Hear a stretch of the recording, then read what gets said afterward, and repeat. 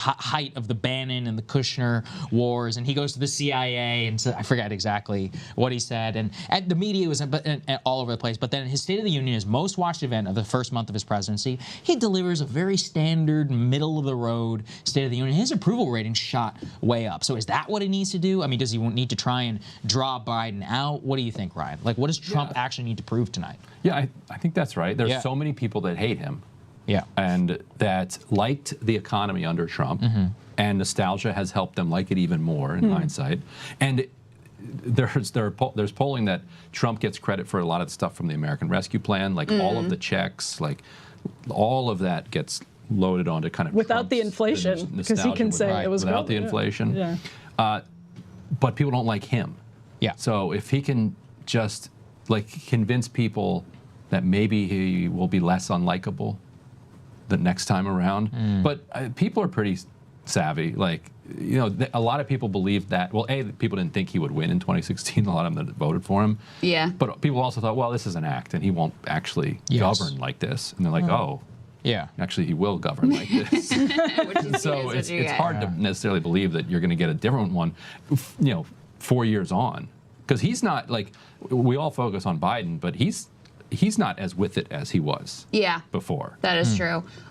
You know, we played earlier in the week the Proud Boys stand back and stand by moment, which is probably outside of the just like how unhinged he was and overly aggressive in the first debate. That's probably like the most memorable moment. And at the time, I didn't really think it would hurt him because he's Trump and he says all kinds of wild shit. No one seems to ever care.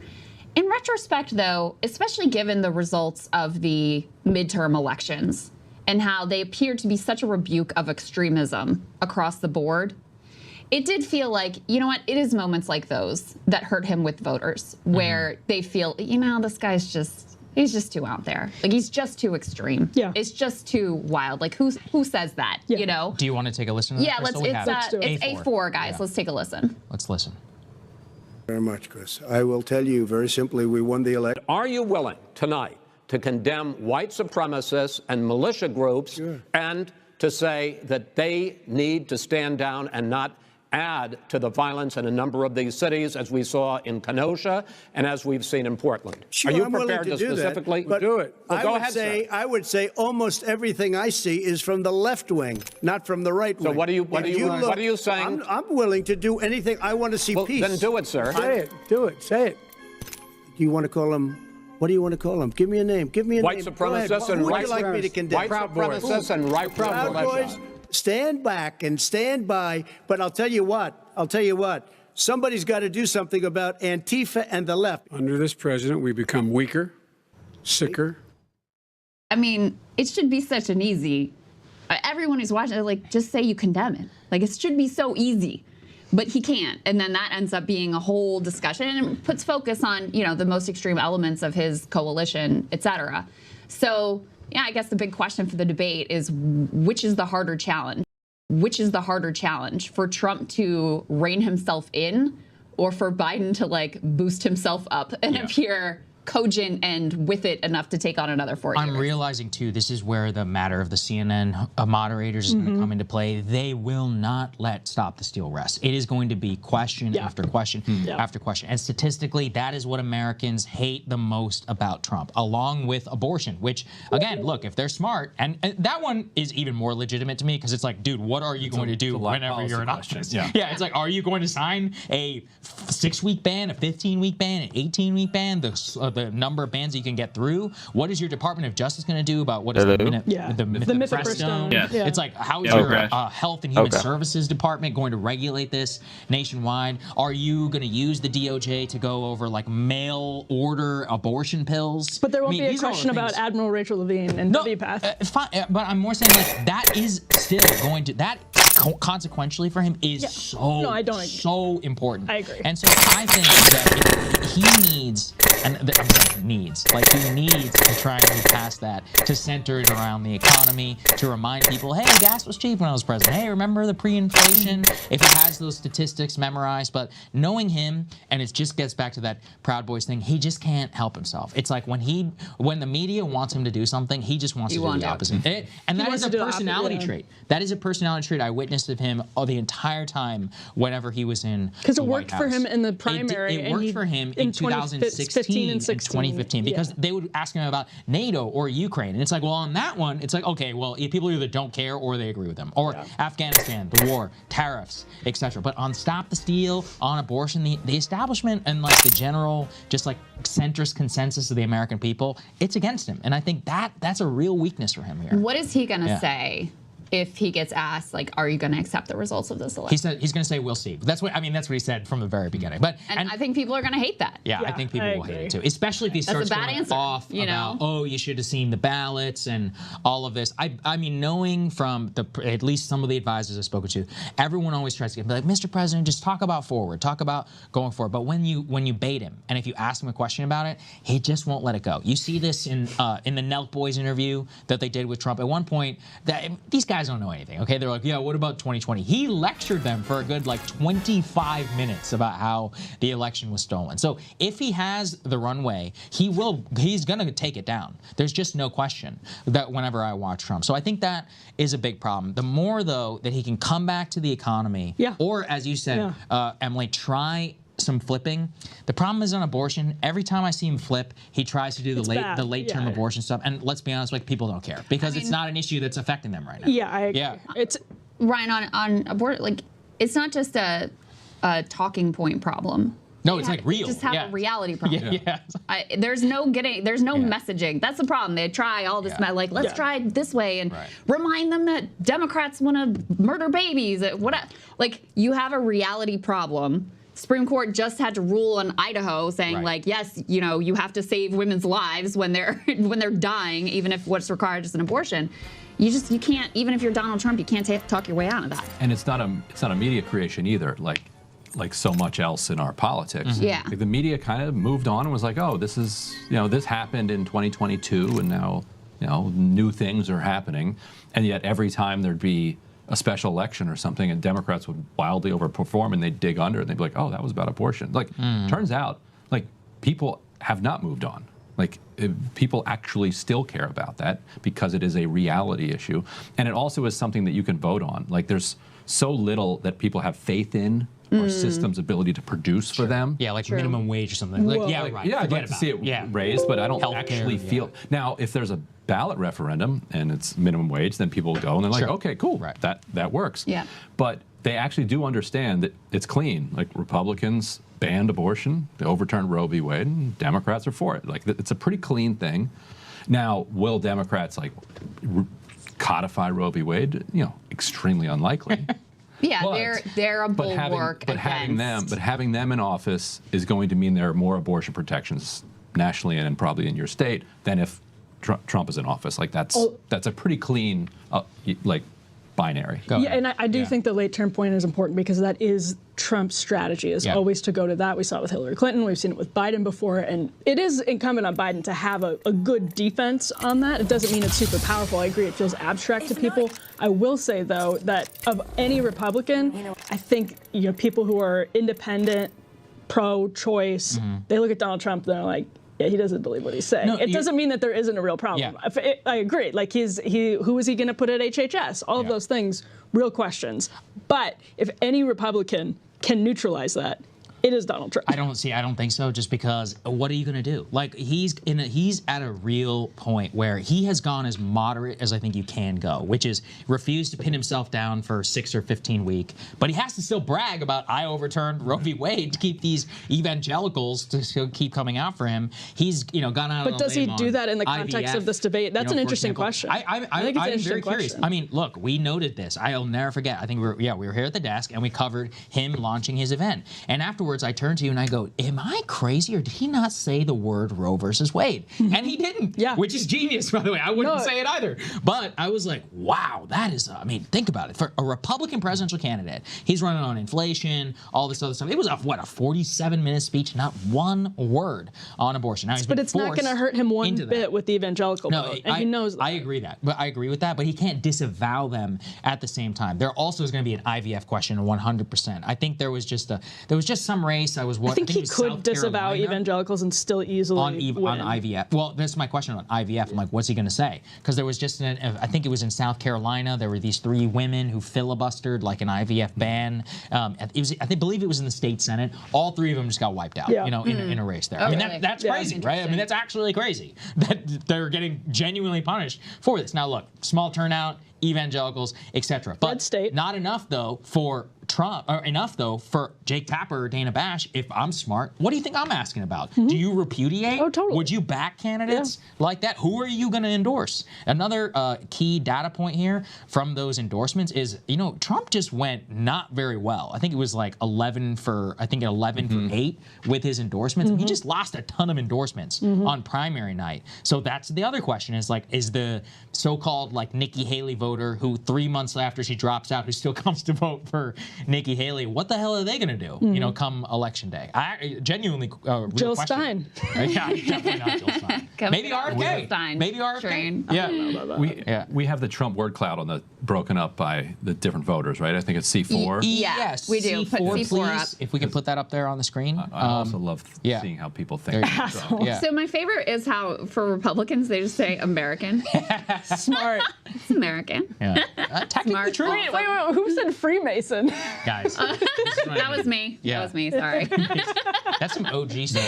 I haven't seen the words Freemason or Illuminati in a long time on the internet, and I'm for the worse for that. Ryan, you were actually making. Yeah, no, the independent word cloud is fascinating, and I think a bunch of them say honest, and I think what they mean there is like he just says what's ever on his mind. That's right. That's right. Not necessarily that it's true. But it just is unfiltered. But it goes to show like the Republicans like him more than the Democrats liked Biden. That's always been Because Biden's number one word was old. Yeah. Right. Yeah. For Republicans with Trump, they've got a bunch of positives here. Yeah, I think with Trump, I mean, this is the Republicans obviously love him. The Democrats hate him. Independents, right now, he's like relatively splitting. I mean, well, this is another thing. We should talk about the actual polls themselves. I'm now at a point where I'm like, is any of this shit even real? I really have such a hard time even believing it. So, for example, Ann Coulter was talking about this today. This has been a big thing where they say Trump is currently winning 30% of the black vote in a New York Times CNN poll. I'm like, well, has all of American politics completely changed over the last 2 years on top of an exponential and radical shift of my entire lifetime plus an extra 20 years behind that? Or is this poll wrong? Which one is easier for me to believe? 30 points, guys? And 30 points. And I see things like that in both. So I see that. I see like numbers with young people, which are, by the way, also all over the map. I just also saw a poll that had young people supporting Biden the same levels as last time. 80% or something. And then other ones where it's like, oh, actually Trump is winning. Right. It's so I'm like, what's happening here? I saw a poll that had Biden winning rural voters. Find that one hard to believe. Right. Yeah, that one was weird. Once again, has Democrats all haven't won rural in America in a long time. Right. Okay, it's so like, is it 1955 or is just the poll wrong? It's like, which one are we gonna choose here? Yeah. We could actually let's put up B1. This is the Nate Silver who's ahead in the polls. Whatever. Right. This is good. He just did his analysis, and I mean he's got them very closely tied. But in his projections, so he's got Trump overall at 42.3, Biden overall at 41.3, RFK coming in at 8%. And by the way, we should just mention, it's a travesty that he's not on the stage. It's wildly anti-democratic. I don't care how you feel about him. He's not my candidate. That's beside the point. This is about democracy, and it's outrageous that he's not up there. That being said, his model and his projection has Trump winning like 2/3 of the projections. So 2/3 of the time that he runs his model, he has Trump winning. I've seen other projections. I think his old outlet 538 had it basically like 50-50. Yeah. They do, yes. I don't know. What do you guys think? Where are you in terms of, to me, the Nate Silver analysis of like Trump's probably got about a 2/3 shot of winning at this point. That feels about right. But I also am first to say, like, I'm not making any predictions this time because I really just don't. I'll tell you why I think it feels right, which is that I would say Trump is like the relative favorite in the way that Hillary was the relative favorite. Guess what? Trump won.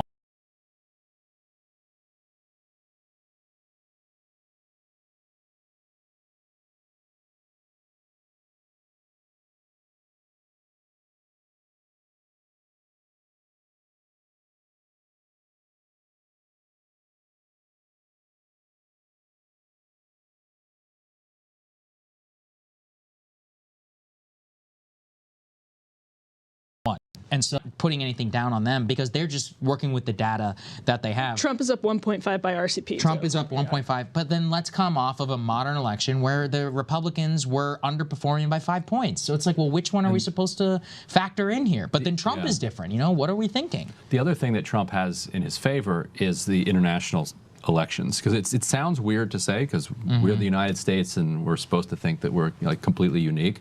But, you know, last time around that you had Brexit. Yeah.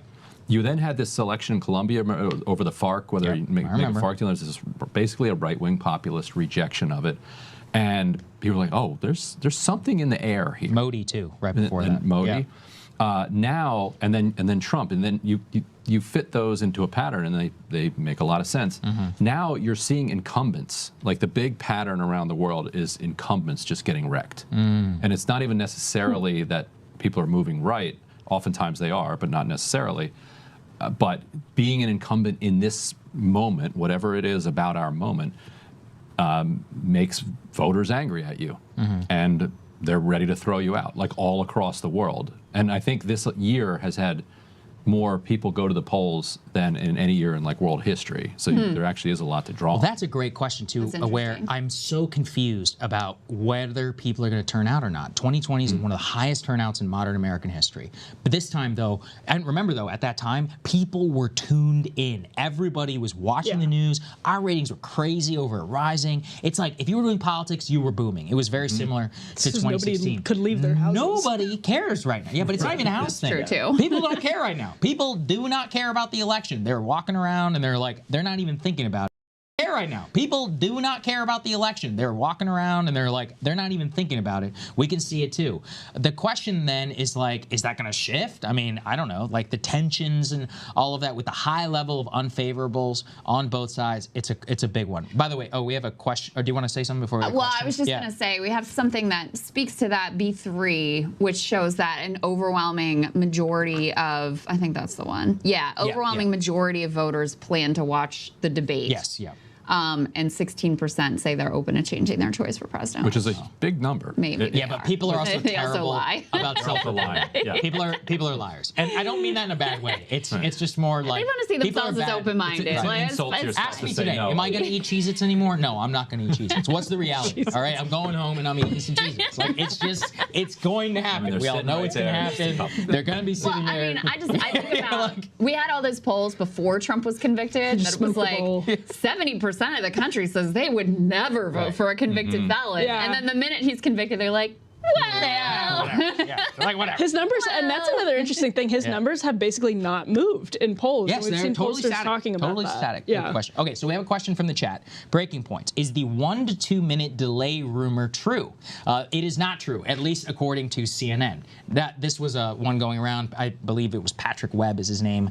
Said that there was a CNN 1 to 2 minute tape delay. The traditional. Actually, Crystal, you worked in cable. What is it actually? People were saying it's like 7. It's short. It's like, just 7 seconds. Okay, so it's a couple of seconds, but they were claiming it was like 1 to 2 minutes. They're like, oh, there's manipulation. But Ryan, this is what I wanted to talk about. I've been dying to bring this up. Just to explain a little bit inside baseball, the White House Correspondents Association right now, furious with CNN because the White House Correspondents Association traditionally always has a reporter at the side of the president or in the room where the president is, wherever they go. CNN, despite being a member of that organization, is not allowing a actual print reporter, Ryan, to be in the room with them. It would be as if Trump or Biden were here right now, and the way that somebody is consuming this for the White House is sitting in our control room. Well, what does that mean? They're at the complete mercy of what we decide to play in that room. But now we're in a situation where they're muting their mics. How are we going to know what either of these candidates are saying? Now, regardless of whether it's broadcast live, fair enough. As a matter of public interest, I would like to know what the President of the United States and the former President of the United States allegedly said in that room. And there's no audience.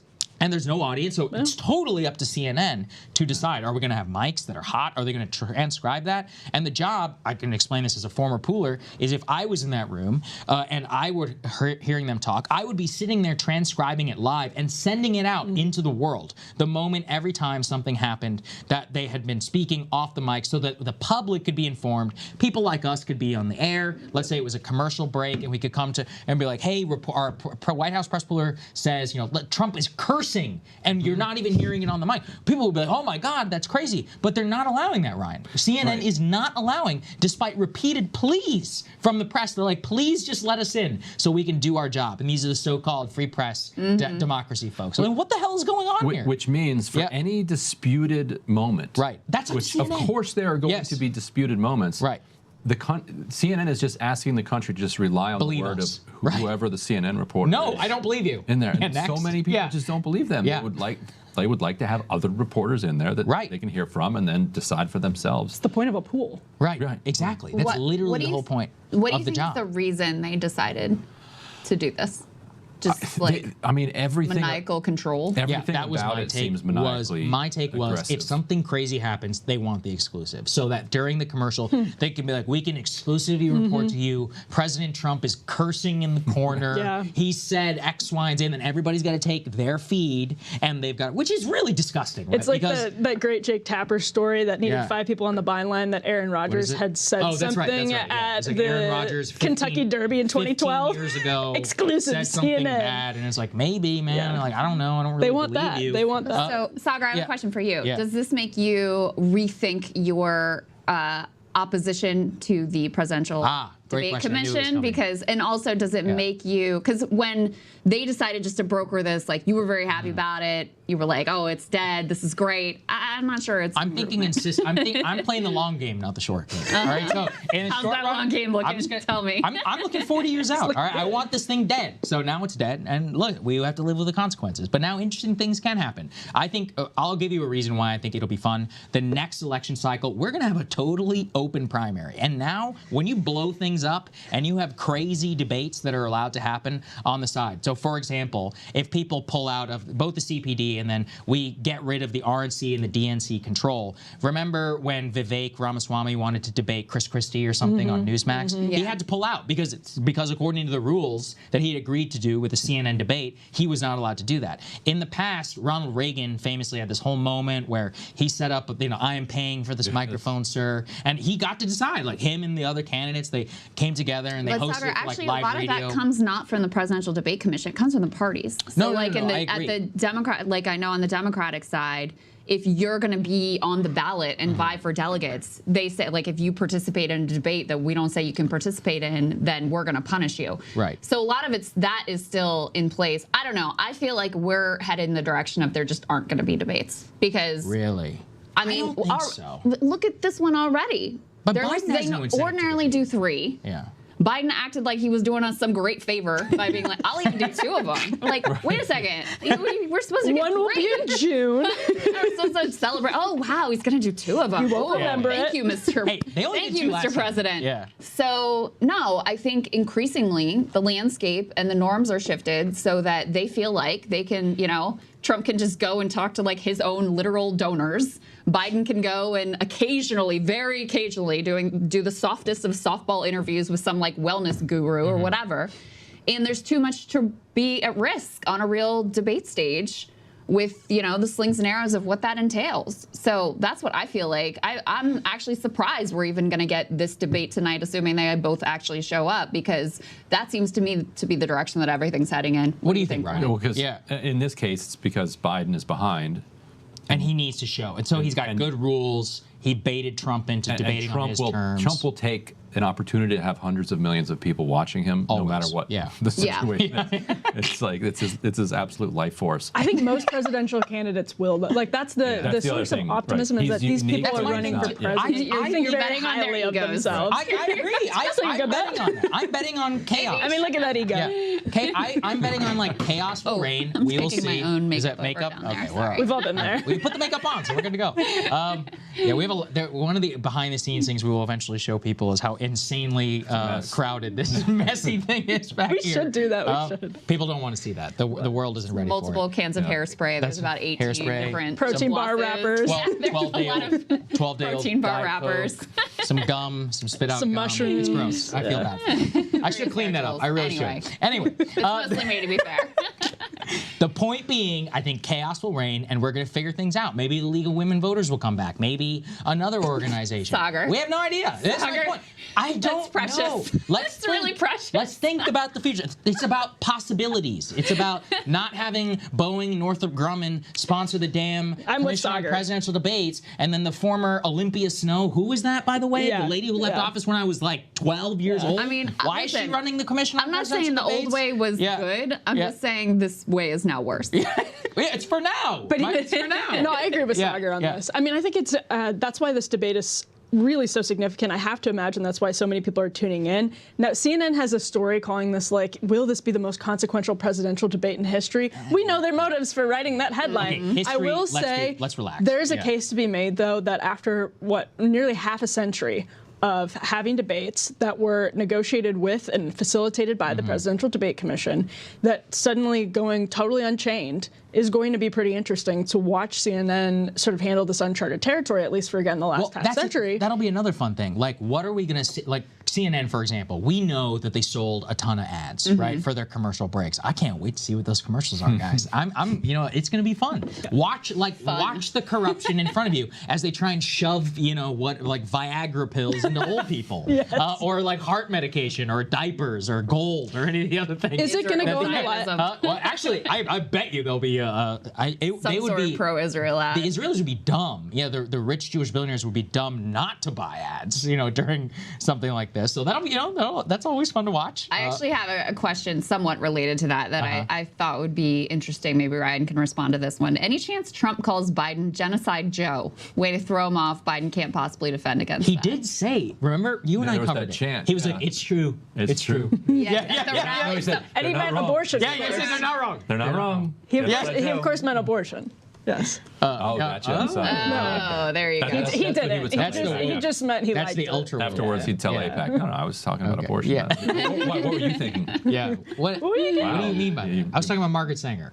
Yeah, he's got to be on a tight leash because of Miriam Adelson. So. Okay, what? That's a great question. What do you guys think he's going to say about Israel? Because he is both pro-Israel. He's going to say doesn't like Bibi. He'll be like, it's not good. They need to wrap it up. But they need to go as far as possible. He's going to say this never would have happened. They need to hire Jared. You're right. I had Middle East peace. If it wasn't for the rigged election. If it wasn't for the rigged election, I had solved, the Middle East. We had achieved peace. Right.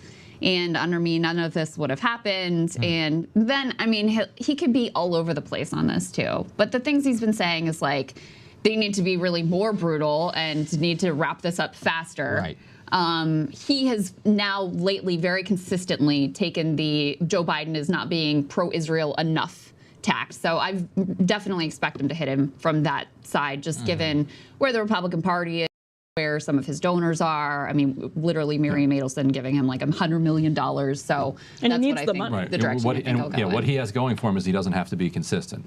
Then his things don't have to be internally consistent. But that's his greatest strength. I was going to say that might be one of the most important things anyone has ever said about Donald Trump. It's his great. He does not have to be consistent. Even in the same sentence. Yeah, that's right. So exactly. They need to wrap it up. It never would have happened. They need to wrap it up, and Joe Biden has been too mean to them. Finish them. And Joe Biden has not supported them enough. That's right. But they need to stop immediately. But they need to also stop. That's a good one. Here's one from the chat. Will they be picking the vice president tonight? Do you think Trump will announce based on the his spin room? VP? Nah. I don't think so. Who do you guys think, though?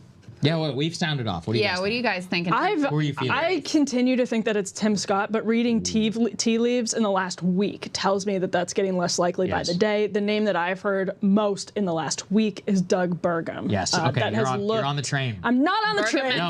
No, on the train of prediction. That's where Crystal and I are. I still am not letting go of Tim Scott. Because I think that Trump he just loves Tim Scott. Yep. There's something about Trump and Tim Scott right now. He doesn't like Tim Scott. No he wants a JD black Vance? guy on the ticket. Let's all be real. No, but he loves Tim Scott. After Tim Scott decided to go full That's true. Yeah, that's fair. That's Trump. Fair. Right.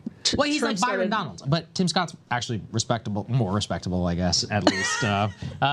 Actually a senator. See, I personally think if he's going to do the naked identity play like that, I actually think Ben Carson is perhaps more likely. But if I had to bet, who knows? But I do think Doug Burgum makes a lot of sense at this point because we've seen the way that Trump is doing everything this time to court Wall Street, Silicon Valley. Burgum comes straight, he was a Microsoft executive.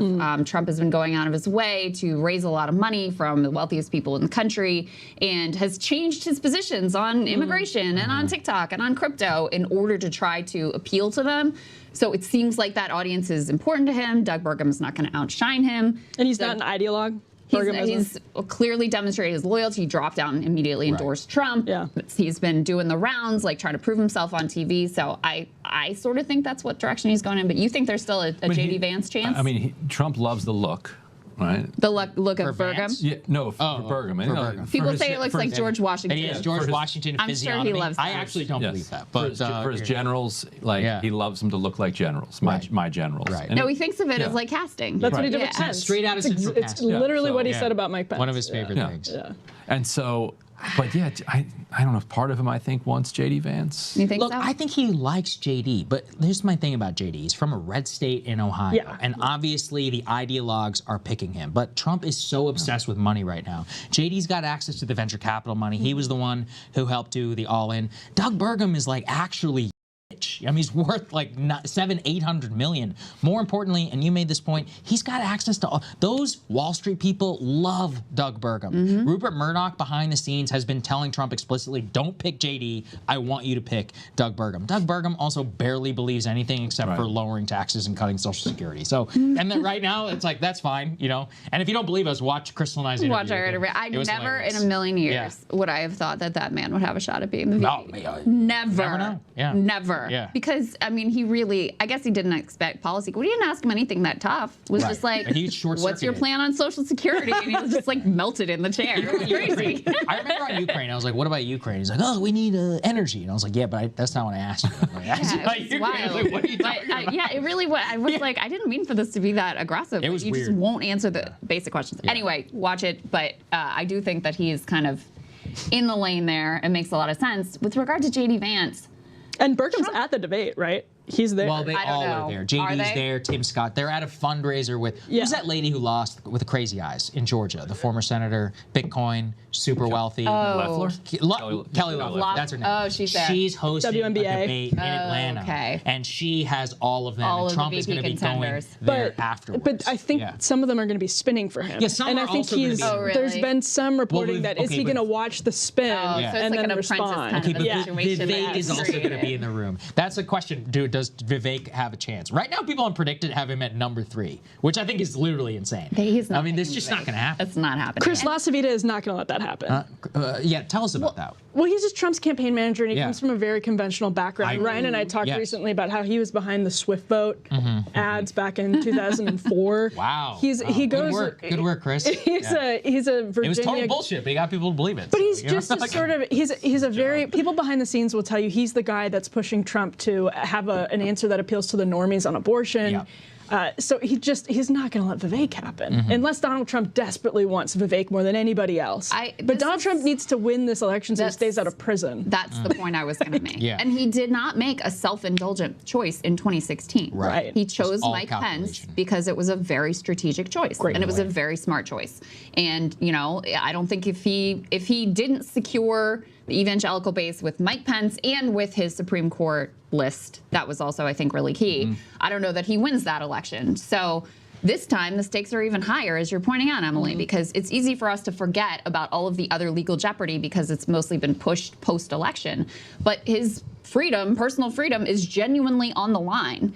And so I feel like J.D. Vance would be more of a self-indulgent choice. It's very difficult to see what J.D. Vance brings to the table. In fact, it's easy to see what J.D. Vance takes away because he could contribute to that sense of like, you know, extremism and chaos. He could also turn off some of the like Wall Street types who would feel a lot more comfortable with the Doug Burgum. He doesn't bring any, he doesn't even colorably bring any sort of like identity demographic to the table. He's not, Ohio was already going to vote for Trump. So I just, in terms of the basic tactics of what he would add, it doesn't add up. The JD case is basically he will be the guy who helps staff and run the admin. Yeah. Having observed Trump up close, I've never seen him care about any of that. Now, people around him always are telling me, no, he learned his lesson this time. Yeah. He knows differently. I'm like, maybe. Well, by the way, the Biden campaign is apparently prepping an attack. They launched a website on Project 2025, which is the Heritage we have a Foundation. story. We have an element about actually. that. If we can go,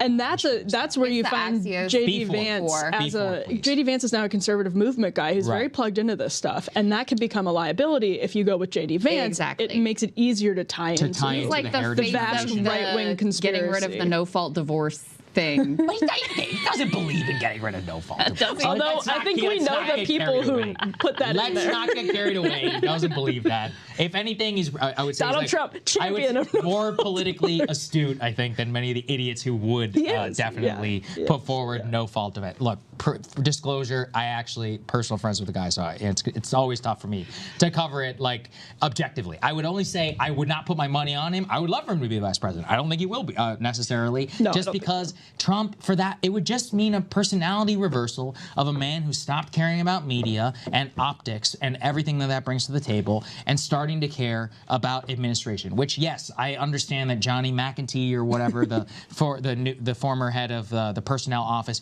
certainly he cares. I think there are definitely donors and others who care, but I know there's a lot more donors who are just filthy rich boomer silent gens hanging out in Palm Beach who are like, Trump, are you just going to cut our taxes? Like, can we cut them a little bit more around? Well, I tend to think those people are going to win out in this The case. other thing is, Yeah. you don't have to have JD Vance as your vice president to get him to help you in your administration. That's you can get him a another cabinet very position, key you can point. make him chief of staff, you can do whatever you want. great And if you get elected, Right.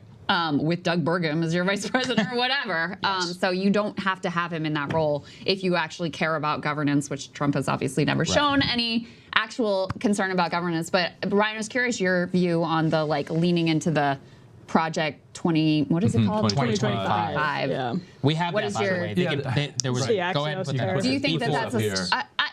I'm not opposed to it as like a tactical play because they put some wild stuff into this. Yeah. And if the big liability for Trump is like extremism, the more that you can tie him to, the most extreme elements of this, I don't think it's I understand why they're going in this direction, basically. Yes, and personal anecdote, like last night, Emily and I moderated this zero hedge debate on Yeah. border and immigration, and Ryan Gerdusky Yeah. Yes. And Jack Posobiec Yes. were the Trump-ish people on there, and I gotta say, I was like, whoa. It would kind of. I was like, "Wow, I forgot." That is, Ryan by the way, literally though, walked that in is the the bleeding studio. edge, though, bro. That's like that's as far as. But it that's what goes. he's saying. But That the the Dems are, yeah. 2025 thing is written kind of by bleeding edge type people. Yeah. Okay, but as Movement. we all learned, what chances that actually have? Okay, but we're talking but about I'm the saying- politics. Oh, right fair now. enough. Politics, fair right. enough. Talking about the politics. I would put it this So way. somebody like me who's not excited about Biden at all, the politics of Yeah. it worked. Where I was like, Yeah. actually, hold on. I would Wow. put it this way. Remember We can't let when- these people get close to power. Remember Yeah. when Trump, when Biden attacked the Rick Scott, raising taxes Yes, thing yes. ahead of 2022 and then brought it up in the State of the Union? It's smart in that regard. Yeah. So find the most politically unpopular parts Scott's thing of wasn't Project passed, 2025 on abortion, on taxes, anything, even if it's not going to pass. Which, and then challenge Trump and be like, are you going to raise Right. are you going to cut taxes for rich people? Remember, TCJA, the Tax Cuts and Jobs Act, the day that passed is the single lowest approval rating that Donald Trump ever experienced in office. Nobody ever talked, not Charlottesville, nothing else. It was the day the corporate taxes got cut. It's back up again in 2025 for extension. It will be the fight of our lifetimes for economics and tax policy. If Biden brings that up, that's ground which I think he can fight on. He can do well on that. Yeah. By the way, they're telling us we are 3 minutes out. about 3 minutes out. So we Maybe also 2 minutes. know that Yeah. Biden's prepping January 6th stuff. Right. And so that's another, it goes back to this. It goes to the question about JD, the question about who your vice president is. Trump needs them to be loyal, but he also doesn't want someone who's obsessively going to be talking about stop the seal and January 6th prisoners, whatever, on the VP campaign trail. On top of that, going to the Project 2025 thing, it's similar to the Rick Scott plan in the point that Republicans were trying to learn from the populist moment, put out a plan like Project 2025 that has some legitimate populist sort of moments of reckoning for the Heritage Foundation.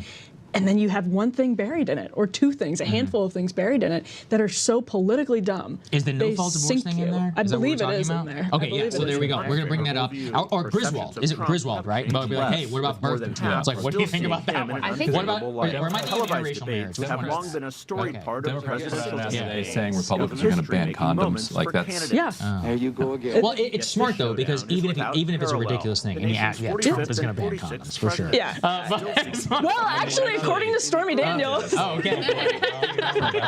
That's a whole other. We'll leave that one aside. Hey, 60 minutes. So just to let everybody know, here's what's going to happen. Again, CNN is not allowing us to show this debate. We've done a whole video about that. It's total BS. It's a violation of fair use, etc. But we don't want the stream to get taken down. What we are going to do is you guys can watch us watch the debate. I know. No sound though. I wish that we weren't doing it that way. It's kind of like without sound. Just stand by, stand back, stand by, stand back, stand by, and wait for the debate to end. And when the debate ends, we will be right back here on the stream. So shout out to our premium subscribers, breakingpoints.com. We're all going to be back right here. You can watch us. Yeah, you can keep fighting with each other in the comments. This proud debate coverage team will be back. We are 30 seconds out, according to the debaters. We're watching here what is happening. The two of them, neither have entered the screen yet. Dana Bash and Jake Tapper are there. We see two sound guys. It is very eerie, honestly, to look at the shot and just not see a single soul. Like it really is. They're basically doing a version of what we are right now, just sitting right here. And imagine the presidential candidates are right over there, and there's nobody there. I was going to mention too, with regard to that being negative for Trump, he's funny. Like, even people who hate him, like, I hate him, and I can't help but laugh at this dude all the time.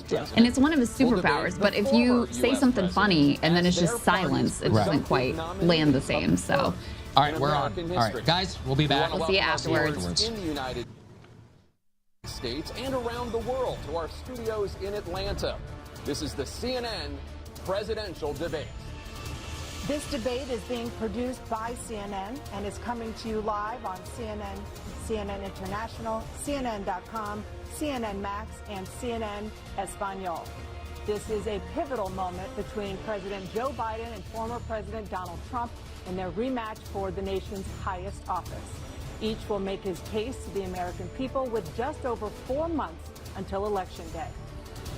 Good evening, I'm Dana Bash, anchor of CNN's Inside Politics and co-anchor of State of the Union. I'm Jake Tapper, anchor of CNN's The Lead and co-anchor of State of the Union.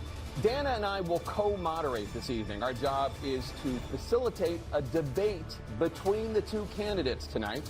Before we introduce them, we want to share the rules of the debate with the audience at home. Former President Trump will be on the left side of the screen. President Biden will be appearing on the right. A coin toss determined their positions.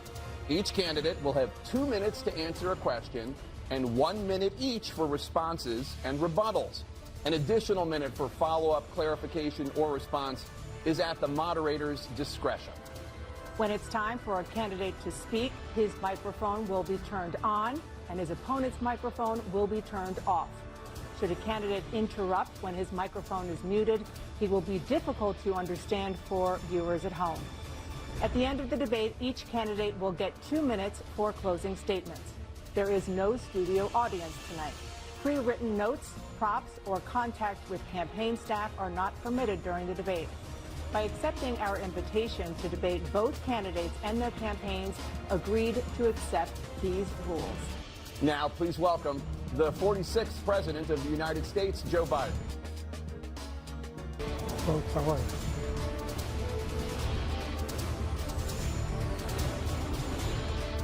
Great to be here. Thank you. And please welcome the 45th President of the United States, Donald Trump.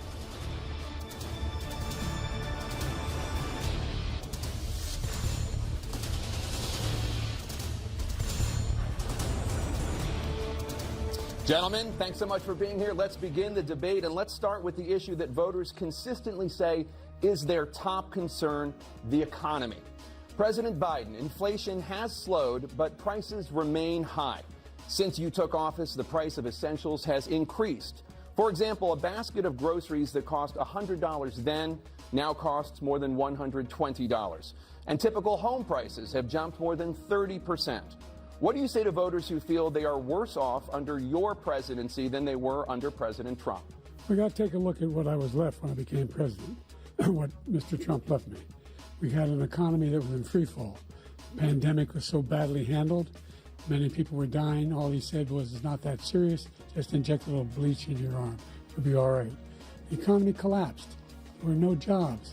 Unemployment rate rose to 15%. It was terrible. And so what we had to do is try to put things back together again. And that's exactly what we began to do. We created 15,000 new jobs. We brought out in a position where we have 800,000 new manufacturing jobs, but there's more to be done. There's more to be done. Working class people are still in trouble. I come from Scranton, Pennsylvania. I come of households where the kitchen table, if the things weren't able to be met during the month, it was a problem. Price of eggs, the price of gas, the price of housing, the price of a whole range of things. That's why I'm working so hard to make sure I deal with those problems. And we're going to make sure that we reduce the price of housing. We're going to make sure we build 2 million new units. We're going to make sure we cap rents so corporate greed can't take over. The combination, what I was left with in corporate greed, is the reason why we're in this problem right now. In addition to that, we're in a situation where if you take a look at all that was done in his administration, he didn't do much at all. By the time he left, things were in chaos, literally chaos. And so we put things back together. We created, I said, those jobs. We make sure we had a situation where we brought down the price of prescription drugs, which is a major issue for many people, to $15 for an insulin shot as opposed to $400. No senior has to pay more than $200 for any drug, all the drugs they can include beginning next year. And the situation is and we're going to make that available to everybody, to all Americans. So we're working to bring down the price around the kitchen table, and that's what we're going to get done. Thank you. President Trump? We have the greatest economy in the history of our country. We have never done so well. Everybody was amazed by it. Other countries were copying us. We got hit with COVID, and when we did, we spent the money necessary so we wouldn't end up in a Great Depression, the likes of which we had in 1929.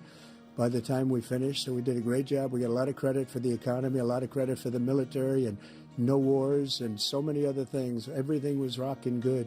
But the thing we never got the credit for, and we should have, is getting us out of that COVID mess. He created mandates that was a disaster for our country. But other than that, we had given them back a country where the stock market actually was higher than pre-COVID, and nobody thought that was even possible. The only jobs he created are for illegal immigrants and bounce-back jobs, a bounce back from the COVID. He has not done a good job. He's done a poor job, and inflation's killing our country. It is absolutely killing us. Thank you. President Biden? Well, look, the greatest economy in the world, he's the only one who thinks that, I think. I don't know anybody else who thinks they have the greatest economy in the world. And, you know, the fact of the matter is that we find ourselves in a situation where his economy, he rewarded the wealthy. He had the largest tax cut in American history, $2 trillion. He raised a deficit larger than any president has in any one term. He's the only president other than Herbert Hoover who's lost more jobs than he had when he began, since Herbert Hoover. The idea that he did something that was significant in the military. You know, when he was president, they were still killing people in Afghanistan. He didn't do anything about that. When he was president, we were still finding ourselves in a position where you had a notion that we were this safe country. The truth is, I'm the only president this century that doesn't have this decade, that doesn't have any troops dying anywhere in the world like he did. President Trump, I want to follow up if I can. Am I allowed to respond to him? Well, I'm going to ask you a follow-up. You can do whatever you want with the minute that we give you. I want to follow up. You want to impose a 10% tariff on all goods coming into the U.S. How will you ensure that that doesn't drive prices even higher? It's not going to drive them higher. It's just going to cause countries that have been ripping us off for years, like China and many others, in all fairness to China. It's going to just force them to pay us a lot of money, reduce our deficit tremendously, and give us a lot of power for other things. But he made a statement. The only thing he was right about is I gave you the largest tax cut in history. I also gave you the largest regulation cut in history. That's why we had all the jobs. And the jobs went down, and then they bounced back, and he's taking credit for bounce-back jobs. You can't do that. He also said he inherited 9% inflation. No, he inherited almost no inflation, and it stayed that way for 14 months. And then it blew up under his leadership because they spent money like a bunch of people that didn't know what they were doing, and they don't know what they were doing. It was the worst, probably the worst administration in history. There's never been. And as far as Afghanistan is concerned, I was getting out of Afghanistan, but we were getting out with dignity, with strength, with power. He got out. It was the most embarrassing day in the history of our country's life. President Trump, over the last 8 years, under both of your administrations, the national debt soared to record highs. And according to a new nonpartisan analysis, President Trump, your administration approved $8.4 trillion in new debt, while so far, President Biden, you've approved $4.3 trillion in new debt. So, former President Trump, many of the tax cuts that you signed into law are set to expire next year. You want to extend them and go even further, you say. With the U.S. facing trillion-dollar deficits and record debt, why should top earners and corporations pay even less in taxes than they do now? Because the tax cuts spurred the greatest economy that we've ever seen just prior to COVID. And even after COVID, it was so strong that we were able to get through COVID much better than just about any other country. But we spurred, that tax spurred. Now, when we cut the taxes, as an example, the corporate tax was cut down to 21% from 39%, plus beyond that. We took in more revenue with much less tax, and companies were bringing back trillions of dollars back into our country. The country was going like never before, and we were ready to start paying down debt. We were ready to start using the liquid gold right under our feet, the oil and gas right under our feet. We were going to have something that nobody else has had. We got hit with COVID. We did a lot to fix it. I gave him an unbelievable situation with all of the therapeutics and all of the things that we came up with. We gave him something great. Remember, more people died under his administration, even though we had largely fixed it. More people died under his administration than our administration, and we were right in the middle of it, something which a lot of people don't like to talk about. But he had far more people dying in his administration. He did the mandate, which is a disaster, mandating it. The vaccine went out. He did a mandate on the vaccine, which is the thing that people most objected to about the vaccine. And he did a very poor job, just a very poor job. And I will tell you, not only poor there, but throughout the entire world, we're no longer respected as a country. They don't respect our leadership. They don't respect the United States anymore. We're like a third world nation between weaponization of his election, trying to go after his political opponent, all of the things he's done. We've become like a third world nation, and it's a shame. The damage he's done to our country, and I'd love to ask him, and will, why he allowed millions of people to come in here from prisons, jails, and mental institutions to come into our country and destroy our country. President Trump, we will get to immigration later in this block. President Biden, I want to give you an opportunity to respond to this question about the national debt. He had the largest national debt of any president in a 4-year period, number one. Number two, he got $2 trillion tax cut, benefited the very wealthy. What I'm going to do is fix the tax system. For example, we have 1,000 trillionaires in America, billionaires in America. And what's happening? They're in a situation where they, in fact, pay 8.2% in taxes. If they just paid 24%, 25%, either one of those numbers, they'd raise $500 billion, I should say, in a 10-year period. We'd be able to wipe out his debt. We'd be able to help make sure that all those things we need to do, child care, elder care, making sure that we continue to strengthen our health care system, making sure that we're able to make every single solitary person eligible for what I've been able to do with the COVID, with dealing with everything we have to do with, look, if we finally beat Medicare. Thank you, President Biden. President Trump? Well, he's right. He did beat Medicare. He beat it to death, and he's destroying Medicare because all of these people are coming in. They're putting them on Medicare. They're putting them on Social Security. They're going to destroy Social Security. This man is going to single-handedly destroy Social Security. These millions and millions of people coming in, they're trying to put them on Social Security. He will wipe out Social Security. He will wipe out Medicare. So he was right in the way he finished that sentence. And it's a shame. What's happened to our country in the last 4 years is not to be believed. Foreign countries, I'm friends with a lot of people, they cannot believe what happened to the United States of America. We're no longer respected. They don't like us. We give them everything they want, and they think we're stupid. They think we're very stupid people. What we're doing for other countries, and they do nothing for us. What this man has done is absolutely criminal. Thank you, President Trump. Dana? This is the first presidential election since the Supreme Court overturned Roe v. Wade. This morning, the court ruled on yet another abortion case, temporarily allowing emergency abortions to continue in Idaho, despite that state's restrictive ban. Former President Trump, you take credit for the decision to overturn Roe v. Wade, which returned the issue of abortion to the states. Correct. However, the federal government still plays a role in whether or not women have access to abortion pills. They're used in about 2/3 of all abortions. As president, would you block abortion medication? First of all, the Supreme Court just approved the abortion pill, and I agree with their decision to have done that, and I will not block it. And if you look at this whole question that you're asking, complex but not really complex. 51 years ago, you had Roe v. Wade, and everybody wanted to get it back to the states. Everybody, without exception. Democrats, Republicans, liberals, conservatives, everybody wanted it back. Religious leaders.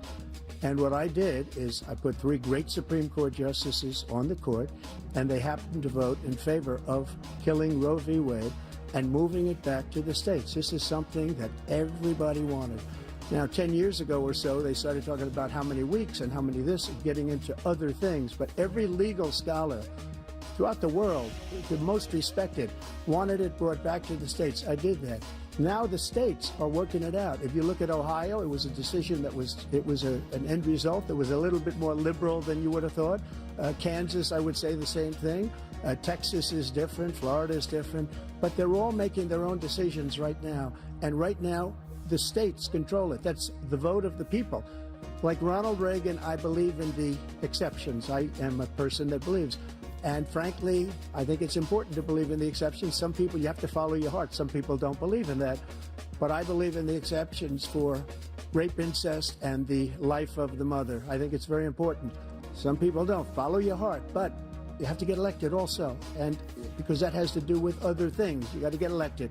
The problem they have is they're radical because they will take the life of a child in the 8th month, the 9th month, and even after birth. After birth, if you look at the former governor of Virginia, he was willing to do this. He said, we'll put the baby aside and we'll determine what we do with the baby, meaning we'll kill the baby. What happened is we brought it back to the states, and the country is now coming together on this issue. It's been a great thing. Thank you. President Biden? It's been a terrible thing, what you've done. The fact is that the vast majority of constitutional scholars supported Roe when it was decided. Supported Roe. And that's this idea that they're all against it is just ridiculous. And this is the guy who says the state should be able to have it. We're a state where in 6 weeks, you don't even know whether you're pregnant or not, but you cannot see a doctor, and have him decide on what your circumstances are, whether you need help. The idea that states are able to do this is a little like saying we're going to turn civil rights back to the states, let each state have a different rule. Look, there's so many young women who have been, including a young woman who just was murdered, and he went to the funeral. The idea that she was murdered by an immigrant coming in, they talk about that. But here's the deal: there's a lot of young women who are being raped by their in-laws, by their spouses, brothers and sisters, it's just ridiculous, and they can do nothing about it. And they try to arrest them when they cross state lines. Thank you. There have been many young women murdered by the same people he allows to come across our border. We have a border that's the most dangerous place anywhere in the world, considered the most dangerous place anywhere in the world. And he opened it up, and these killers are coming into our country, and they are raping and killing women. And it's a terrible thing. As far as the abortion is concerned, it is now back with the states. The states are voting. And in many cases, it's frankly a very liberal decision. In many cases, it's the opposite. But they're voting, and it's bringing it back to the vote of the people, which is what everybody wanted, including the founders, if they knew about this issue, which frankly they didn't. But they would have, everybody wanted it brought back. Ronald Reagan wanted it brought back. He wasn't able to get it. Everybody wanted it brought back, and many presidents had tried to get it back. I was the one to do it. And again, this gives it the vote of the people, and that's where they wanted it. Every legal scholar wanted it that way. Staying on the topic of abortion, President Biden, 7 states, I'll let you do that. This is the same topic. 7 states have no legal restrictions on how far into a pregnancy a woman can obtain an abortion.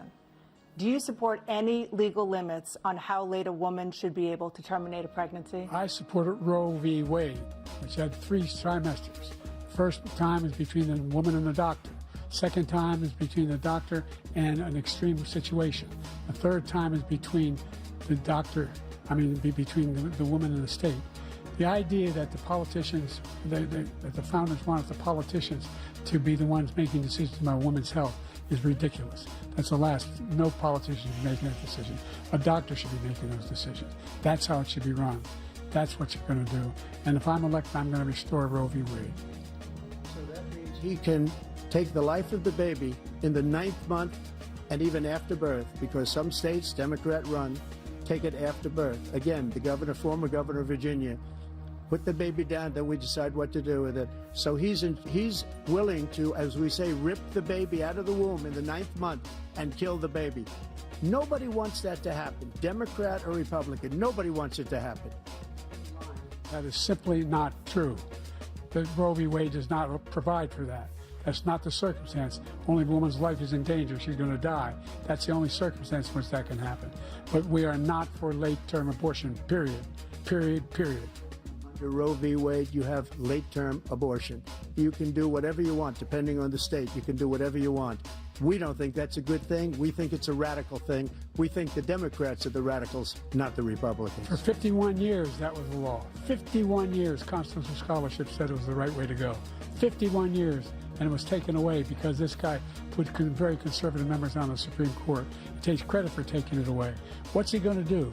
What's he going to do, in fact, if the MAGA Republicans, he gets elected, and the MAGA Republicans control the Congress, and they pass a universal ban on abortion, period, across the board at 6 weeks or 7 or 8 or 10 weeks, something very, very conservative. Is he going to sign that bill? I'll veto it. He'll sign it. Thank you. Let's turn now to the issue of immigration and border security. President Biden, a record number of migrants have illegally crossed the southern border on your watch. Overwhelming border states and overburdening cities such as New York and Chicago, and in some cases causing real safety and security concerns. Given that, why should voters trust you to solve this crisis? Because we worked very hard to get a bipartisan agreement that not only changed all of that, it made sure that we are in a situation where you had no circumstance where they could come across the border with the number of border police there are now. We significantly increased the number of asylum officers. Significantly, by the way, the Border Patrol endorsed me, endorsed my position. In addition to that, we found ourselves in a situation where when he was president, he was separating babies from their mothers, putting them in cages, making sure the families were separated. That's not the right way to go. What I've done since I've changed the law, what's happened? I've changed it in a way that now you're in a situation where there are 40% fewer people coming across the border illegally. That's better than when he left office. And I'm going to continue to move until we get the total ban on the total initiative relative to what we can do with more Border Patrol and more asylum officers. President Trump? I really don't know what he said at the end of that sentence. I don't think he knows what he said either. Look, we had the safest border in the history of our country. The border, all he had to do was leave it. All he had to do was leave it. He decided to open up our border, open up our country to people that are from prisons, people that are from mental institutions, insane asylum, terrorists. We have the largest number of terrorists coming into our country right now, all terrorists, all over the world, not just in South America, all over the world. They come from the Middle East, everywhere. All over the world they're pouring in. And this guy just left it open. And he didn't need legislation because I didn't have legislation. I said, close the border. We had the safest border in history. In that final couple of months of my presidency, we had, according to Border Patrol, who is great, and by the way, who endorsed me for president, but I won't say that, but they endorsed me for president. Brandon, just speak to him. But look, we had the safest border in history. Now we have the worst border in history. There's never been anything like it. And people are dying all over the place, including the people that are coming up in caravans. President Trump. President Biden? The only terrorist who's done anything across the border is one who came along and killed three, under his administration, killed an Al-Qaeda person come in his administration, killed 3 American soldiers, That's the only terrorist that's there. I'm not saying that no terrorists ever got through, but the idea they're emptying their prisons, we're welcoming these people, that's simply not true. There's no data to support what he said. Once again, he's exaggerating, he's lying. President Trump, staying on the topic of immigration, you've said that you're going to carry out, quote, the largest domestic deportation operation in American history, unquote. Does that mean that you will deport every undocumented immigrant in America, including those who have jobs, including those whose spouses are citizens, and including those who have lived here for decades? And if so, how will you do it? Just 1 second. He said we killed 3 people. The people we killed are al-Baghdadi and Soleimani, the two greatest terrorists, biggest terrorists anywhere in the world. And it had a huge impact on everything, not just border, on everything. He's the one that killed people with the bad water, including hundreds of thousands of people dying, and also killing our citizens when they come in. We are living right now in a rat's nest. They're killing our people in New York, in California, in every state in the union, because we don't have borders anymore. Every state is now a border. And because of his ridiculous, insane, and very stupid policies, people are coming in and they're killing our citizens at a level that we've never seen. We call it migrant crime. I call it Biden migrant crime. They're killing our citizens at a level that we've never seen before. And you're reading it like these three incredible young girls over the last few days. One of them, I just spoke to the mother, and he just had the funeral for this girl, 12 years old. This is horrible what's taken place. What's taken place in our country, we're literally an uncivilized country now. He doesn't want it to be. He just doesn't know. He opened the borders. Nobody's ever seen anything like. And we have to get a lot of these people out, and we have to get them out fast, because they're going to destroy our country. Just take a look at where they're living. They're living in luxury hotels in New York City and other places. Our veterans are on the street. They're dying because he doesn't care about our veterans. He doesn't care. He doesn't like the military at all. And he doesn't care about our veterans. Nobody been worse. I had the highest approval rating for veterans taking care of the VA. He has the worst. He's gotten rid of all the things that I approved. Choice that I got through Congress, all of the different things I approved, they abandoned. We had by far the highest, and now it's down in less than half, because he's done all these great things that we did. And I think he did it just because I approved it, which is crazy. But he has killed so many people at our border by allowing all of these people to come in. And it's a very sad day in America. President Biden, you have the mic. Every single thing he said is a lie. Every single one. For example, veterans are a hell of a lot better off since I passed the PACT Act. 1 million of them now have insurance, and their families have it. Their families have it because what happened, whether it was Agent Orange or burn pits, they're all being covered now. And he opposed, his group opposed that. We're also in a situation where we have great respect for veterans. My son spent a year in Iraq, living right next to one of those burn pits, came back with stage 4 glioblastoma. I was recently in France for D-Day, and I spoke all about those heroes that died. I went to the World War II cemetery, World War I cemetery he refused to go to. He was standing with his 4-star general, and he told me, he said, I don't want to go in there because they're a bunch of losers and suckers. My son was not a loser, was not a sucker. You're the sucker. You're the loser. President Trump? First of all, that was a made-up quote, suckers and losers. They made it up. It was in a third-rate magazine that's failing, like many of these magazines. He made that up. He put it in commercials. We've notified him. We had 19 people that said I didn't say it. And think of this. Who would say I'm at a cemetery or I'm talking about our veterans? Because nobody's taken better care. I'm so glad this came up and he brought it up. There's nobody that's taken better care of our soldiers than I have. To think that I would, in front of generals and others, say suckers and losers. We have 19 people that said it was never said by me. It was made up by him, just like Russia was made up, just like the 51 intelligence agents are made up, just like the new thing with the 16 economists are talking. It's the same thing. 51 intelligence agents said that the laptop was Russia disinformation. It wasn't. That came from his son, Hunter. It wasn't Russia disinformation. He made up the suckers and losers, so he should apologize to me right now. 4-star general standing to your side who was on your staff who said you said it, period. That's number one. And number two, the idea that I have to apologize to you for anything along the line. We've done more for veterans than any president has in American history. And they now are their family. The only sacred obligation we have as a country is to care for our veterans when they come home and their families and equip them when they go to war. That's what we're doing. That's what the VA is doing now. They're doing more for veterans than ever before in our history. All right, thank you so much. At the top of the foreign policy, I want to begin with Russia's war against Ukraine, which is now in its 3rd year. Former President Trump, Russian President Vladimir Putin says he'll only end this war if Russia keeps the Ukrainian territory it has already claimed and Ukraine abandons its bid to join NATO. Are Putin's terms acceptable to you? First of all, our veterans and our soldiers can't stand this guy. They can't stand him. They think he's the worst commander-in-chief, if that's what you call him, that we've ever had. They can't stand him. So let's get that straight. And they like me more than just about any of them. And that's based on every single bit of information.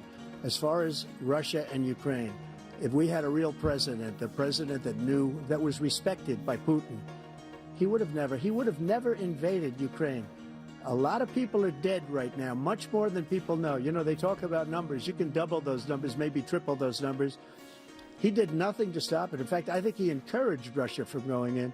I'll tell you what happened. He was so bad with Afghanistan. It was such a horrible embarrassment, most embarrassing moment in the history of our country, that when Putin watched that and he saw the incompetence, that he should have fired those generals, like I fired the one that you mentioned, and so he's got no love lost, but he should have fired those generals. No general got fired for the most embarrassing moment in the history of our country, Afghanistan, where we left billions of dollars of equipment behind. We lost 13 beautiful soldiers, and 38 soldiers were obliterated. And by the way, we left people behind, too. We left American citizens behind. When Putin saw that, he said, you know what? I think we're going to go in and maybe take this was his dream. I talked to him about it, his dream. The difference is he never would have invaded Ukraine. Never. Just like Israel would have never been invaded in a million years by Hamas. You know why? Because Iran was broke with me. I wouldn't let anybody do business with them. They ran out of money. They were broke. They had no money for Hamas. They had no money for anything. No money for terror. That's why you had no terror at all during my administration. This place, the whole world is blowing up under him. President Biden? I've never heard so much malarkey in my whole life. Look, the fact of the matter is that we're in a situation where, let's take the last point first. Iran attacked American troops, caused brain damage for a number of these troops, and he did nothing about it. Recently, not when he was president. Here they attacked. He said they're just having headaches. That's all it is. He didn't do a thing when the attack took place, number one. Number two, we got over 100,000 Americans and others out of Afghanistan during that airlift. Number three, we found ourselves in a situation where, if you take a look at what Trump did in Ukraine, this guy told Trump, do whatever you want, and do whatever you want. And that's exactly what Trump did to Putin, encourage him, do whatever you want. And he went in. And listen to what he said when he went in. He was going to take Kyiv in 5 days, remember? Because it's part of the old Soviet Union. That's what he wanted to reestablish, Kyiv. And he, in fact, didn't do it at all. He wasn't able to get it done. And they've lost thousands and thousands of troops, 500,000 troops. President Trump, I never come back said to you that. for 1 minute, I just want to go back to my original question, which is, are Putin's terms acceptable to you? Keeping the territory in Ukraine? No, they're not acceptable. But look, this is a war that never should have started. If we had a leader in this war, he led everybody along. He's given $200 billion now or more to Ukraine. He's given $200 billion. That's a lot of money. I don't think there's ever been anything like it. Every time that Zelensky comes to this country, he walks away with $60 billion. He's the greatest salesman ever. And I'm not knocking him. I'm not knocking anything. I'm only saying the money that we're spending on this war, and we shouldn't be spending, it should have never happened. I will have that war settled between Putin and Zelensky as president-elect before I take office on January 20th. I'll have that war settled. People being killed so needlessly, so stupidly, and I will get it settled, and I'll get it settled fast before I take office. President Biden, you have a minute. The fact is that Putin is a war criminal. He's killed thousands and thousands of people. And he has made one thing clear. He wants to reestablish what was part of the Soviet Empire, not just a piece. He wants all of Ukraine. That's what he wants. And then do you think he'll stop there? Do you think he'll stop if he takes Ukraine? What do you think happens to Poland? What do you think of Belarus? What do you think happens to those NATO countries? And so if you want a war, you ought to find out what he's going to do, because if in fact he does what he says and walks away, by the way, all that money we give Ukraine are from weapons we make here in the United States. We give them the weapons, not the money at this point.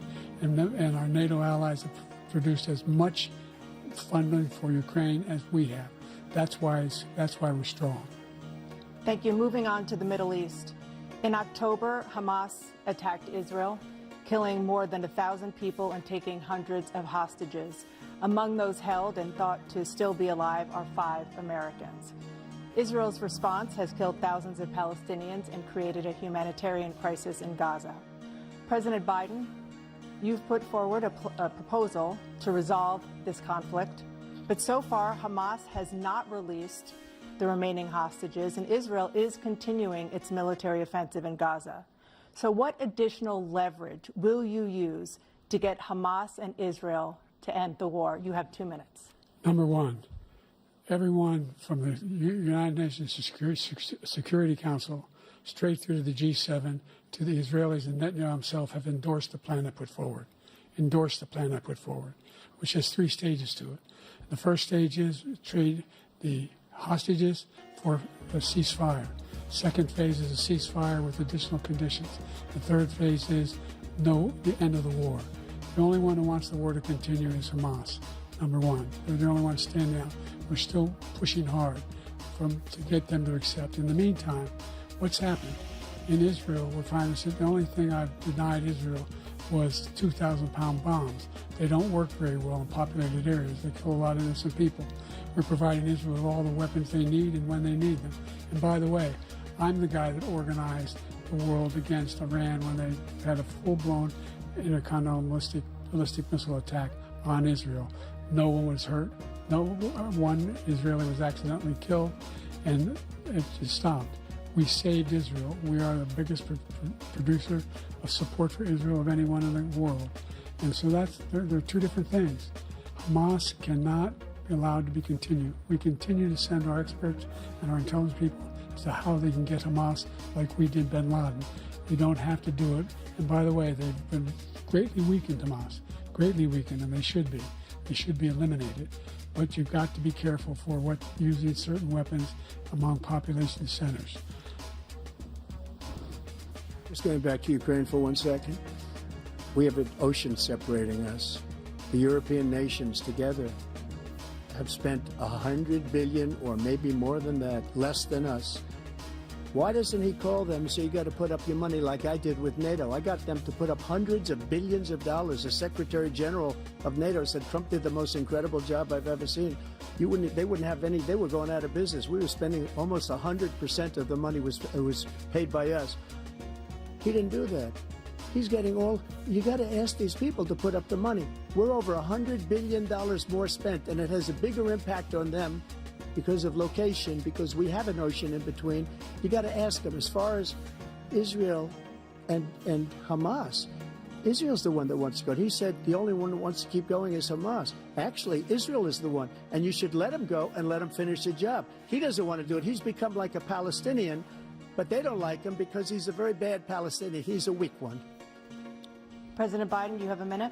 I've never heard so much foolishness. This is a guy who wants to get out of NATO. You're going to stay in NATO? He's going to pull out of NATO. The idea that we have, our strength lies in our alliances as well. There may be a big ocean, but we're ever able to avoid a war in Europe, a major war in Europe? What happens if, in fact, you have Putin continue to go into NATO? We have an Article 5 agreement. Attack on one is attack on all. You want to start the nuclear war he keeps talking about, go ahead. Let Putin go in and control Ukraine and then move on to Poland and other places. See what happens then. He has no idea what the hell he's talking about. And by the way, I got 50 other nations around the world to support Ukraine, including Japan and South Korea, because they understand that this kind of dislocation has a serious threat to the whole world peace. No major war in Europe has ever been able to be contained just to Europe. President Trump, just to follow up, would you support the creation of an independent Palestinian state in order to achieve peace in the region? I'd have to see, but before we do that, the problem we have is that we spend all the money. So they kill us on trade. I made great trade deals with the European nations because if you add them up, they're about the same size economically. Their economy is about the same size as the United States. And they were no cars, they don't want anything that we have, but we're supposed to take their cars, their food, their everything, their agriculture. I changed that. But the big thing I changed is they don't want to pay. And the only reason that he can play games with NATO is because I got them to put up hundreds of billions of dollars. I said, and he's right about this, I said, no, I'm not going to support NATO if you don't pay. They asked me that question, would you guard us against Russia, at a very secret meeting of the 28 states at that time, nations at that time. And they said, no, if you don't pay, I won't do that. And you know what happened? Billions and billions of dollars came flowing in the next day and the next months. But now we're in the same position. We're paying everybody's bills.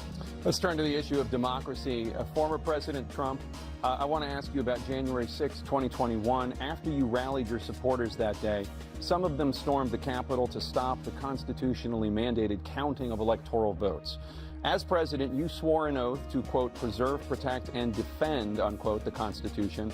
What do you say to voters who believe that you violated that oath through your actions and inaction on January 6th and worry that you'll do it again? Well, I don't think too many believe that. And let me tell you about January 6th.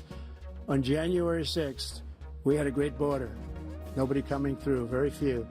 On January 6th, we were energy independent. On January 6th, we had the lowest taxes ever.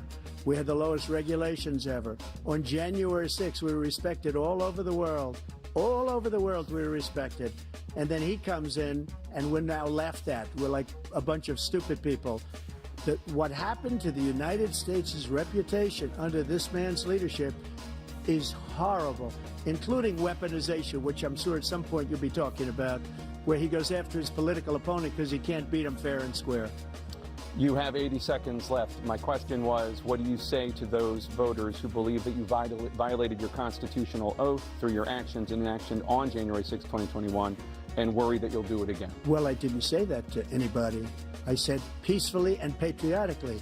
And Nancy Pelosi, if you just watched the news from 2 days ago, on tape to her daughter, who's a documentary filmmaker, what they say, but she's saying, oh, no, it's my responsibility. I was responsible for this.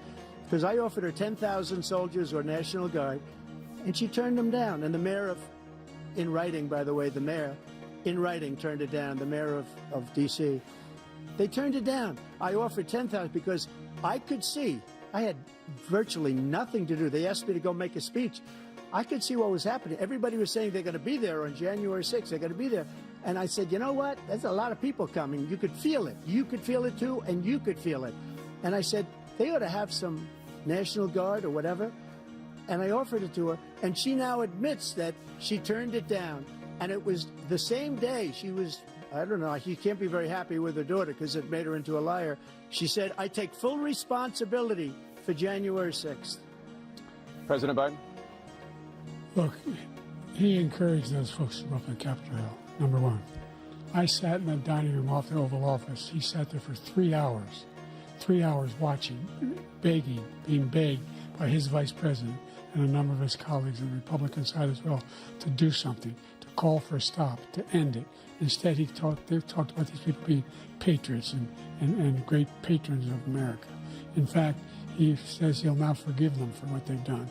You know, they've been convicted. He says he wants to commute their sentences and say that no. He went to every single court in the nation. I don't know how many cases, scores of cases, including the Supreme Court, and they said, no, this guy is responsible for doing what was done. He did do a damn thing, and these people should be in jail, and they should be the ones who are being held accountable. And he wants to let them all out, and now he says if he loses again, such a whiner that he is, that there could be a bloodbath. Thank you, President Biden. President Trump?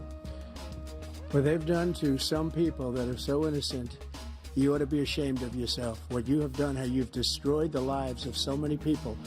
When they ripped down Portland, when they ripped down many other cities, you go to Minnesota, Minneapolis, what they've done there with the fires all over the city. If I didn't bring in the National Guard, that city would have been destroyed. When you look at all of they took over big chunks of Seattle. I was all set to bring in the National Guard. They heard that, they saw them coming, and they left immediately. What he said about this whole subject is so off. Peacefully patriotic. One other thing, the Unselect Committee, which is basically two horrible Republicans that are all gone now out of office, and Democrats, all Democrats, they destroyed and deleted all of the information they found because they found out we were right. We were right. And they deleted and destroyed all of the information. They should go to jail for that. If a Republican did that, they'd go to jail. Thank you, President Trump. President Biden, I want to give you a minute. The only person on this stage is a convicted felon is the man I'm looking at right now. And the fact of the matter is, what he's telling you is simply not true. The fact is that there was no effort on his part to stop what was going on up in Capitol Hill. And all those people, every one of those who were convicted, who turned over desks, turned them over statues. The idea that those people are patriots? Come on. When I asked him the first two debates we had, first time around, I said, will you denounce the Proud Boy? He said, no, I'll tell them to stand by. The idea he's refusing, will you denounce these guys? Will you denounce the people we're talking about now? Will you denounce the people who attacked that Capitol? What are you going to do? I'm going to give you a minute, President Trump, for a follow-up question I have. After a jury convicted you of 34 felonies last month, you said if reelected, you would, quote, have every right to go after, unquote, your political opponents. You just talked about members of the Select Committee on January 6th going to jail. Your main political opponent is standing on stage with you tonight. Can you clarify exactly what it means about you feeling you have every right to go after your political opponents? Well, I said my retribution is going to be success. We're going to make this country successful again, because right now it's a failing nation. My retribution is going to be success. But when he talks about a convicted felon, his son is a convicted felon at a very high level. His son is convicted, going to be convicted probably numerous other times. Should have been convicted before, but his Justice Department let the statute of limitations lapse on the most important things. But he could be a convicted felon as soon as he gets out of office. Joe could be a convicted felon with all of the things that he's done. He's done horrible things. All of the death caused at the border, telling the Ukrainian people that we're going to want $1 billion or you change the prosecutor. Otherwise, you're not getting $1 billion. If I ever said that, that's quid pro quo. That we're not going to do anything. We're not going to give you $1 billion unless you change your prosecutor having to do with the son. This man is a criminal. This man, you're lucky. You're lucky. I did nothing wrong. We'd have a system that was rigged and disgusting. I did nothing wrong. Thank you, President Trump. President Biden, you have said, I'm coming right to you, sir. You want to respond? Go ahead. I'll give you a minute to respond. The idea that I did anything wrong relative to what you're talking about is outrageous. It's simply a lie, number one. Number two, the idea that you have a right to seek retribution against any American just because you're president is wrong. It's simply wrong. No president's ever spoken like that before. No president in our history has spoken like that before. Number three, the crimes that you are still charged with, and think of all the civil penalties you have. How many billions of dollars do you owe in civil penalties for molesting a woman in public, for doing a whole range of things, of having sex with a porn star on the night while your wife was pregnant? I mean, what are you talking about? You have the morals of an alley cat. Give you a minute, sir. I didn't have sex with a porn star, number one. Number two, that was a case that was started and moved. They moved a high-ranking official, a DOJ, into the Manhattan DA's office to start that case. That case is going to be appealed and won. We had a very terrible judge, a horrible judge, Democrat. The prosecutor were all high-ranking Democrats, appointed people, and both the civil and the criminal. He basically went after his political opponent because he thought it was going to damage me. But when the public found out about these cases, because they understand it better than he does, he has no idea what these cases are. But when they found out about these cases, you know what they did? My poll numbers went up, way up. You know that because you're reporting it. And we took in more money in the last 2 weeks than we've ever taken in the history of any campaign. I don't think any campaign has ever taken. Hundreds of millions of dollars came pouring in because the public knows it's a scam and it's a guy that's after his political opponent because he can't win fair and square. Thank you, President Trump. President Biden, you have said, quote, Donald Trump and his MAGA Republicans are determined to destroy American democracy. Do you believe that the tens of millions of Americans who are likely to vote for President Trump will be voting against American democracy? The more they know about what he's done, yes. The more they know about what he's done. And there's a lot more coming. He's got a lot of cases down the road coming out. He's got a whole range of issues he has to face. I don't know what the juries will do, but I do know he has a real problem. And so the fact that, could you ever think you heard any president say that I'm going to seek retribution? You ever hear any president say that I thought Hitler had some good ideas? What got me involved to run the first place after my son had died, I decided in Iraq, because of Iraq, I said I wasn't going to run again until I saw what happened in Charlottesville, Virginia. People coming out of the woods carrying swastikas on torches, and singing the same anti-Semitic bile they sang when back in Germany. And the young woman got killed. I spoke to the mother, and they asked him. They said, "What do you think of those people? The people the ones who got killed, the one who tried to stop it, and the ones," he said, "I think they're fine people on both sides." What American president would ever say Nazis coming out of fields carrying torches, singing the same anti-Semitic bile, carrying swastikas were fine people? This is the guy who says Hitler's done some good things. I'd like to know what they are. The good things Hitler's done, that's what he said. This guy has no sense of American democracy. President Trump. Jake, both of you know that story has been totally wiped out, because when you see the sentence, it said 100% exoneration on this. So he just keeps it going. He says he ran because of Charlottesville. He didn't run because of Charlottesville. He ran because it was his last chance. He's not equipped to be president. You know it, and I know it. It's ridiculous. We have a debate. We're trying to justify his presidency. His presidency, he's without question the worst president, the worst presidency in the history of our country.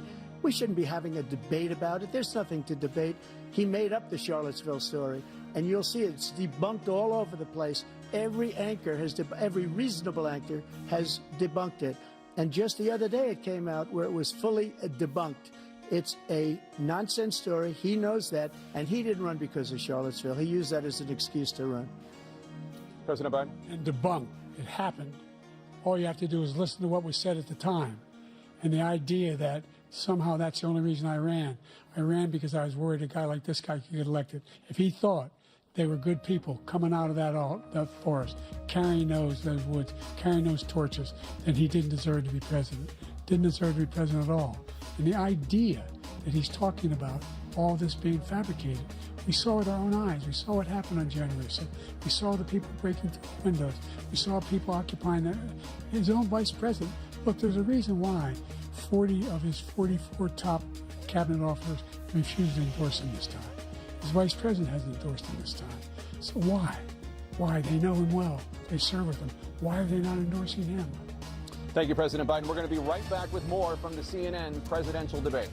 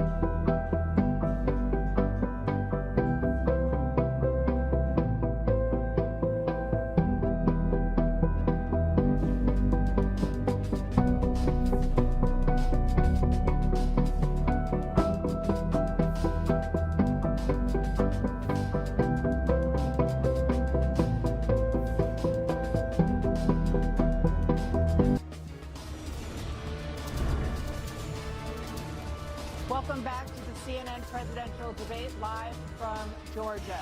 Let's talk about persistent challenges you both faced in your first terms and you'd certainly face again in the second term. President Biden, while black unemployment dropped to a record low under your presidency, black families still earn far less than white families.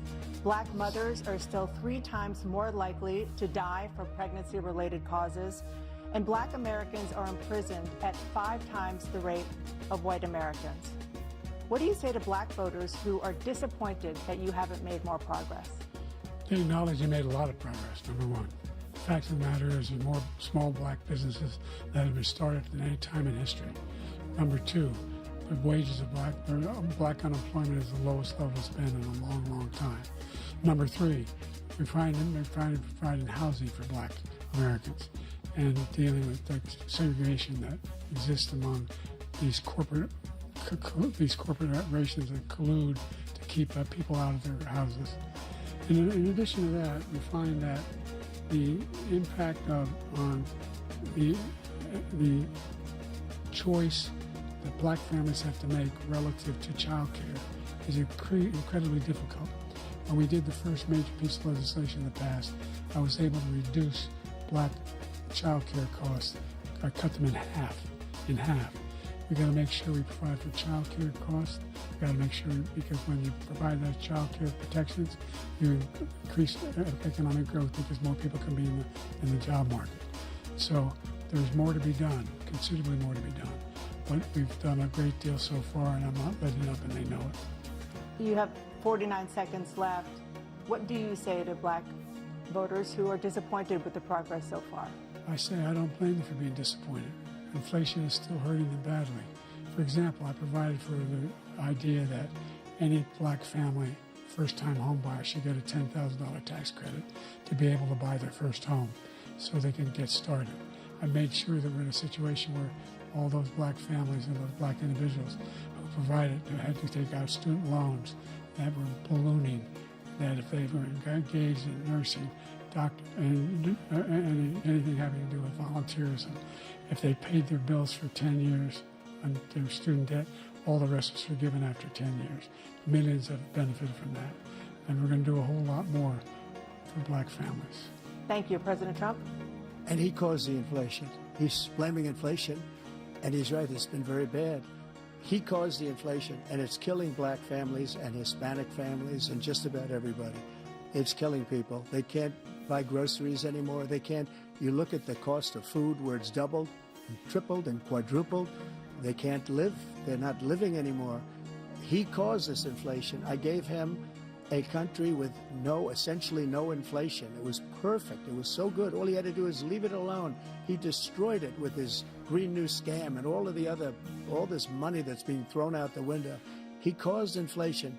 As sure as you're sitting there, the fact is that his big kill on the black people is the millions of people that he's allowed to come in through the border. They're taking black jobs now, and it could be 18, it could be 19, and even 20 million people. They're taking black jobs, and they're taking Hispanic jobs, and you haven't seen it yet, but you're going to see something that's going to be the worst in our history. Thank you. President Biden?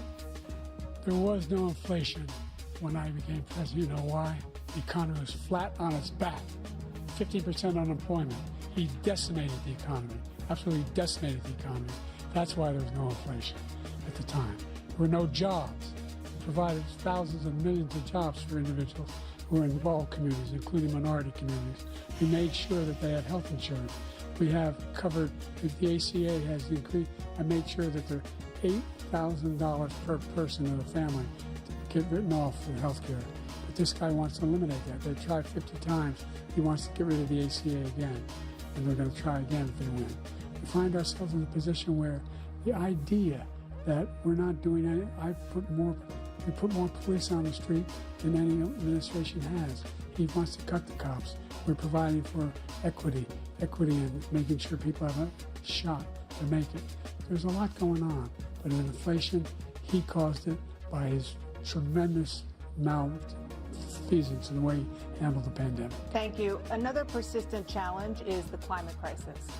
2023 was the hottest year in recorded history, and communities across The country are confronting the devastating effects of extreme heat, intensifying wildfires, stronger hurricanes, and rising sea levels. Former President Trump, you've vowed to end your opponent's climate initiatives, but will you take any action as president to slow the climate crisis? Let me just go back to what he said about the police, how close the police are to him. Almost every police group in the nation from every state is supporting Donald J. Trump. Almost every police group. And what he's done to the black population is horrible, including the fact that for 10 years he called them super predators. We can't, in the 1990s, we can't forget that. Super predators was his name, and he called it to them for 10, and they've taken great offense at it, and now they see it happening. But when they see what I did for criminal justice reform and for the historically black colleges and universities, where I funded them and got them all funded, and the opportunity zones with Tim, as you know, Tim Scott was incredible. He did a great job, great senator from South Carolina. He came to me with the idea, and it was a great idea. It's one of the most successful economic development acts ever in the country, opportunity zones. And the biggest beneficiary are blacks, and that's why we have the best numbers with them in maybe ever. They're saying ever. I read this morning where ever, the best numbers. He's lost much of the black population because he's done a horrible job for black people. He's also done a horrible job for Hispanics. But wait till you see these millions of people pouring into our country, and they're going to take the jobs, and it's already started, and you haven't seen anything yet. It's a disaster. 38 seconds left. President Trump, will you take any action as president to slow the climate crisis? So I want absolutely immaculate clean water, and I want absolutely clean air, and we had it. We had H2O. We had the best numbers ever, and we were using all forms of energy, all forms, everything. And yet, during my 4 years, I had the best environmental numbers ever. And my top environmental people gave me that statistic just before I walked on the stage, actually. I don't know where the hell he's been. The idea that anything he said is true. I've passed the most extensive climate change legislation in history. We find ourselves, and by the way, black colleges. I came up with $15 billion for HBCUs, historic black universities and colleges, because they don't have those. They don't have the kind of contributors that they have to build these laboratories and the like. Any black student is capable in college of doing any white student can do. He doesn't have the money, but now they'll be able to get those jobs in high tech. We're in a situation where the idea that he is claiming to have done something that had the cleanest water, he hadn't done a damn thing for the environment. He pulled out of the Paris Peace Accord, Climate Accord. I immediately joined it, because if we reach 1.5 degrees Celsius at any one point, there's no way back. The only existential threat to humanity is climate change, and he didn't do a damn thing about it. He wants to undo all that I've done. The Paris Accord was going to cost us $1 trillion, and China nothing, and Russia nothing, and India nothing. It was a ripoff of the United States. And I ended it because I didn't want to waste that money, because they treat us horribly. We were the only ones. It was costing us money. Nobody else was paying into it. And it was a disaster. But everything that he said just now, I'll give you an example. I heard him say before insulin. I'm the one that got the insulin down for the seniors. I took care of the seniors. What he's doing is destroying all of our medical programs, because the migrants coming in, they want everybody. And look, I have the biggest heart on the stage, I guarantee you that. And I want to take care of people. But we're destroying our country. They're taking over our schools, our hospitals, and they're going to be taking over Social Security. He is destroying Social Security, Medicare, and Medicaid. The idea is that we, in fact, we were the only ones of consequence. We're not members of the Paris Accord. How can we do anything if we're not able to? The United States can't get this under control. One of the largest polluters in the world, number one. We're making significant progress. By 2035, we will have cut pollution in half. We have made significant progress, and we continue to make progress. We set up a climate corps for thousands of young people will learn how to deal with them, just like the Peace Corps. And we're moving in directions that are going to significantly change the elements of cause of pollution. But the idea that he claims that He has the biggest heart up here, and he's really concerned about pollution and about climate. I've not seen any indication of that. And by the way, with regard to prescription drugs, one company agreed that they would reduce the price to $35, which I was calling for, one, voluntarily.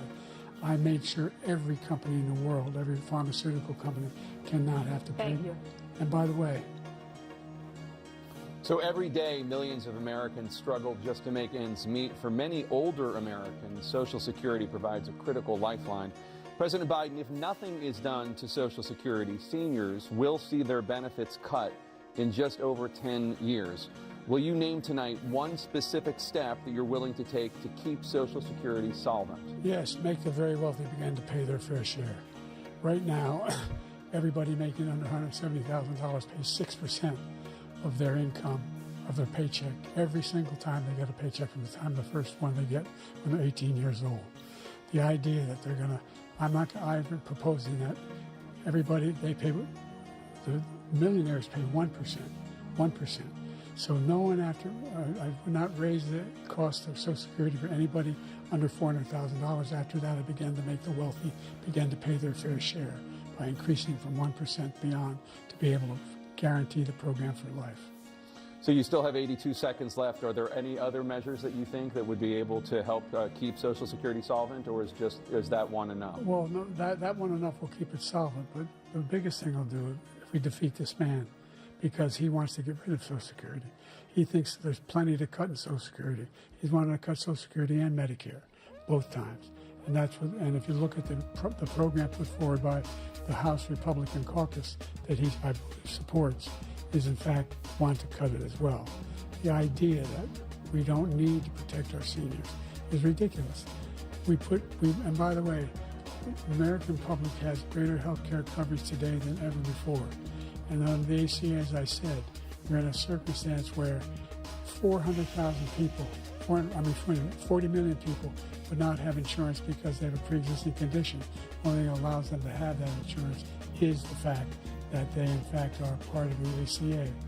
And by the way, the other thing is, we're in a situation where I talk about education for black communities. I've raised the amount of money for Pell Grants by another $8,000. So anybody making under $70,000 a year is going to be able to get $15,000 toward the tuition. He just doesn't know what he's talking about. Thank you, President Biden. President Trump. So I've dealt with politicians all my life. I've been on this side of the equation for the last 8 years. I've never seen anybody lie like this guy. He lies. I've never seen it. He can look you in the face. About so many other things too. And we mentioned the laptop. We mentioned Russia, Ukraine. Everything he does is a lie. It's misinformation and disinformation. The losers and suckers story that he made up is a total lie on the military. It's a disgrace. But Social Security, he's destroying it because millions of people are pouring into our country, and they're putting them onto Social Security. They're putting them onto Medicare, Medicaid. They're putting them in our hospitals. They're taking the place of our citizens. What they're doing to the VA, to our veterans, is unbelievable. Our veterans are living in the street, and these people are living in luxury hotels. He doesn't know what he's doing, and it's really coming back. I've never seen such anger in our country before. President Biden. The idea that veterans are not being taken care of, I told you before. By the way, when I said suckers and losers, he acknowledged after that he fired that general. That general got fired because he's the one that acknowledged that that's what he said. He was the one standing with Trump when he said it, number one. Number two, the idea that we're going to be in a situation where all these millions and millions, the way he talks about it, illegal aliens are coming into the country and taking away our jobs. There's a reason why we have the fastest growing economy in the world, the reason why we have the most successful economy in the world. We're doing better than any other nation in the world. And by the way, those 15 Nobel laureates he talked about being phony, those 15 Nobel laureates, economists, they all said that if Trump is reelected, we're likely to have a recession and inflation is going to increase and go up. And by the way, worst president in history, 159 presidential scholars voted him the worst president in the history of the United States of America. President Biden, thank you so much. Let's turn to the cost of child care, which many American families struggle to afford. President Trump, both you and President Biden have tried to address this issue, but the average cost of child care in this country has risen to more than $11,000 a year per child. For many families, the cost of child care for 2 children is more than their rent. In your second term, what would you do to make child care more affordable? Just to go back, the general got fired because he was no good.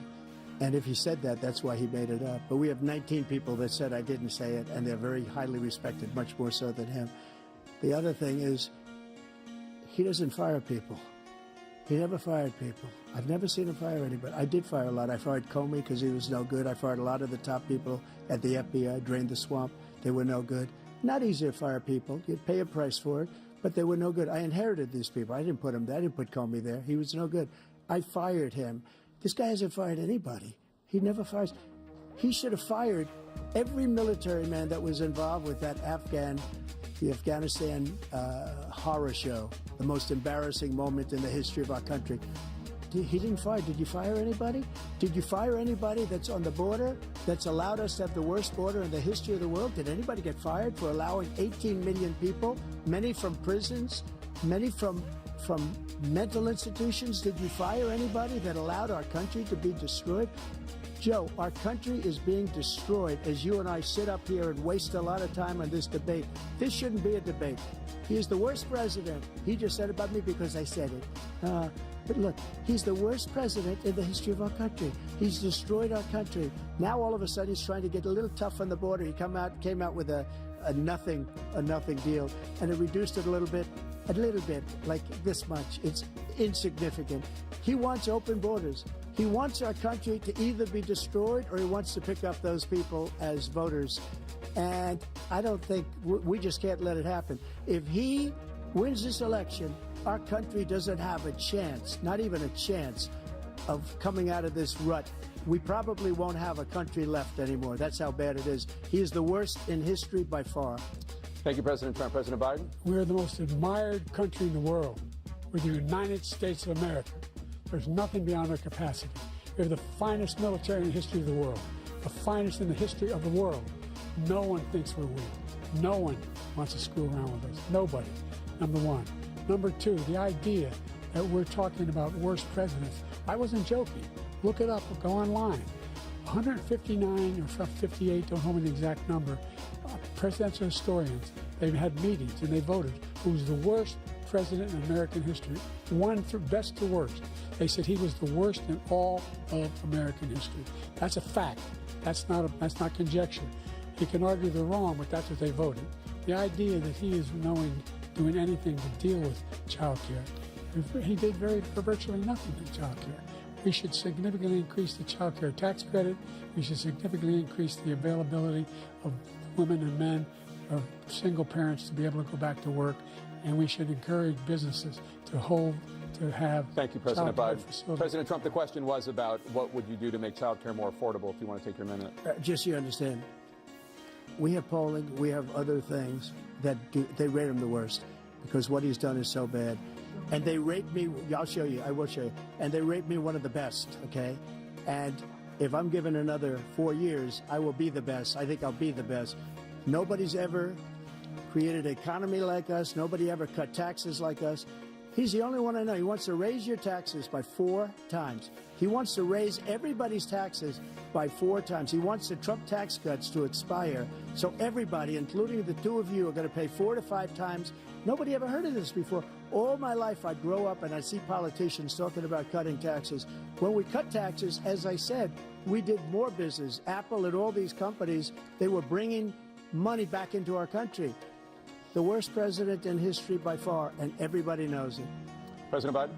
Look, the fact of the matter is that he's dead wrong about, he's increased the tariff, he will increase the taxes on middle-class people. I said I'd never raise a tax on anybody making less than $400,000. I didn't. But this tariff is 10% tariffs. Everything coming in the country, you know what the economists say? That's going to cost the average American $2,500 a year more because they're going to have to pay the difference in food and all the things that we're importing. Number two, he's in a situation where he talks about how he has not raised, he somehow helped the middle class. Middle class have been devastated by you. Now you want a new tax cut of $5 trillion over the next 10 years, which is going to fundamentally bankrupt the country. You have the largest deficit of any president in American history, number one. Number two, you have not, in fact, made any contact, any progress with China. We are at the lowest trade deficit with China since 2010. Thank you, President Biden. Thank you, President Biden. Let's discuss an epidemic impacting millions of Americans that both of you have made a top priority in your first term, the opioid crisis. And for both of you, the number of overdose deaths in this country has gone up. Under your term, it went up. Under your term, it has gone up. Former President Trump, despite the efforts that both of you have made, more than 100,000 Americans are dying from overdoses every year, primarily from fentanyl and other opioids. What will you do to help Americans right now in the throes of addiction who are struggling to get the treatment they need? To finish up, we now have the largest deficit in the history of our country under this guy. We have the largest deficit with China. He gets paid by China. He's a Manchurian candidate. He gets money from China. So I think he's afraid to deal with them or something. But do you notice he never took out my tariffs because we bring in so much money with the tariffs that I imposed on China.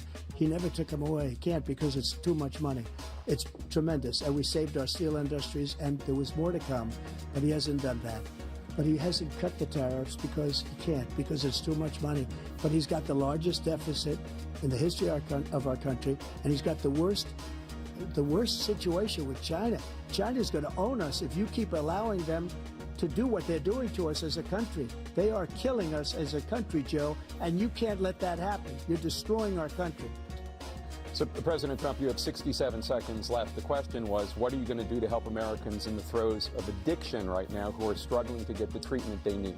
Jake, we were doing very well at addiction until the COVID came along. We had the 2.5, almost 3 years of like nobody's ever had before, any country, in every way.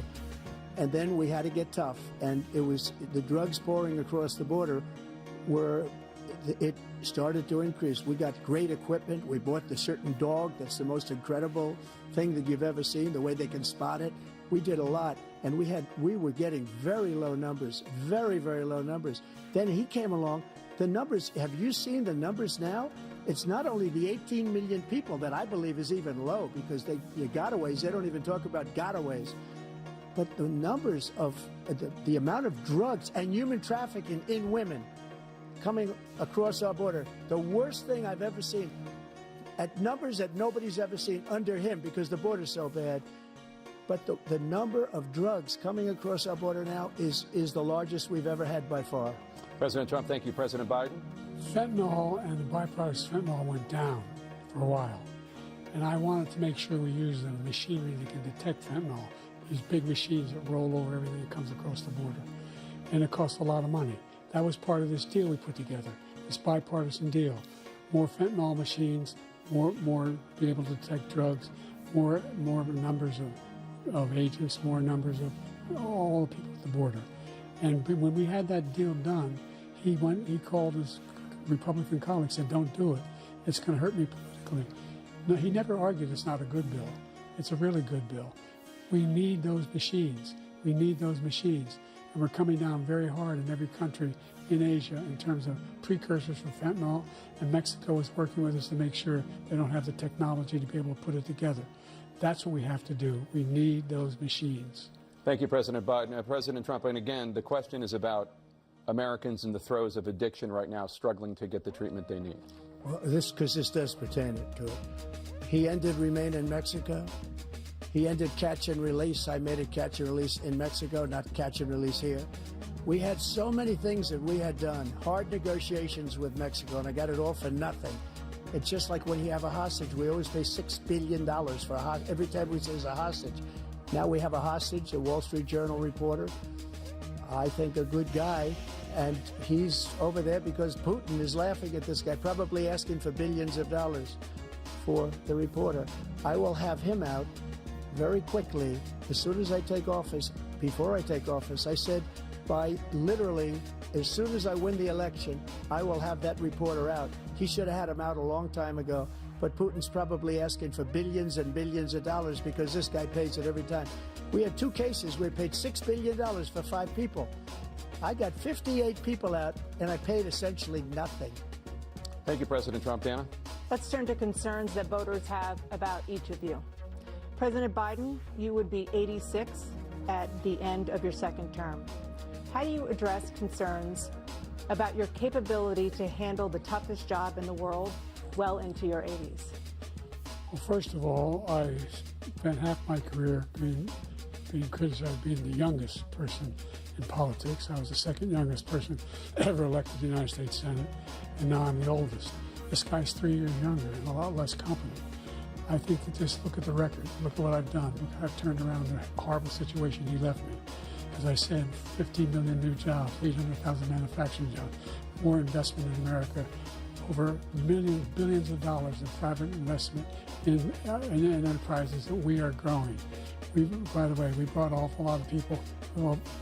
The whole idea of computer chips, we used to have 40% of the market. We invented those chips, and we lost it because he was sending people to find the cheapest jobs overseas and to bring home a product. So I went to South Korea. I convinced Samsung to invest billions of dollars here in the United States. And guess what? Those fabs, they call that to build these chips, those fabs pay over $100,000. You don't need a college degree for them. And there's billions, about $40 billion already being invested and being built right now in the United States, creating significant jobs for Americans from all over the world. President Biden, you have 40 seconds left. Would you like to add anything? Yeah, I would. The idea that somehow we are this failing country. I never heard a president talk like this before. We're the envy of the world. Name me a single major country president who wouldn't trade places with the United States of America for all our problems and all our opportunities. We're the most progressive country in the world in getting things done. We're the strongest country in the world. We're a country in the world who keeps our word, and everybody trusts us. All of our allies and those who he coddles up to, from Kim Jong-un, we send love letters to, and Putin, etc. They don't want to screw around with us. Thank you. Former President Trump, to follow up, you would be 82 at the end of your second term. What do you say to voters who have concerns about your capabilities to serve? Well, I took 2 tests, cognitive tests. I aced them, both of them, as you know. We made it public. He took none. I'd like to see him take one, just one, a real easy one. Like go through the first 5 questions. He couldn't do it. But I took 2 cognitive tests. I took physical exams every year. And, you know, we knock on wood wherever we may have wood, that I'm in very good health. I just won 2 club championships, not even senior, 2 regular club championships. To do that, you have to be quite smart, and you have to be able to hit the ball a long way. And I do it. He doesn't do it. He can't hit a ball 50 yards. He challenged me to a golf match. He can't hit a ball 50 yards. I think I'm in very good shape. I feel that I'm as in good a shape as I was 25, 30 years ago. Actually, I'm probably a little bit lighter, but I'm in as good a shape as I was years ago. I feel very good. I feel the same. But I was willing to take a cognitive test. And you know what? If I didn't do well, I aced him. Dr. Ronnie Jackson, who's a great guy when he was White House doctor. And then I took another one, a similar one. And one of them said they'd never seen anybody ace him. Thank you. President Biden? You can see he is 6'5" and only 225 pounds, or 235 pounds. Well, you said 6'4", 200.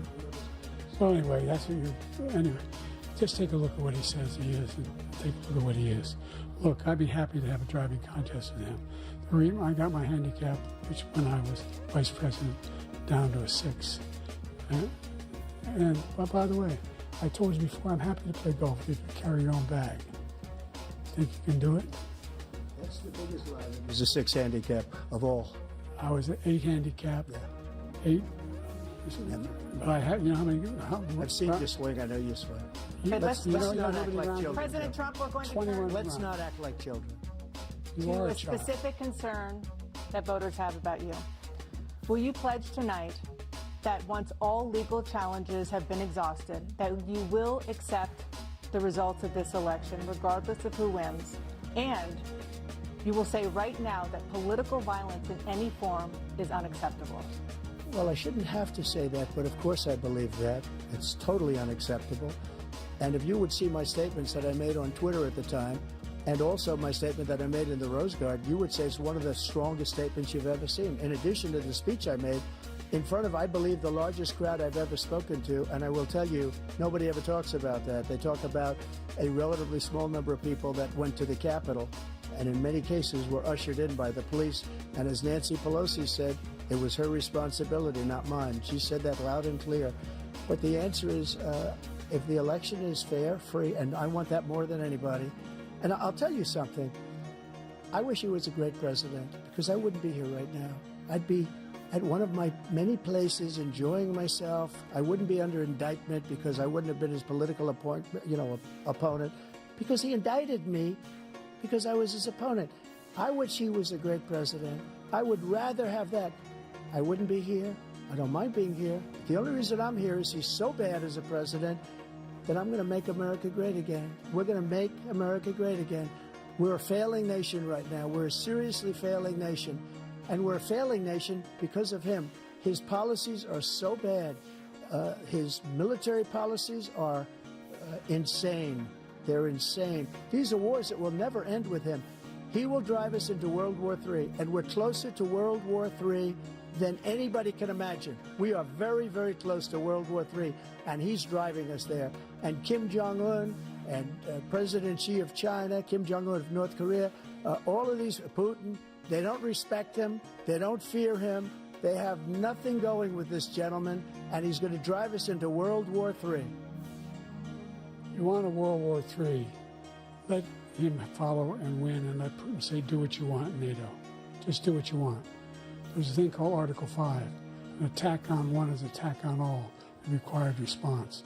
The idea, I can't think of a single major leader in the world who wouldn't trade places with the job I've done, what they've done. Because we're a powerful nation. We have wonderful peace. Because of the people, not me, it's because of the American people. They're capable of anything, and they step up when they're needed. And right now, we're needed. We're needed to protect the world because our own safety is at stake. And again, you want to have a war, just let Putin go ahead and take Kyiv, make sure they move on, see what happens in Poland, Hungary, and other places along that border. Then you have a war. President Trump, as I come back to you for a follow-up, the question was, will you accept the results of this election, regardless of who wins?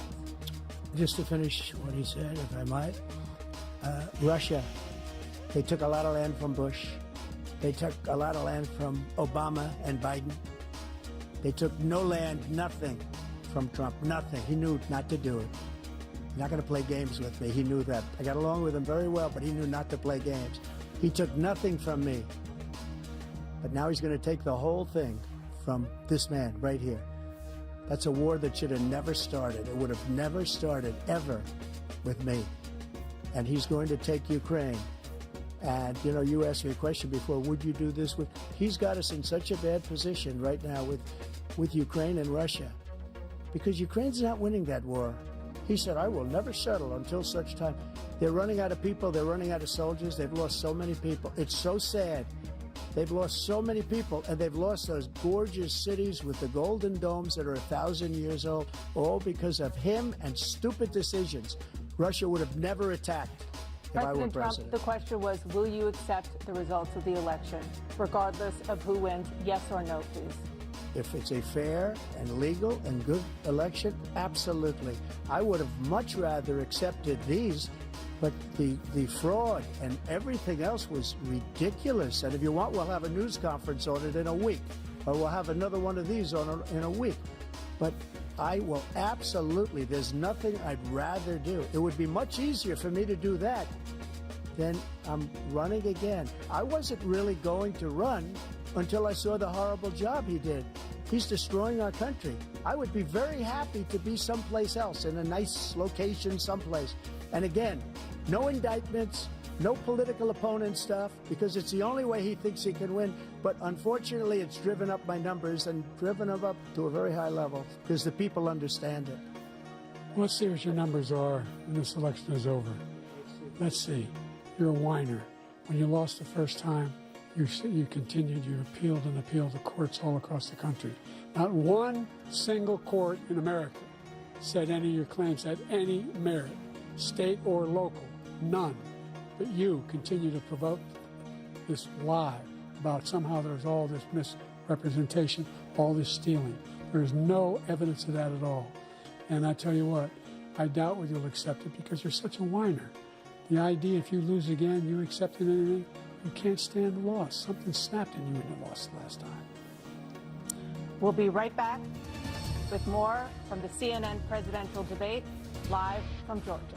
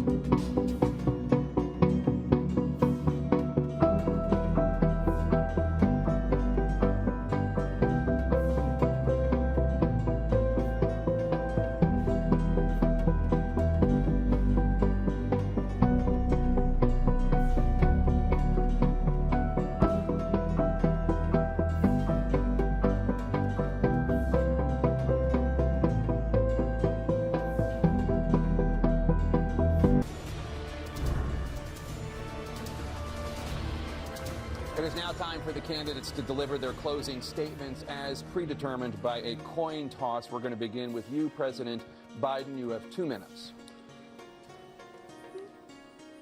We've made significant progress from the debacle that was left by President Trump in his last term.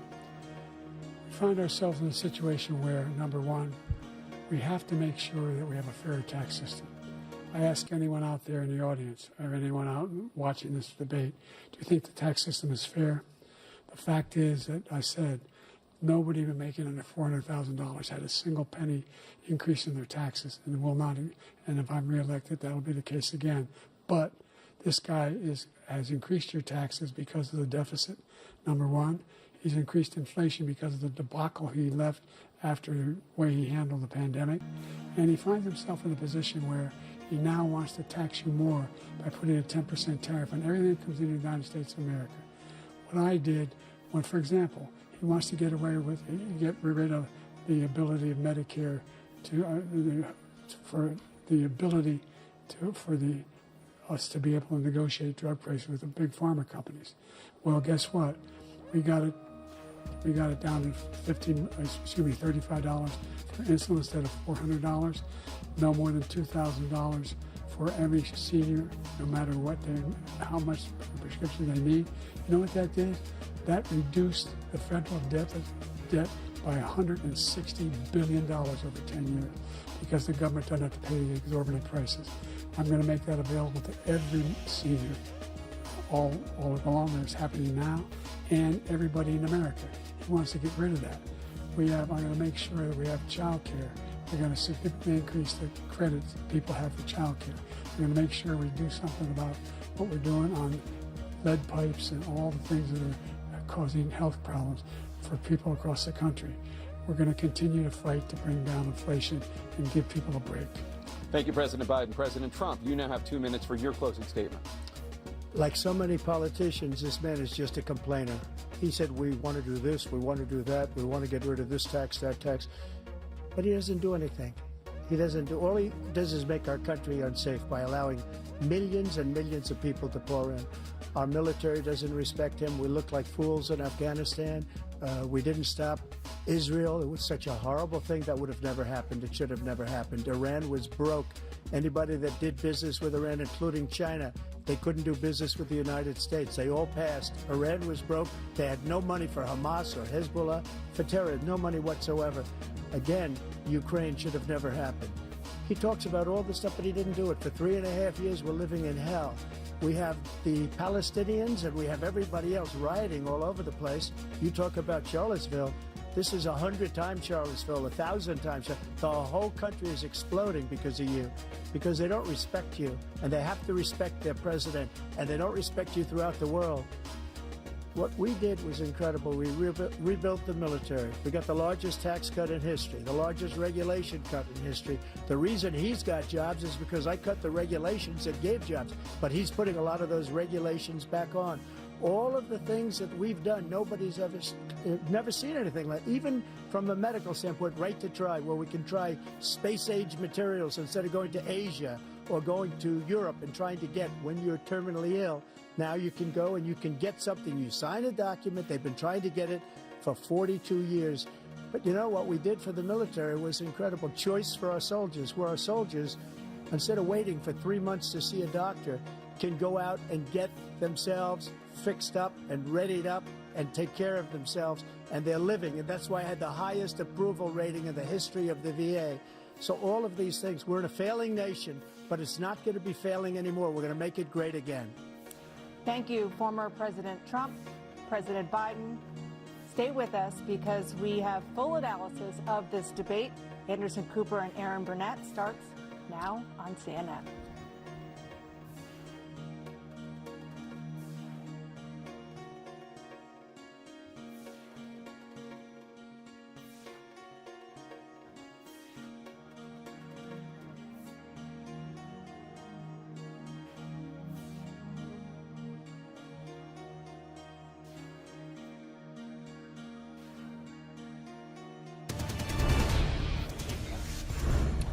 President and former president making their way off the CNN debate stage. Looks like Jill Biden, the First Lady, has come out. Former President Trump walking off the stage. The first debate of the 2024 campaign and the earliest presidential debate ever now in the books and in front of the voters. Tonight, along with Aaron Burnett, the first word on what those voters might make of it from our political professionals, from our CNN Flash Poll and Swing State Focus Group. We'll be talking to surrogates, including Vice President Harris, getting fact checks from our Daniel Dale, and new reporting from inside both campaigns. With me here, CNN political commentator Scott Jennings, Kate Bedingfield, David Urban, Van Jones, Alyssa Farrar Griffin, and Newsnight anchor Abby Phillip, and David Axelrod, and CNN Chief National Correspondent John King. John, let me start with you. Your thoughts? Anderson, this was a game-changing debate in the sense that right now, as we speak, there is a deep, a wide, and a very aggressive panic in the Democratic Party. profound moment, I think, in American history. It was great. I feel great about the country. I don't know about you guys. That one's going down in the history books. I mean, the single takeaway, I wish we could sit here as people who like policy and who would like to get into the back and forth, and the profound truth is this: we just witnessed, I mean, one of the saddest political moments, like maybe the political death of Joe Biden, and the absolute just shocking nature of his appearance, of his delivery. Even whenever we were trying to parse the substance, Crystal, the four of us, we couldn't even get to what he was saying. Incomprehensible. The coughing, he coughed a record 5 times in the first 30 seconds of the debate. And I mean, I'm just sitting here stunned. I don't know what else I can say. I mean, 2 words: elder abuse. Yeah. It was painful to watch. Yeah, like from the jump. It was painful. His voice, his face, his inability to maintain a single train of thought, it was horrendous. And like, I mean, Trump is all over the place and said all kinds of things that I can't stand and lies and doesn't answer the question, whatever. But like you said, Sagar, I can't even get to like, oh, let's talk about their different stances on it. First of all, they don't really have the different stances on immigration or Israel or any number of other issues. But, you know, I would love to get into, oh, let's talk about Biden's antitrust. Let's talk about labor policy. Right. No one who watched this debate is going to get past the fact that he was so much worse than I think we've been, you know, expecting. We know that Biden is not where he was. We expected some problems in this debate. This was so far beyond what I anticipated. Yeah. I don't know what to say. Ryan? Yeah, it felt like he spent way too much time at Camp David rehearsing, like practicing. With the statistics, did you notice the statistics, he had all these stats. And he had a couple of what you could tell were supposed to be one-liners, but he only got through like half the line. I think I saw him heading over our neighborhood around 4:30 or so. So like he just kind of got into town. If that was stepped off the plane and went straight there. Yeah. And he was just worn out, and his voice from the very beginning was awkward. So people are now like in the Democratic Party are thinking. It's funny. In the beginning of this, I said there are some, a decent number of grassroots Democrats who are kind of hoping that he has such a poor performance tonight that it just forces him off the ticket. That they have to pull him. Not because they don't like Biden, but because they want to beat Trump. So do you think this was that performance? It was that performance. If it was anything, it's this. I mean, that is the worst possible. That is so the worst moment of his life. So we should note Emily will be joining us shortly. She's doing something else. We didn't kick Emily off the island. We love Emily. She wanted me to share with you. She also thought he looked old and terrible. Well, she said old as fuck. Let's be honest. Let's actually repeat what she she said he's old as fuck, and she'll share more of her thoughts when she returns. I mean, listen, going into this, I was like, it's gonna be right. I thought anyone who thinks they're gonna pull him, you're delusional. Right. It's gonna be Joe Biden. Like, deal with it. We all need to live in the realm of reality. This is when it's hitting home. After this, I'm like, maybe. I'm very curious. Yeah.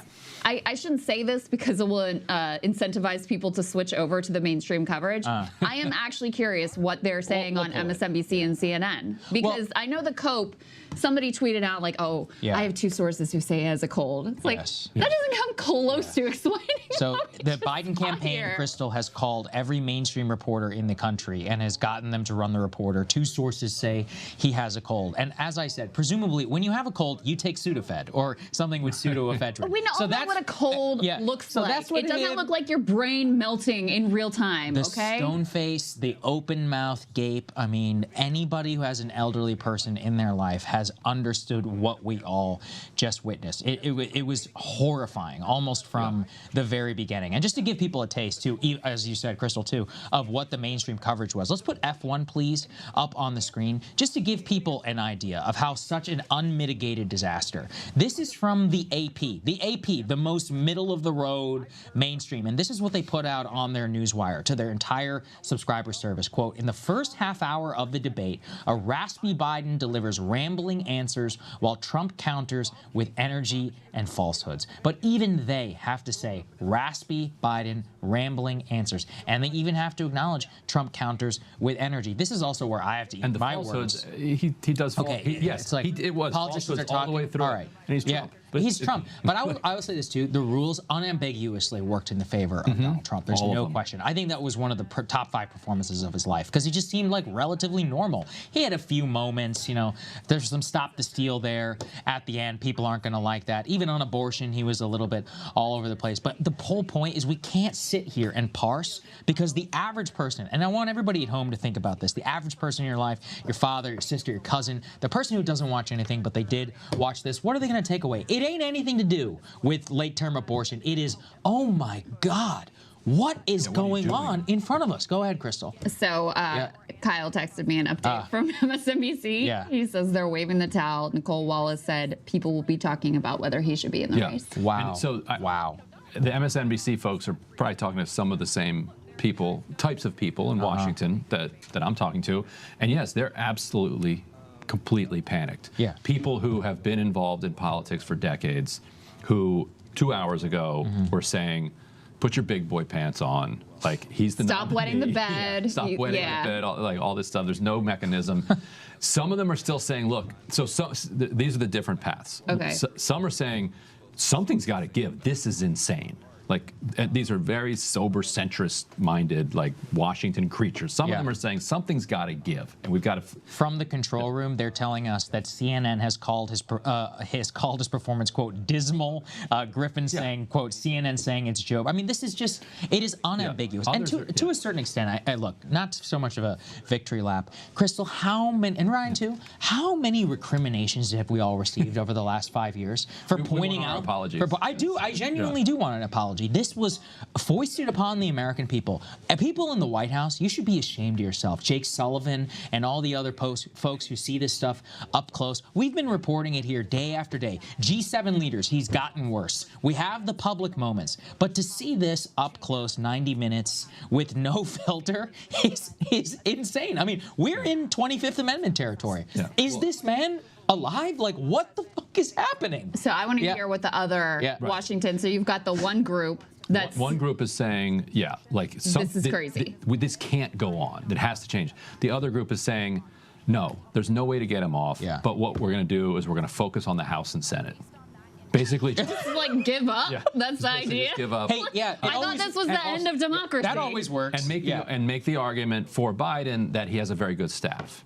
And that you want Democrats nominating the appointees. Right. You want Democrats in control of these agencies. All right. And you're probably going to lose, but you can maybe win the House and Senate. Okay. And we went into this. Wait, isn't there a third group? No, that's basically it. Okay. Okay, I got it. There's no just delusional. And he was great. No, there's none of that. I thought he was very strong. There's none of that. Okay. Absolutely zero. Got it.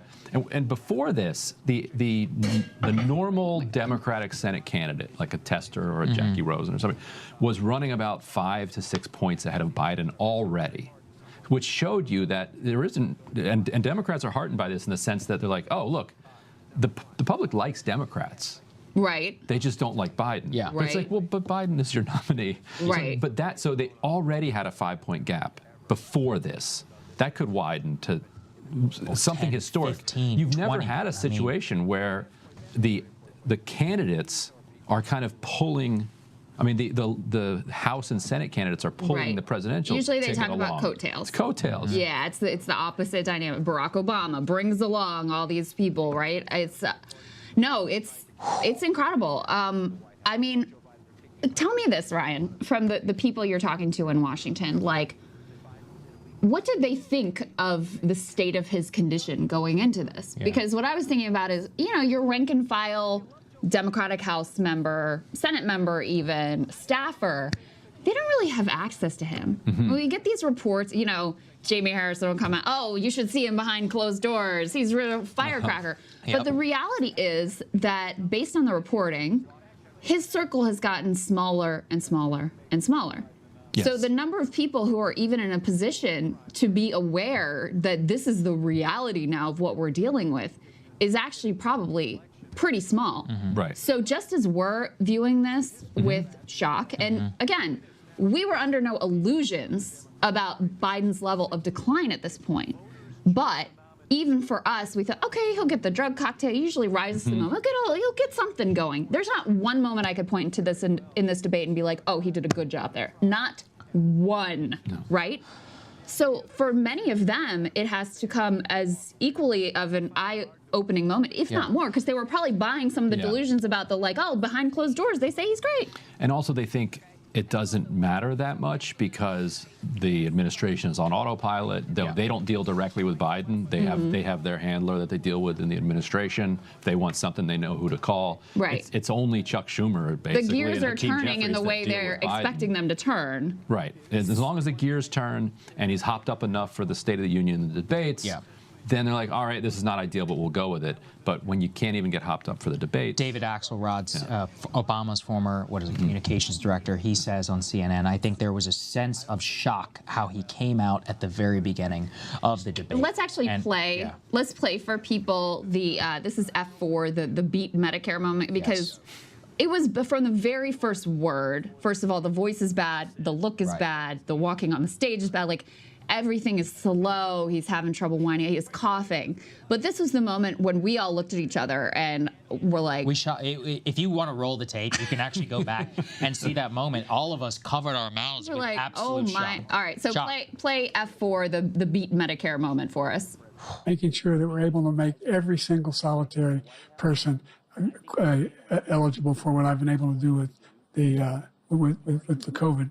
Excuse me, with dealing with everything we have to do with, look, if we finally beat Medicare. Thank you, President Biden. President Trump? Well, he's right. He did beat Medicare. He beat it to death, and he's destroying Medicare. We fully beat Medicare. Yeah, that was it. After struggling around for what he was even talking about. I mean, and Medicare had nothing to do with what the original question was. It just... and there were many other moments that were similarly discomforting. I want to say, too, about Trump. One of the strengths that he had in this debate was he only a couple of times said something along the lines of he doesn't even know what he's saying, challenged him to the cognitive test. You can see there, though, at one point, Biden was delivering an equivalently incoherent old man answer, and Trump is just smirking and sitting there, but he didn't jump on the bait. So this is where there was like a level of discipline I haven't seen from Trump in a long time, and the rules helped him. He didn't jump in there, allowed Biden to hang himself, and I think I even said that. I was like, hey, I went back and found a tweet there a couple of days ago, and I was like, hey, I don't think that these rules are going to have Trump, and I go, but the alternative is that it will force Trump to sit back, and if Biden has an old man moment, the focus will 100% be on him. And I mean, he didn't just have an old man moment. It was 90 minutes of just weird old man stuff already. Yeah, here we go. CNN's David Axelrod. There are going to be discussions on if he should continue. Van Jones, according to Mac, producer Mac, there's a lot of time until the convention if Biden will allow us to go. There you go. I mean, we're in full-on freak out mode. We were talking, and actually, Ryan, that's the question I have for you. I said only Obama can bring this to an end. But do you think even Obama could bring this to an end? I think if he called could. him and said, it's over, Joe. Also, it's over. And we need to like put responsibility on people who have it. Like people like Chuck Schumer and Hakeem Jeffries. Yeah. Like if they said something publicly right now, it would change the equation. Like it would open it up to a real question. And there is nothing stopping Chuck Schumer or Hakeem Jeffries from going out and saying something. They're not even Obama, but they're significant players. What that would do is that would signal to their troops that they're allowed to talk about it openly as well. So these are grown adults who have agency, who have an opportunity to do something for their party right now that they know they ought to do, and they're probably not going to do it. They're probably going to say, well, he's the nominee. And we also should go back because there was, after the midterms, there was a whole lot of circling the wagons to make sure that a Gavin Newsom or whoever didn't jump in because the midterm performance was better than expected. That was successful. Then you get to the primaries and, first of all, there's just complete complete blackout of all the candidates who did challenge him. And then in certain states, they just literally did not hold primaries, right? There were no debates. Florida, North Carolina, there were a number of places where they're just like, we're just literally not going to do a primary. And so, yeah, anyone who could have at any moment, who had the knowledge of this is what we're dealing with, could have spoken up, could have pushed in another direction, could have shed some light and reality here, and instead chose to go in a different direction and pretend and leak these anecdotes. Oh no, I have trouble keeping up with him. KJP, He's so how many times did KJP say that from the White House? Oh yeah. Yeah. Yeah, absolutely. How many times? Like, I mean, these people are shameless liars. Yeah. If you've had any exposure to him and you're out there doing the, oh, he's the real Spitfire behind the scenes, you guys wouldn't believe him and I can't keep up with him, blah, blah, blah. Like, no one believed you, and certainly now it is so clear. Not only are you lying, but by your own definition, you believe this is an existential election. You believe democracy is on the ballot and women's rights are on the ballot.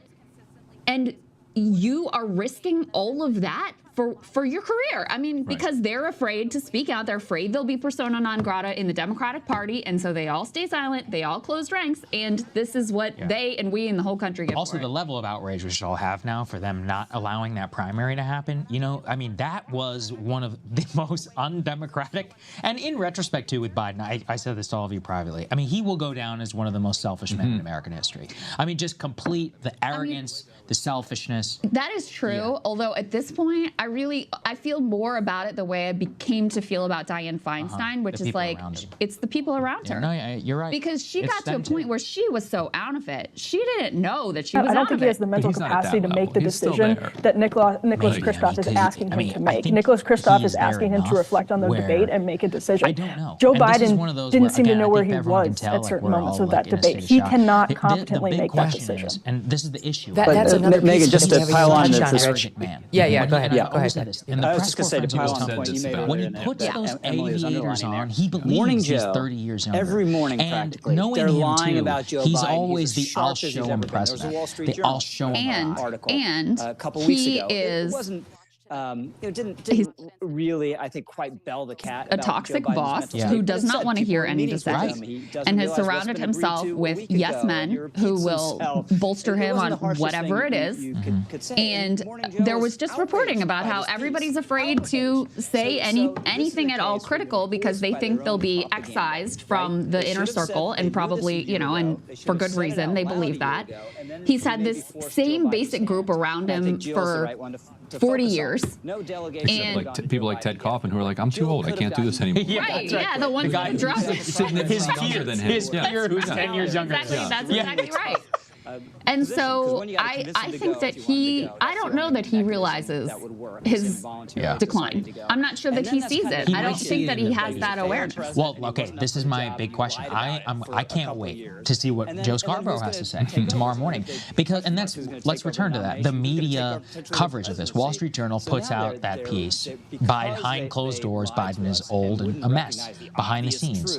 But you still had all those on-the-record quotes, like you said, Ryan, and senators, people like, oh, I can't keep up with him, and the level of freak out from the White House. And there's Crystal, 2 weeks ago they were calling us cheap fakes for playing that video of him at the G7. That's right. That was what 2 weeks ago here? They're litigating whether we're uncomfortably clipping moments. Yeah, show me. That whole thing was a vindication of so much of the coverage. I mean, people can probably tell I'm angry because it's just at a certain point too. I also feel as you do. The media, the people around him, it has been an outrageous conspiracy to basically cover this up and to be in compliance. At every moment, the evidence was there. Canceling the major interviews, less press conferences than anybody in history, not allowing all of us to see how cooked our freaking president is. And then canceling the primary, dragging his ass up until election. I see here some reporting. They're like, look, the only way that Biden is going to be able to come out is if Schumer, Pelosi, Bill Clinton, and Obama convince him to stand down. I don't have the confidence that they have. That they have, that they would do that at this point. I think they're just, I don't know, and combined with this arrogance to actually convince him. Chiron on CNN, sources, aggressive panic for Dems after Biden's performance tonight. And Trump didn't have to do anything in this debate, but he played his hand properly. Very well. He was restrained. The rules definitely helped him because if he was too aggressive, it would have just felt mean. It would have just felt mean because you are beating up on this confused old man who can't even finish a sentence. And I think not having the crowd helped Trump and hurt Biden, because I think Biden, if he'd have had the crowd, like his energy maybe goes up a little bit closer to a normal-ish area. That's a good point. Whereas, that's a good point. Whereas Trump is already a little hopped. Yeah. But like he gets the crowd and he's up here. That's true. That's a good point. And so, with no crowd at all, Trump, and knowing his mic's going to get cut off, Trump just has to stand there and spew nonsense for 2 minutes and then let the guy fall all over himself. So what do you think about it made me sad, and then it made me angry at the people who had put not only him, there's a human reaction you have, there's something visceral that you just comes out in you when you watch an old man struggling in public like that. Forget that he's the president of the United States and put himself in this position, which I think you're going to hear Democrats say is very selfish. So that's a conversation that will be had and should be had. But just human to human, you feel badly for the other person. And then it made me angry because I realized that there were a lot of people who knew that this man who is in this condition, it is a medical condition clearly, is running the country and is running the free world. And there are troops. This is another one of his worst moments in the debate, is when he said that no troops are dying under Joe Biden's watch, which downplays, minimizes, erases the deaths of troops that have happened under Joe Biden's watch. But those troops, at the end of the day, that is their commander-in-chief, and they deserve so much better. They deserve so much better than that.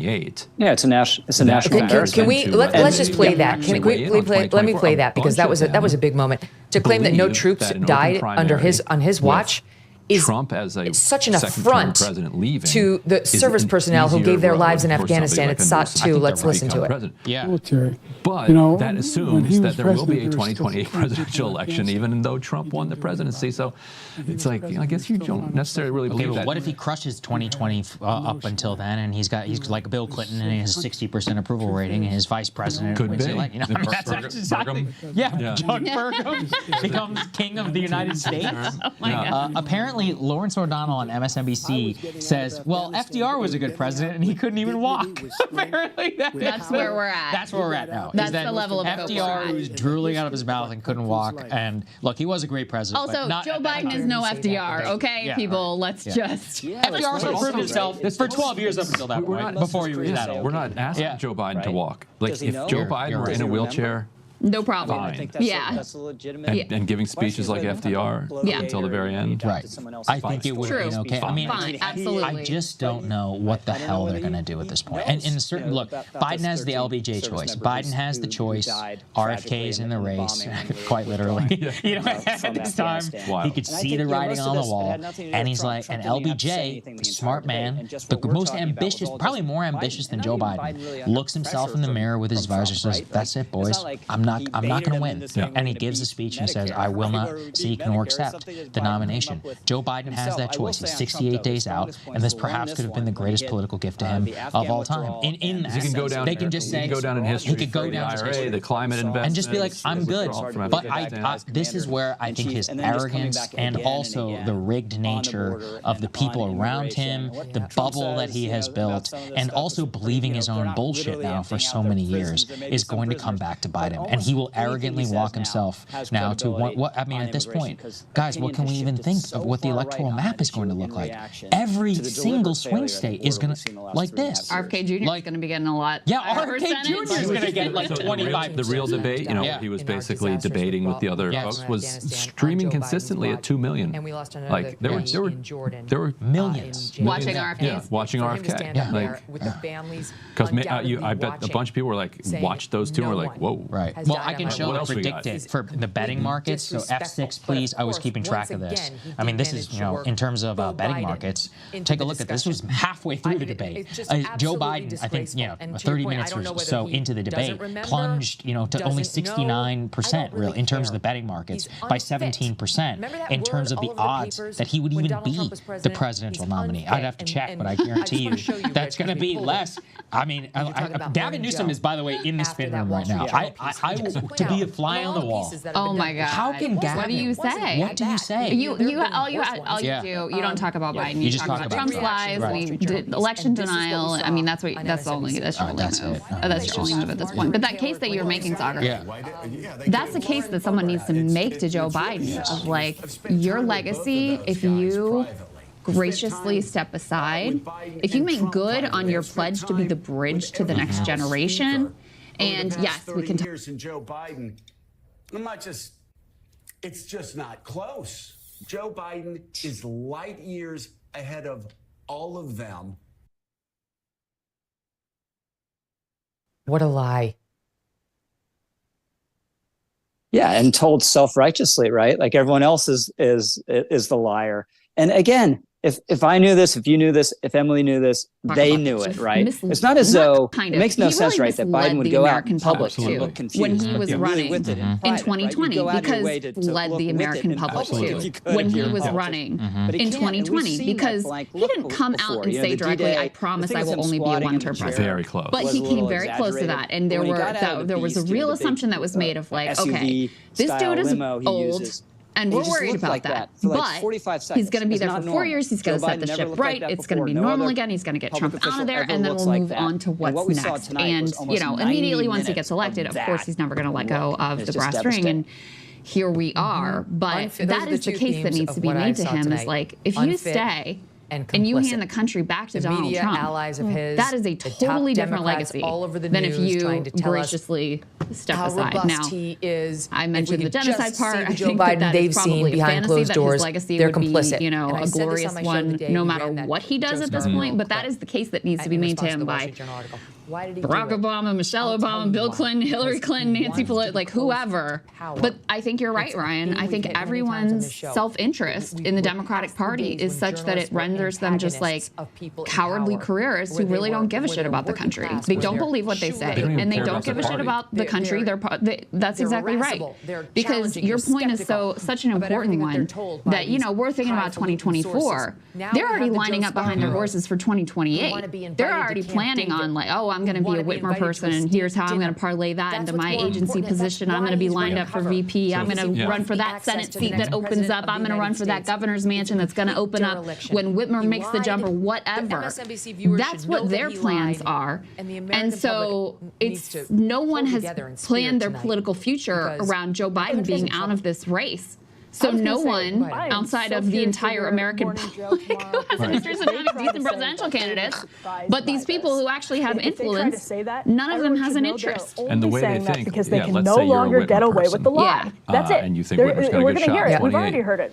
Journalists saying their sources are so surprised. They're doing that because they can't get away with the lie because you all saw it on live television. It just gets the nod. That's right. Or it was his cold. You go to the Pritzker people and you're like, that's what made him not understand that he was talking about abortion, not immigration. That's what made him meander on that one answer where we don't even know what he's talking about. He killed Medicaid. Okay, I mean, it's a lie. But they don't do that. And by the way, if he really had a cold, there's no sense of. I bet you dollars to donuts they would have released that before the debate. The DNC and all them, they're like, the Dems would have been, you're not going to win. It's over. And he said, okay. He believed them. And he was even a guy who was way more powerful than Biden. I mean, for like you said, Ryan, Chuck Schumer, what are we doing here, dude?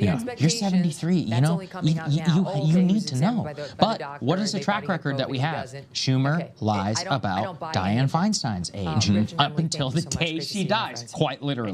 Nancy Pelosi had her freaking daughter as her nursemaid, as her handmaiden, and basically just kept the thing over her mouth, and it was like, yeah, just don't talk. It's fine. Yeah, don't worry about it. Remember whenever. And you're sexist. Yeah, by the way, you're sexist. They turned it into a feminist thing. And that's the thing with Biden here now. They made us. They made us, called us ableists. Say that we were making fun of a man with his ageism, the ableism. I mean, the level of rage that I feel right now for these people, just because it's just been years now of just sitting here and we just sit here and take it and take it and take it. And now for the dishonesty of the Nicole Wallaces of the world now floating, replacing Joe Biden or David Axelrod or any of these other people, and for his own staff who viciously attacked anybody who tweeted out or accurately portrayed his complete inabilities. And they're either silenced or apparently there's some Democratic people who are crying on the phones right now to reporters. I mean, they should be. If you really believe that this is such an important election, that this is on you. This is on the people around who supported him or who propped him up. Right, because there was a time where it could have mattered if people came forward. Yes. Now, we might have broken into. We got Emily's coming in. So just keep talking. She'll come in. Yeah, we might have a moment where it broke back open again, and people with courage have a chance to actually act on that. But the time was before, and like you said, there's a cost to speaking out, and people would rather kind of live. Rather live richly among the ruins of a wrecked party than see their party win, because they're going to be fine either way. A wrecked party and a dying empire. Yeah. The level of. Do you think, because the one person who has somewhat of an interest in Joe preserving a shred of his dignity is actually Barack Obama, because he's looking not great right now, having brought this man. Obama, Hillary, and Biden. What the fuck, dude? Right, true. Yeah, true. wait, what? So he's got to be thinking, I'm not looking great right now with, having, foisted Joe on the public and backed him up and because Barack Obama made this happen for him in the 2020 primary, let's not forget. So does he have the juice? Does he have the juice to make something happen here in the Democratic Party? He certainly has. He has the juice. Yeah, there is such a thing as force and power. I think he could be forced out with enough pressure. We showed those word clouds before. By the way, Emily is here. Emily. Hi, Emily. It's magic. I just reappeared in the chair. Wow, fantastic. We've just talking about manifested me. Yeah. Everything seems okay. I feel really good about the state of the country. Yeah. But with Obama, I mean, it does seem like if he really decided to forcefully intervene, that would be like the one thing that could maybe shift things here. But the other thing I'm questioning too is right now everyone is having to live in the reality of holy shit, that was bad. How long before the spin takes hold and it's well, Trump was lying and he said this bad thing and everyone's just not focused on the substance and Biden had a cold and seriously, how long before they can reconstruct all of the artifice and Potemkin village of Biden competence that they had carefully constructed prior to this moment? I think they're making that decision right now. I think literally right now they're scrambling to try to figure out if they can put the cat back into the bag. Because I think if Joe Biden says, no way, I'm in it, Jack, and I'm not going anywhere, Jack, then everyone will... The idea that you would... the idea that Jack... I was just... I had forgotten about this, but Megyn Kelly just showed this clip of Morning Joe saying, it was Mika saying, Marjorie Taylor Greene might as well just written this report on Biden's health. They said this just a few weeks ago. I mean, Wall Street Journal thing. Insane. Right. It's insane. And so the only reason that everyone is now expressing surprise is because they feel like they can't get away with their lie anymore, because everybody saw it crumble on national television. But we all saw Joe Biden after the Hur report come out and say, I have no memory problems at a press conference in which he had several lapses in his memory. Right. It was clearly not okay. We've known he's not okay. So if he tells his inner circle, whose friends are all scattered across corporate media, that he's going to do it, they'll find a way to make it work. Well, that I experience, don't know if that's true. That experience with that report is what made me question, because after that report came out, where he said basically I can't charge this guy. The jury's gonna be he's just a confused old man. How can you can't put this man in front of a jury and he can't even remember when he was vice president. That was part of it. Couldn't remember when his own son died. Right? That was the type of memory lapses that he was reportedly having. And there was a moment in the media when there were a bunch of pieces written. People were like, oh my goodness, this is really bad. Democrats need to do something about this. And then very quickly, the ranks closed again, and you had people out there saying things like that. And I don't think they can get away with it this time, though. That's my inclination is they can't. I don't know. I would like to think it's so. one thing, to that point, I mean, it is one thing to see it in a report. Yeah, it's another thing to watch it yourself. Yeah. Right, and that does make it quite undeniable, and especially coming on the heels of the G7 and the clips that came out of that, et cetera. I think there's the for and against case is that first time, remember, there was Andrea Mitchell when Biden was losing in 2019 and early 2020. Yeah. Andrea Mitchell has that segment and be like, we need to ask serious questions about Joe Biden's age. And then 6 months later, she's like, it was a stutter the whole time. I never said that before.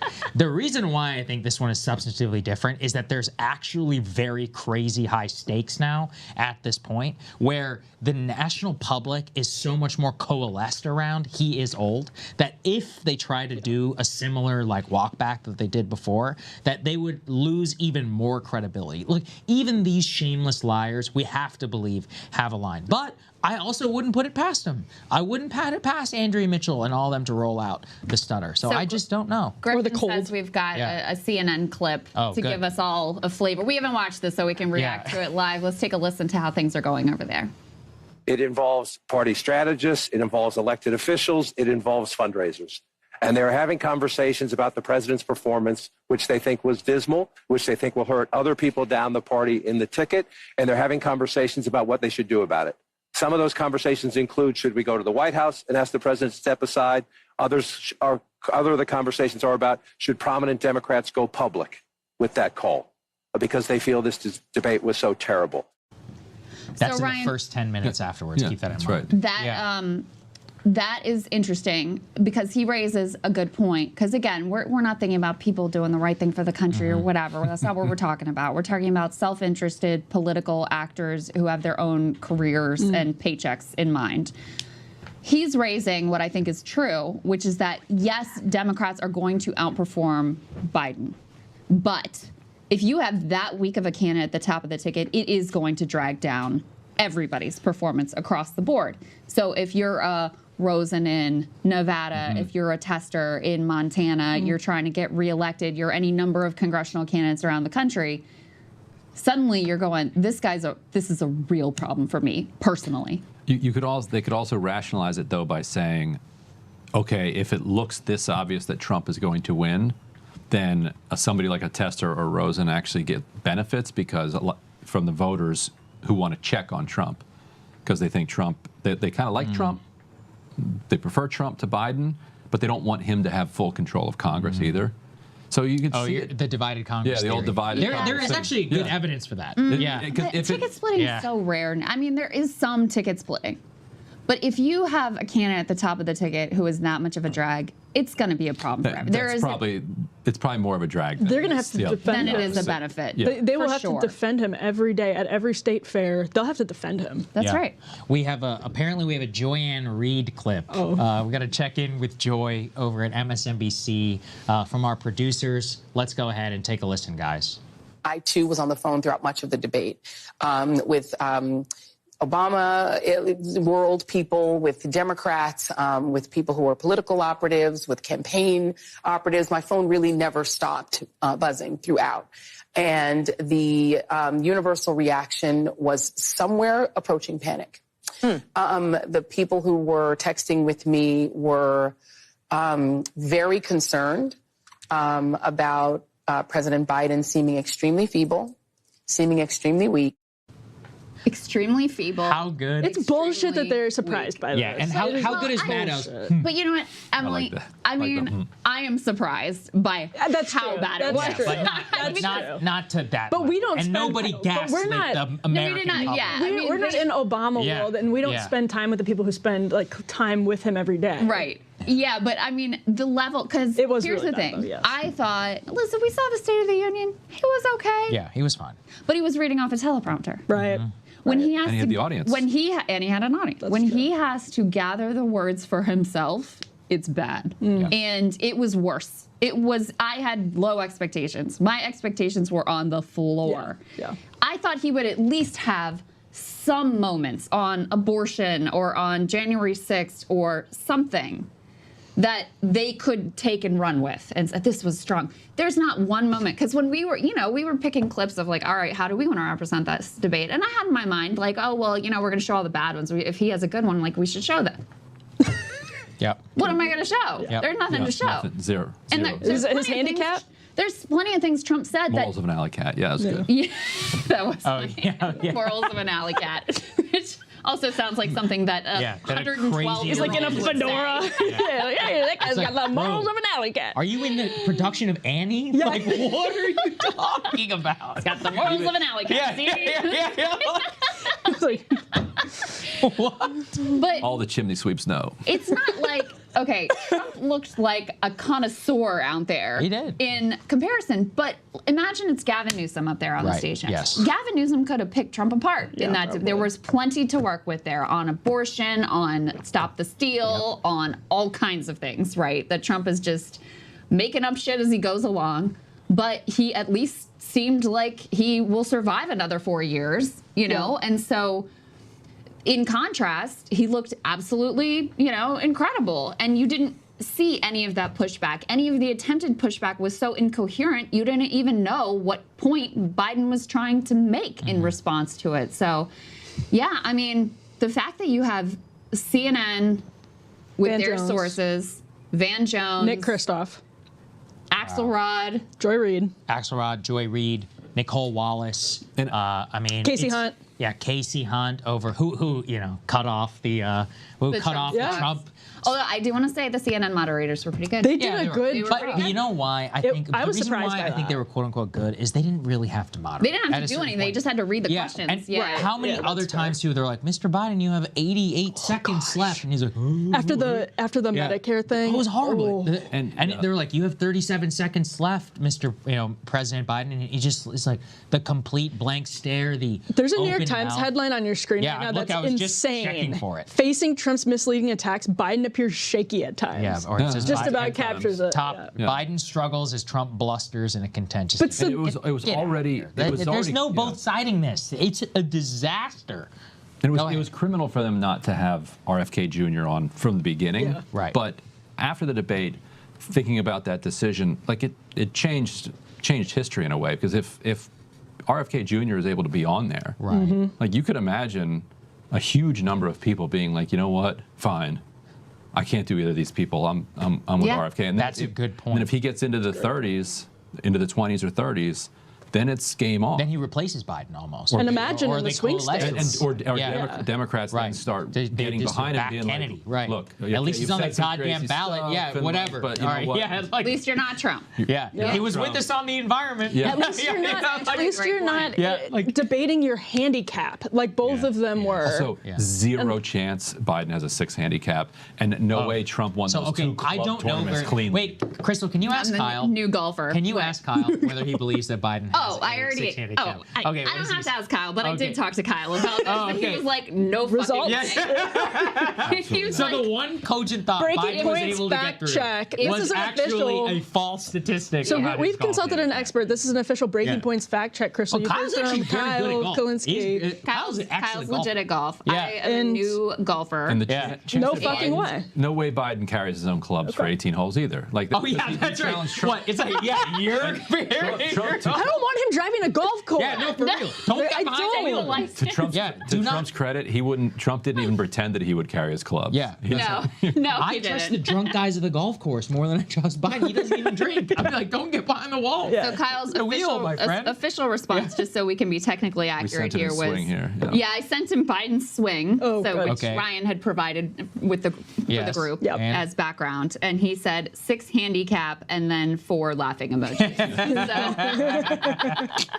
We need to get like Tiger Woods or somebody on here. Look, my big question, Ryan. Actually, you'll know this. When does Congress come back into session? When are these guys going to be back into town? They should be back on the 9th after 4th of July. There we go, guys. So July 9th, when the when the hordes of the reporters swarm onto Chuck Schumer and Nancy Pelosi, Hakeem Jeffries, and all of those people walking down the hallways with every reporter in the country shoving their phone in their face, what are they going to say? Well, that's the big question. That's something else I want to know tonight. And Control Room, if you have one of these clips, I'd love to see it too. But normally in these post-debate specials, of course, you've got a whole laundry list of Democrats, members of Congress, whoever, who want to come on and talk about how great, Joe Biden just did. I wonder if they've got anyone who is willing to come on and say that right now. Yeah.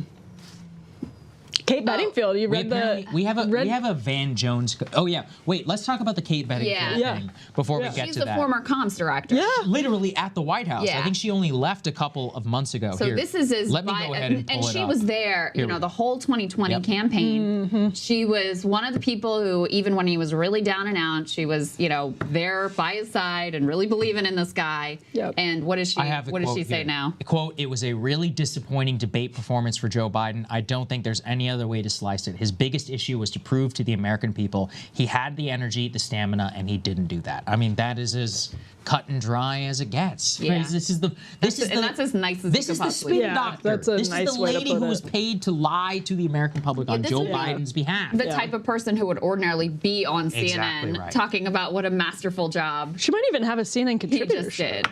No, yeah, I think you're right. She does have a CNN contributor show. Yeah. You know who else I want to hear from? Jen Psaki. I think her show's on Saturday. Oh, yeah. Let's hear it, lady. How many times you take that damn podium and you tell us about how strong and virile and forceful he is. What did you know and when did you know? I for real, we are in the truth and reconciliation phase. Yes. It's like, at what point, we should drag, this, Trump may try and have this happen, but in a just world, they should be dragged before. At what point did you first notice that the president was senile? At what point did you first notice he had dementia? Lloyd Austin, what are we doing here? Well, I was going to say, that's the commander-in-chief. Yeah, the chairman of the Joint Chiefs of Staff. Was in the ICU, the people. Yeah, right. Yes.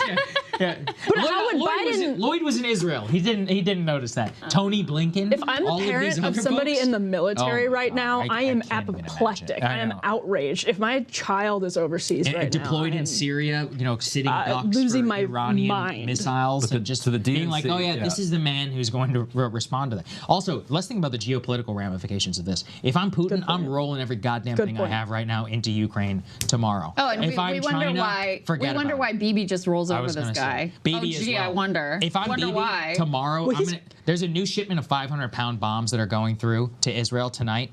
If I'm Bibi, I'm going to carpet bomb the shit out of Rafah tomorrow. What is this man going to do? Fun of it. What's he going to do? I would laugh in his face. China, and Bibi Taiwan wants Trump back in Yes, especially now. It would only help him. Politically, it would hurt Biden. He knows that Biden's not going to do anything. At this point, I'm sure, I can't even imagine. Guys, what are those meetings like between Yoav Gallant, Bibi, and Biden? Yeah. It's shocking. Already we knew it was bad. G7 leaders and others were leaking. They're like, oh my God, I can't believe it. I mean, we're the laughing stock of the world. Biden's probably calling him Goldemite. Oh my God. Yeah. If I was Taiwan, I would be freaking the fuck out. Yeah. I'm not No, kidding. you're right. Really You're not. right. This is the time. This is the time to go. The DNC's in 6-7 weeks. Right, Democratic National Convention. We'll be there, yeah. We'll be on the ground. But I think it's fluid now. It's going to solidify one way or the other in the next couple of days.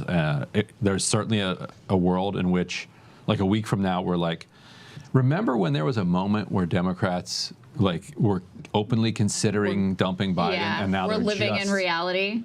And now they're just back to the fantasy land that Biden is going to be their nominee. What do you put the odds at? Oh God, I think the odds are probably pretty good that they just try to put this piece of pottery back together. I think so too. And I have a statement from the campaign. We have the first statement from the Biden campaign. Tonight, President Biden presented a positive and winning vision for the future of America, one in which every American has a fair shot at the American dream, blah, blah, blah. On the other side of the stage was Donald Trump, who offered a dark and a backwards window into what America would look like if he steps back in office, a country that puts the interests of billionaires or working people, but former president who not once but twice but 3 times failed to promise he would accept the results of a free and fair fair election. Trump's performance tonight reminded the American people why they fired him 4 years ago, reinforced just how high the stakes are this November for the future of our country. So that is I mean, look, Ryan, maybe you're right. I think it'll just come back to, but Trump is bad. So, that's his, that's it. Go ahead. So the uncommitted movement, they say, we all saw what just happened. We have 35 uncommitted delegates in case anyone wants to contest the convention to save lives and our democracy. So there are 35 delegates that were elected. So how would they be able to contest, though? Because Biden has the delegates, does he not? Well, so basically what you would be trying to get the other delegates to do is to be faithless towards Biden. But you, in order to do that, you need people on the floor to say. They try to do this to Trump. Right. You would have to have the leader of every. Right. You'd have to have the leader of every state movement be faithless, convince those people. Not necessarily the leaders. Isn't it? The delegation. Does this happen in the rule? Is this like some rules committee? It's been decades since this has happened. That's the thing. I think it's literally. I think the 1960s might be the last time that something. Well, like that. Because they're like in most cases they're instructed, like they don't really have a choice of who they can vote for, but the bylaws and the rules are always like they're made by people. They can be changed by people. Yeah. Like you can win a floor knife fight. What they're saying is that if anybody wants to try, that the uncommitted delegates are available. They're ready. I mean, Democrats still have superdelegates too, which can just do whatever they want. That's right. What? That's like 700-800 They've diminished people. They've diminished their importance, but they still are a thing. So wouldn't that be the irony of ironies if the superdelegates end up being the ones? Wasn't that the superdelegates for Bernie? Wasn't that the actual justification that in a moment of populism, like trouble for the nation, like they can be the wise ones or something? Now's your chance, guys. Well, it was never real, but that was the actual. The irony is that was the really justification. Is the whole idea of the party decides and it puts itself above any individual candidate and protects its interests at the expense of somebody taking them over. Obama effectively destroyed that. After he destroyed it in a certain way and then took it over in his own image. Trump basically did the same thing over on the RNC side. So we're actually seeing a consequence of like weak party structures, but also just the fact is it's of cowards that are in office. In the old days, the senators, Chuck Schumer has got nothing to lose. This man will be resigned to the trash heap of history. He'll be the Senate Minority Leader, and then when his term is up, he's gone. He'll be 80 years old. What do you have to lose at this point? Being like, Joe, it's over, dude. Well, I cannot back you. That's Pelosi too.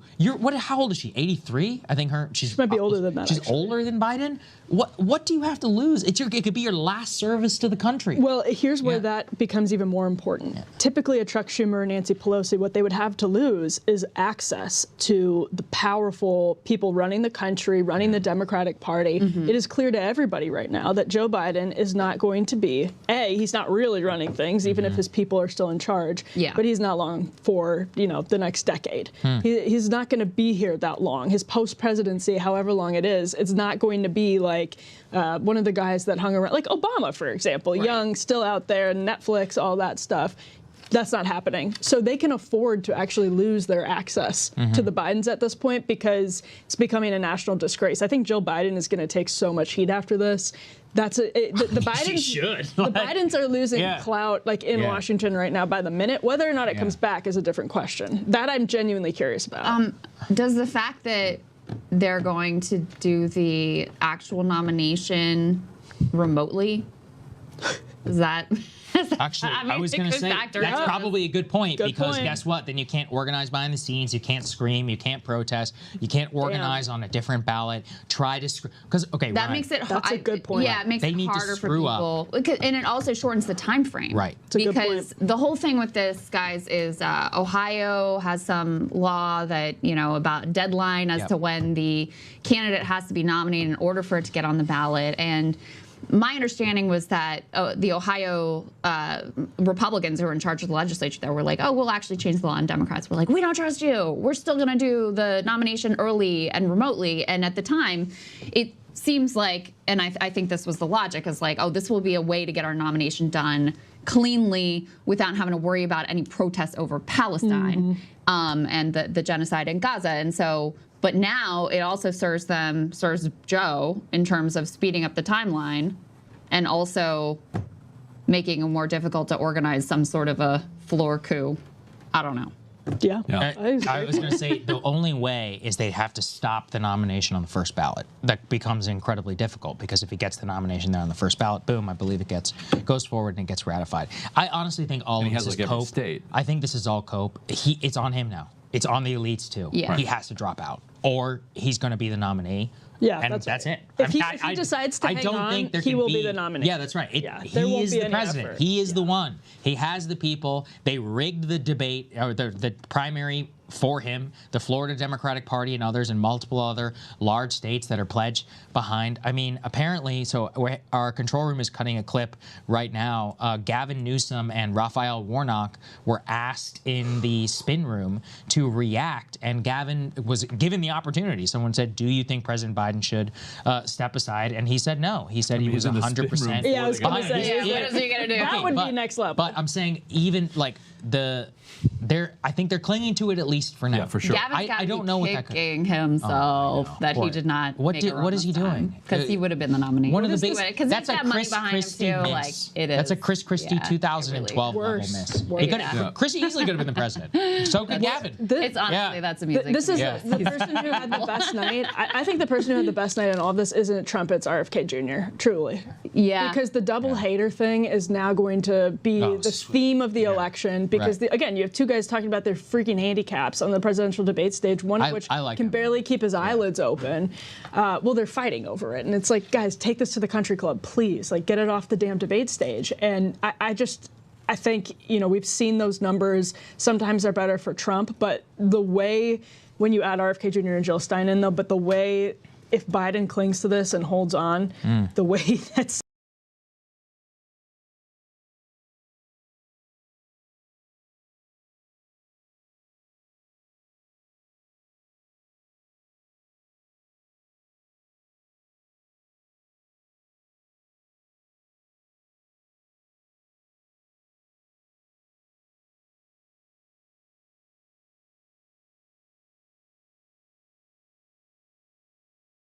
some of those people's candidates. We don't know how it shakes out, but especially to Biden. Brian's point earlier about how it really did change history. Brian's point earlier about how it really did change history to not have RFK on that stage is a very important one. Yes. Because I do think if he was there, and people really are internalizing, oh, there's this other person out there. There's this other option who is younger than both of them. As a guy who I've heard of this guy before, right? He could become the direct competitor to Trump. Right. That would have been the consequence. Still a two-party system. That would have been the consequence. And I think that still could happen. It still could happen. There's enough people out there who are like, I can't do this. That's a lot of incentive actually for Democrats, because no matter what Joe Biden does for the rest of this election, if he is the candidate, RFK Jr. is going to get a very healthy bump, and that bump is going to help Trump at this point more than Biden. So that's more incentive for Democrats as they panic, to the word that Joy Reid used, and think about this in those smoke-filled back rooms over the next couple of days. The math with RFK Jr. is that should give them the incentive to find someone else. Kamala has just appeared on CNN. Here's what she says. Joe Biden is extraordinarily strong. What we saw tonight is the president making a very clear contrast with Donald Trump. Yeah, absolutely. That's true. She goes. She, for the first time, no lies detected. She finally said something true. She says, yes, there was a slow start, but it was a strong finish. But time is a flat circle. Oh, God, he looks orange. Time is also the moment in time that we're in. And guys, she didn't just fall out of the coconut tree. I just... But you know what? A strong contrast. But the fact that even she has to say it was a slow start. Oh, yeah, that's it. Exactly. When your own vice president, honestly, top Schiller, like, you don't. It was a slow start, slow middle, and slow finish. I've actually never heard someone who's doing the spin acknowledge any weakness. Right. Good point. Like that shows the you fact that she knew she had to let alone the vice president. Got off to a little rocky start, but he was great at the end. Am I right? It's Soviet for her to come out and be like, he's very strong. The irony too. Let's play this game though. Okay, let's say let's say Obama comes out, Bill Clinton, they all right, Joe, it's done. Joe drops. Is it Kamala? Is that who we get? No. Right. A sensible Obama says, it's not you, it's not Kamala. We're going with, I think, you know who I think he picks? Because you can't replace a black lady with a white guy. I go Gretchen Whitmer. That's what somebody said previously. I would take somebody like Gretchen Whitmer, Michigan, and he needs to have it pre-selected. All the conversation needs to have already happened. The two of you need to step aside. You can make the case that, you know, whatever, she's the VP, and we need to move on from the Biden-Harris ticket or whatever. We go with Gretchen Whitmer, and somebody tweeted, I think we said it, Wes Moore, is that with the governor of Maryland? So we need a black guy, put him as the VP candidate, so then we get all of our diversity here. I was gonna, you could keep Kamala as VP. That way. If we're gonna make a clean break, we make a clean break. They gotta have to deal with her. Right? Like, they have to make a deal with her. So they have to give her something. That's right. Secretary of State. Put her on the Supreme Court. There you go. We'll put her black woman on the Supreme Court. Her opinions would be amazing. Yeah. They put her on the SCOTUS. They make a deal with her of some kind. And they're like, look, we're going to take care of you, but it's Jover. Whitmer is stepping in. Yeah, maybe, I guess you could stick around. Impeach Alito. But that's the way it would have to happen. Impeach Alito, replace him. Because Obama is not stupid. You can't. Apparently, okay, so we do have a video of Gavin Newsom and of Raphael Warnock being asked in the spin room about whether Joe Biden should step aside. So let's go ahead and take a listen to how they spun it. Before the convention is that there is consternation among Democrats. Folks like David Axelrod have suggested the Democrats should look at replacing Joe Biden on the ticket. Would you urge the president to reconsider moving forward? Absolutely not. I have his back 100%. I would never turn my back. And I don't know. That's a personal point of view. I do not know one Democrat that would do that. Why should voters maintain their confidence? Listen. I would be concerned if the president didn't have a record to run on. But the fact of the matter is, this is a man who has passed historic legislation. So he'd be concerned if it wasn't for the historic legislation. Gavin Newsom says, I'm with him 100%. But, you know, the AP just flashed exactly what you just said, Crystal. Kamala Harris says Biden had slow start in the debate. That was it. With a strong fit. Because I think everybody can even pick that up. I mean, did we ever see Mike Pence once say, like, yeah, Trump, he was a little bit off the rails. But at the end of the day, he brought it home. Speaking of Soviet, Mike Pence would be like, and I want to just acknowledge that Donald J. Trump is the greatest debater that the world has ever seen. That's exactly what I thank him for his confidence in me. That's shockingly good. Okay, has there ever been a worse debate performance? No, I mean, this is worst. Is worse than the Nixon flop. So the only one that rivals is Lloyd Benson versus, I think, Dan Quayle when he said, "I know Jack Kennedy. I served with Jack Kennedy. Senator, you're no Jack Kennedy." And that did genuinely strong. But it was vice presidential, so it doesn't count. That might be the only one. There are two televised debates that are the most significant in American history. One is 1960, and one is this. This belongs in the absolutely 100%. Yeah. This is the president of the United States melting on stage. He is the acting president of the United States melting on stage. Donald Trump being the host of Celebrity Apprentice and debating Hillary Clinton was spectacular for many reasons. Like insane. I still can't believe it happened. And those primary performance. Let's not forget about what he did to Jeb and only Marco Rosie O'Donnell. Rand Paul is ugly. Yeah. Why is Rand Paul even on this stage? Legendary. No, but to bring it back, I actually think you're right. But, to rack my brain, I don't think there has ever been a worse performance by a president ever. I think it is and more consequential because Emily's right. It's one thing when you're a candidate. This when is you're the president. sitting president of the United States. And just from a cynical perspective, it is true that Republicans and the conservative media have taken some clips out of context to make Biden look worse than he would have looked in the full context. Like that's the parachute guy. But that's also part of how politics works. Your enemies, your adversaries, are not going to treat you fairly.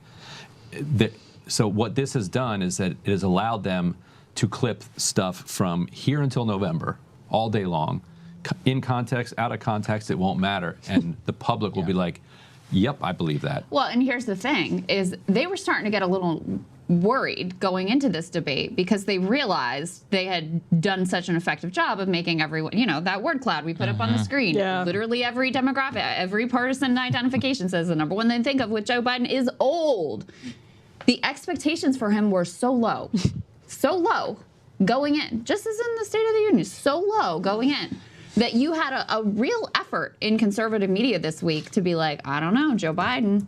Donald Trump, I think, even was like, I saw him with Paul Ryan. He did a great job. I think he's going to do a fantastic job. I had those thoughts myself because he had good moments in 2020, but all of us thought it.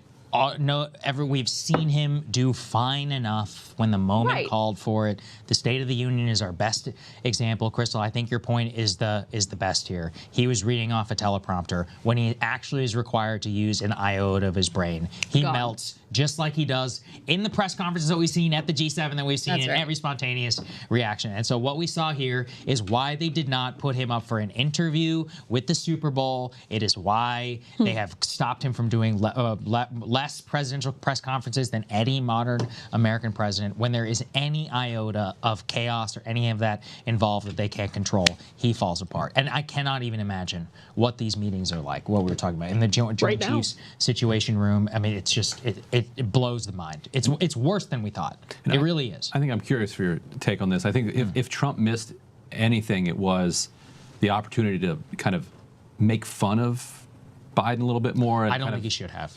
I think he did the best thing. When something is so bad, it's like when you're talking, it's hard to explain, but it's like when someone is so far gone, you have to show sympathy. And at the best he It's like Ryan debating you on weed. There you go. He has to show sympathy. Yeah, he just has to show sympathy for me. And I don't addle my brain with disgusting drugs. But the point is that when someone is that, it is an act of kindness and magnanimity to step back. And we saw that with Trump too. Did you remember when he goes, "This is childish. Let's not act childish." I was like, "What?" I was like, "What upside down universe am I living in?" We have the one moment where he made where Trump. This is F2 guys that I'm queuing up here, where he did allude to the fact that Biden is incoherent. But when he was president, he was separating babies from their mothers, putting them in cages, making sure the families were separated. That's not the right way to go. What I've done since I've changed the law, what's happened? I've changed it in a way that now you're in a situation where there are 40% fewer people coming across the border illegally. That's better than when he left office.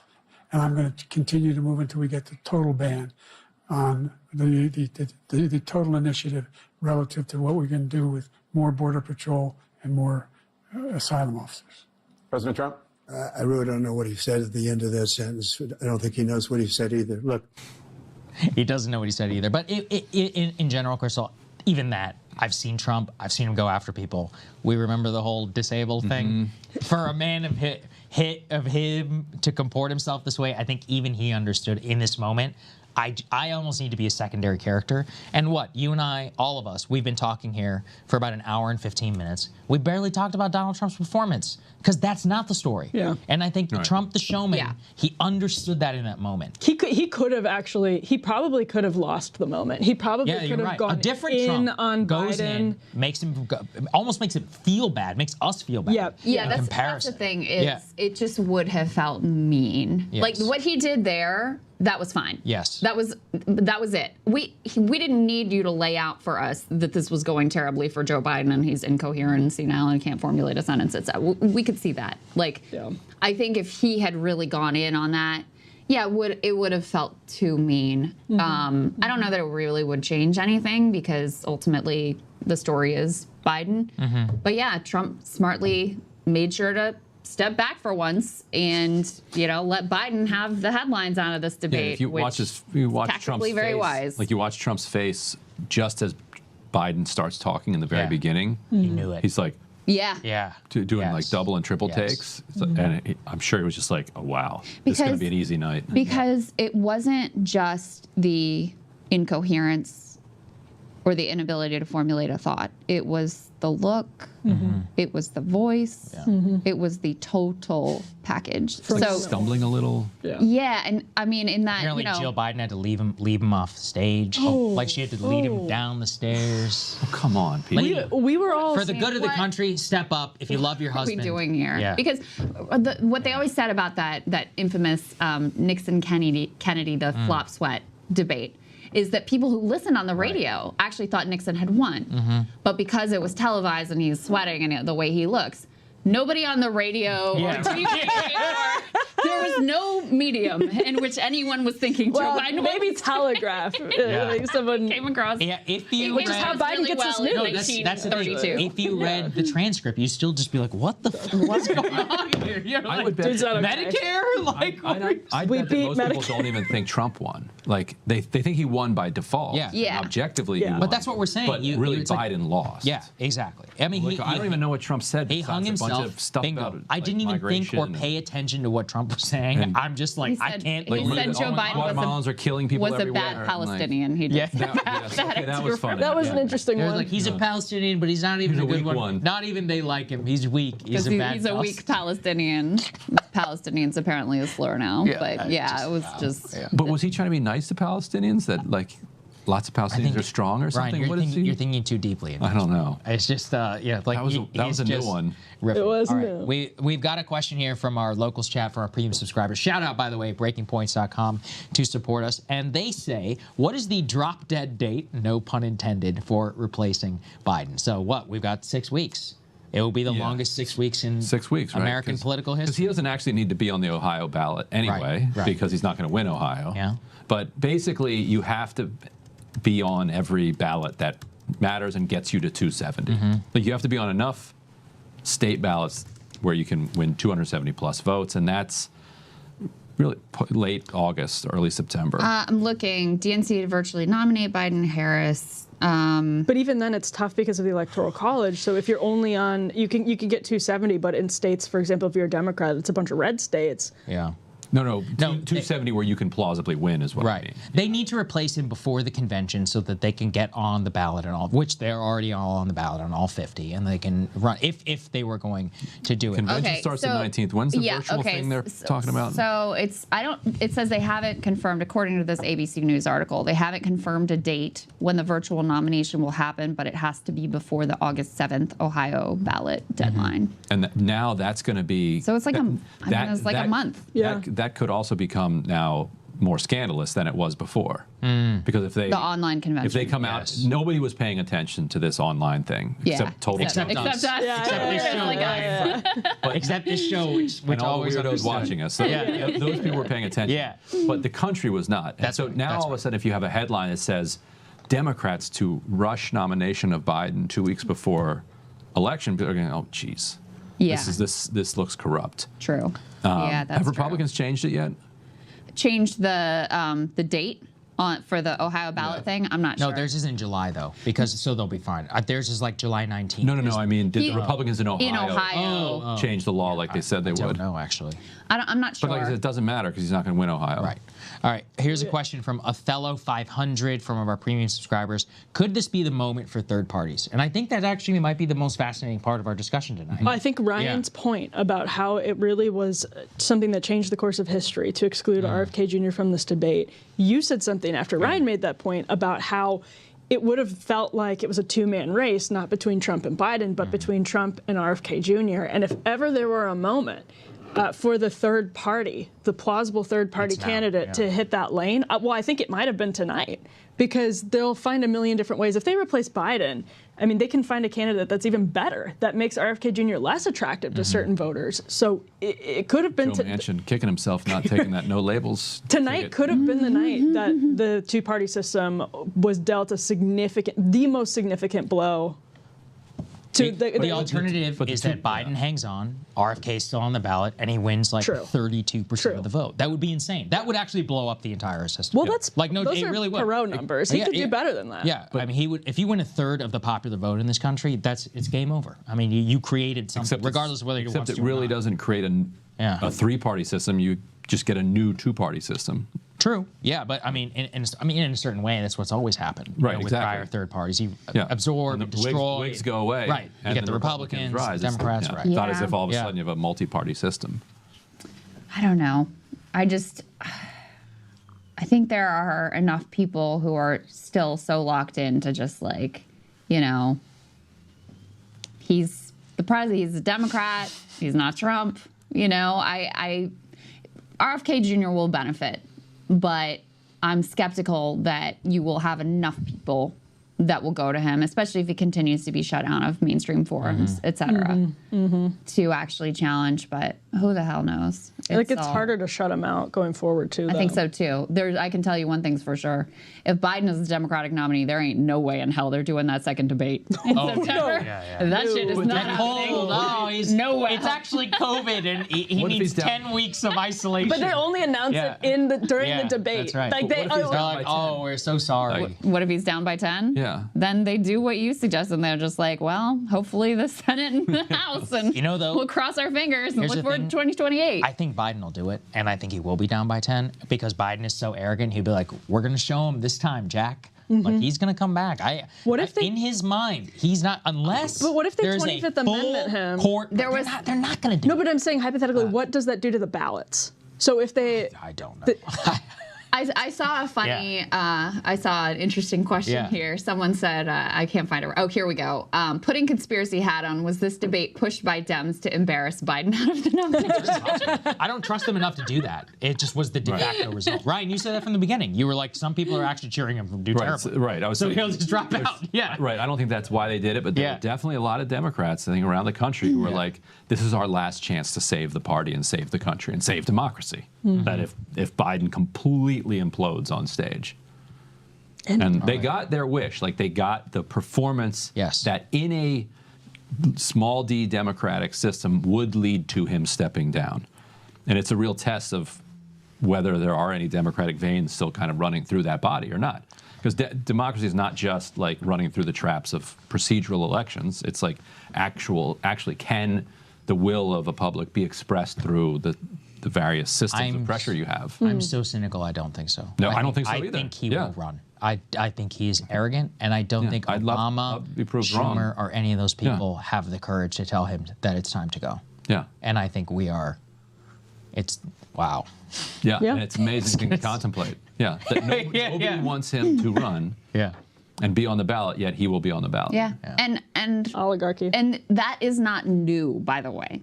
The American people, the Democratic Party, how many polls do we cover? Majority Democrats. We want options. We do not want to just go with Joe Biden. We would at least like to have some choices. And what did the Democratic Party do in response? How about we literally cancel primaries? How about that? How about we do that? Because democracy's on the ballot, guys. They lost a bunch of mayoral races in Florida. Did you follow that story? Yes, because they canceled the primary. They canceled the primary, and then Republicans were like, oh, wait, I'm mayor of this town, this Democratic town now? Right, because people didn't show up for the I mean... there have been so many criminal acts like along the way that in retrospect, I mean, which we called out here on the show live, and we're like, this is not going to look good. This is going to be bad. This could be a bad precedent. What about this primary? What about this? Ridicule after ridicule, people just move on, and they thought they could bluff their way, and this is the result they got. So any closing remarks? What do you guys think? Emily? God bless America. We beat Medicare. we finally beat Medicare. Thank goodness. By the way, that's it. Yeah. That moment too. That was an insane moment. By the way. He goes, by the way. And he also had 37 seconds left in that answer. And she was like, do you want to finish? By the way. I mean, it's funny, but it's not funny. That's actually what I wanted to close with. Is like, I'm laughing a lot because it's so preposterous, but it's dark. It's bad. This is dark. That we got, I mean, everything about it. That we got to this place, that this is where we are as a country. These two dudes, this guy who can't, I mean, and your point about it being such a test of, is there even a shred of democracy, actual democracy, still operational? Because, I mean, if you polled the American people right now after watching that debate, what percentage of them would be like, yes, Joe Biden all the way? This is the guy. Right. Yeah. Maybe 5%. And they're all 80 years old. Yeah. No, 85. They know better. Oh, you think so? Yes, 80 and 85. They're like, you know what? Absolutely. I'm in my golden years. Yes, they're way. Come join us. How many elderly? How many elderly people have you talked to who say like, I couldn't do the job. I wouldn't want to do the job. Like, I know what I feel like right now. Yes. Yeah. All right. Last thoughts, Ryan? Well, Democrats had said privately, you know, it's good that this is so early so that if he botches it terribly, we can recover. So I guess we're going to find out if that genius plan is going to work out. All right. There we go. I think I've said everything. I got nothing else left to say. We'll see. They either pull him or they don't. I hope for the sake of the country they do. I don't think that they will. By the way, everybody, thank you so much to our premium subscribers who we took questions from. And if you can help support all of our election work, we are going to be on the ground at the DNC with a live reaction, which... Pretty happy that we booked our hotels and all flights and everything. Made the investment, which we were able to do thanks to our premium subscribers. If you can help us out, we can put that up there, breakingpoints.com. We deeply appreciate you. Yeah, there's the man himself. Become a member, breakingpoints.com. Support our work, and you'll continue to see more of this. If there is a second debate, we'll be here. If there is a DNC where Joe Biden is nominated, we'll be here, or we'll be there. And if they nominate somebody else, we'll be there as well. And it's going to be interesting as hell to see how the media plays this, how Democrats play this over the coming days and weeks. What a day. What a day in American history. We'll be here to follow see you later. it.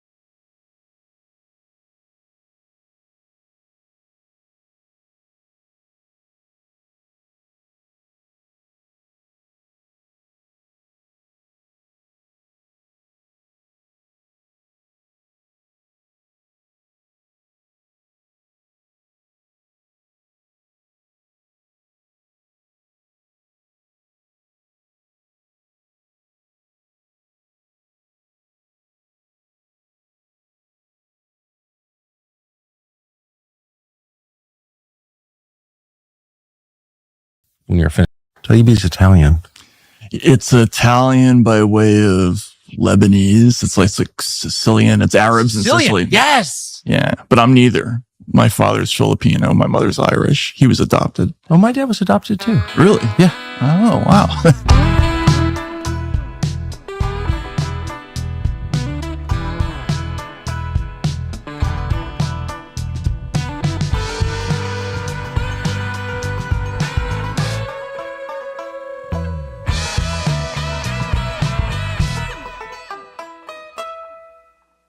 Okay, so here's my question. Mm-hmm. You're a reporter. You've been a reporter your entire life. Your dad was a reporter, well-known reporter. So you grew up in journalism. Journalism is now, justly, I would say, the most hated profession. Mm-hmm. The Sackler family is more popular than NBC News at this point. Right. And Congress is more popular. Congress is literally, right? Yeah. People are like, maybe a child molester can be fixed. We don't need to execute them, but NBC News, okay.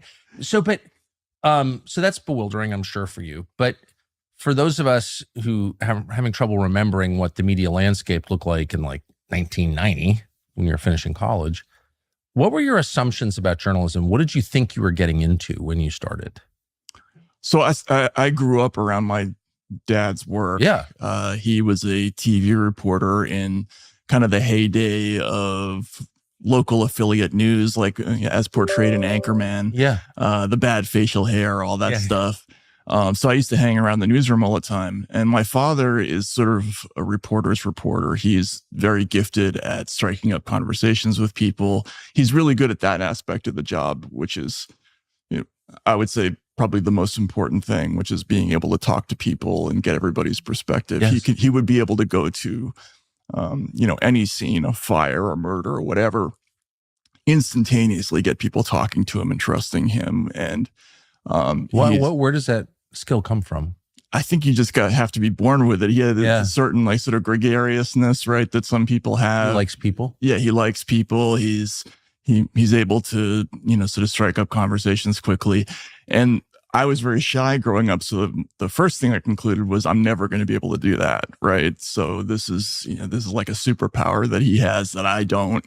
Yeah. And I thought I would have to go in a different direction. I also grew up wanting to be a fiction writer, right? I was really obsessed with that growing up. And then when I got out of college, I realized that the only thing I really knew how to do was his job, because I had watched it so much growing up. And so it was something that would keep me at least tangentially in the writing business. So I got into it, and only over time did I really appreciate the way they did reporting back then. It was a much different thing than what people do now. Did you think it was honorable? Like when you were a kid, did you think like my dad does something embarrassing or my dad does something important and useful? No, I thought what he did was important, useful, and honest. And, there was something very egalitarian about the way reporters carried themselves. Once upon a time, they, only now are journalists, universally called from the Ivy Leagues and these upper class schools. In fact, I was part of that generation of sort of rich kids who went into journalism. When my father went into it, he started when he was 18. Journalism was more of a trade than a profession. It wasn't necessary to have a college education. And most of the people who went into it, they had kind of a natural antipathy for people in power. Yes. They overwhelmingly sided with the ordinary person, just reflexively. And they were, they told the news from that perspective very often, right? And it was the classic editorialist at the time was somebody like, Jimmy Breslin or Mike Royko, this sort of voice of the people kind of a thing. And so I grew up always imagining that the reporter was somebody who was on the side of ordinary people. And because he was one. Right. Yeah, exactly. And, my father carried it that way for sure. And Did your father never go to college? No, he did. He went to Rutgers. He had me while he was at Rutgers. That's why he had to go into reporting. He worked at the Home News in New Brunswick, New Jersey. And then, as soon as he graduated, he went into TV. But But no, I always had this vision of journalism as this thing that, it wasn't for intellectuals. It wasn't for people who had graduate degrees. It was for people who hustled, who worked hard and had, kind of a common touch, right? Like that's kind of the key to the job, is being willing to listen to people and all that. So I had a very specific idea of what journalism was when I went into it. I just thought I wasn't going to be particularly good at it because of that, deficit, right? Like I didn't have that gift that he had. But I started overseas in Russia, and because I was able to, I spoke Russian already early, I had an advantage over other American reporters at the time. What year did you go to Russia? So I studied in 89 and 90 when it was still Soviet. I took a year and a half abroad, and then went back as soon as I graduated. Actually, I went back before I graduated and started stringing and working for a bunch of different organizations there, and finally got a job at an expat paper. So 91-ish? Yeah, 91-ish, 92. Right after the revolution, basically. Yeah. Which was 91. Yeah. August. Yeah. Summer. August 91. Yeah. So shortly after that. What was it like? It was amazing. It was the Wild West, the funny thing for me is people ask me, why did I love Russia so much? The first reason is that all my favorite writers growing up were Russians, and my, Nikolai Gogol was my hero. I wanted to be a comic novelist, and the Russians have so many amazingly funny writers, as you know, right? Yeah. From Bulgakov to Dovlatov, all these people. I wanted to learn the language. Then when I got there, I had been a very depressed teenager, had, struggled socially, behaviorally, all these other things. I got to late Soviet Russia and everybody's depressed. And, nobody's happy. And I thought, this is amazing. I fit right in. And you had a dark Slavic soul and you didn't even know it? Yeah, exactly. And in America, there's this incredible pressure on young people. You have to succeed right away, right? Be cheerful. Yeah, be cheerful, look good, be in shape, like all these other things. Russians, no way. There was none of that attitude. Nobody was going anywhere. And when I got there, that was just incredibly attractive to me. And so, Well, I've never heard that take before. That is awesome. No, it was really funny. And because of that, I got along with Russians in a way probably that other Americans didn't. I think there was a connection there that was very natural, and I really took to the place early on. How did you speak the language? Well, it's like anybody. You come to the United States, if you have no choice and you have to speak English, you'll learn it pretty quickly. So I studied in St. Petersburg, but then I briefly went to Uzbekistan because I had this idea that there weren't that many stringers in Uzbekistan, so I would get more work.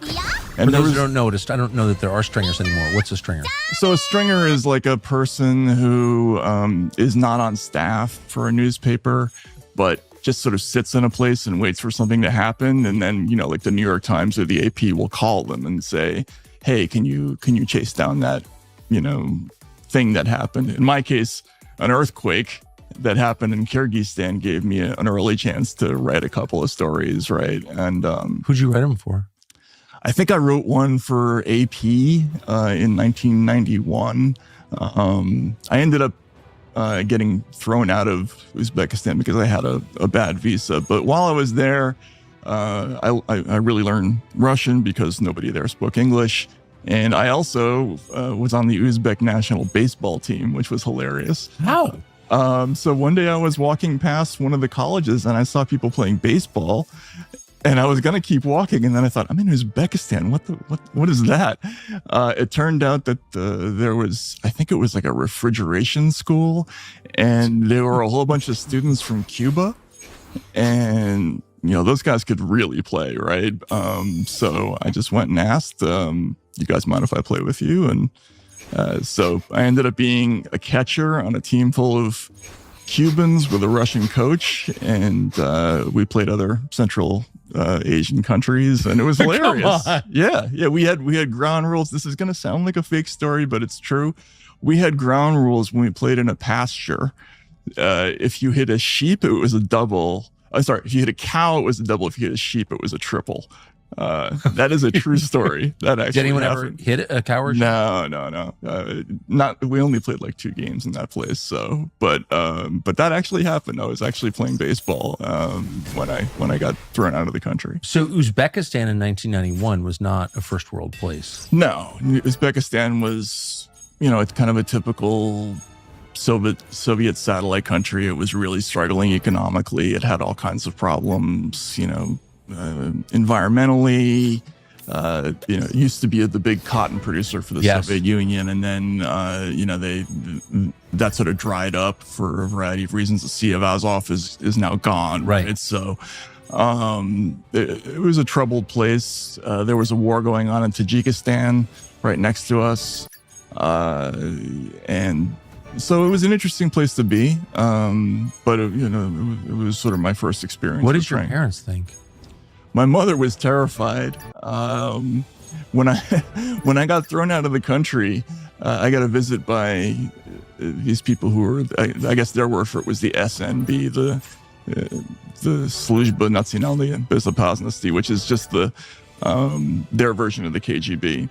And they asked me for my papers. I had the wrong papers. I was there on a student visa that I'd kind of, was kind of phony. And but I had to send a telegram telling my parents that I'd been kicked out of the country. So I wrote, KGB kicking me out, will call from Moscow. But she got KGB kicking me gut, will call when I get to Moscow. Being beaten to death by the KGB. Yeah, so she was worried, but no, it was fine. But your dad was for it? Yeah, I think he thought the whole, adventure thing was interesting. And then when he finally visited Russia in the mid-90s, and saw what the place was like at the time, he thought it was, a paradise for journalists, which it was, because there was so much crazy stuff going on. It was a great place to learn the profession, really. Yeah. What was press freedom like then? It was really interesting. There was a very vibrant community of really hardcore, great investigative reporters who suddenly appeared out of nowhere. Because remember, the press had been suppressed almost completely for 80 years, right? And as soon as there was a little bit of an opening to do real reporting, there were suddenly these very brave reporters who showed up, and they were risking their lives every time they wrote, because the way the system was set up was that every newspaper was basically owned by a different gangster, and you would get material. They called it selling jeans over there, right? So somebody would give you a packet of information. You would write it up about the rival gangland figure or politician, and then but if they wanted you to pay the price, you might get shot in a doorway or something like that. So there were people who got killed by exploding briefcases. For instance, there was a guy named Dima Holodov who worked for Moskovsky Komsomolets when I was there, who had written about Yeltsin's defense minister. He got blown up in a train station. But the Russians, those guys were my heroes. I tagged on to a bunch of those people really early. And that's where I kind of really learned the whole investigative journalism thing, was from those people. Not all of whom stayed in the business for very long, sometimes not voluntarily. But you stayed 10 years. Yes. Yeah. How come? I mean, I love the place. I was planning on staying forever, really. Then things definitely turned weird when the transformation from Yeltsin to Putin happened. Yes. None of us had any illusions about who Putin was. Putin was a known quantity. He was the deputy mayor of St. Petersburg when I was a student in St. Petersburg. He was kind of known as, there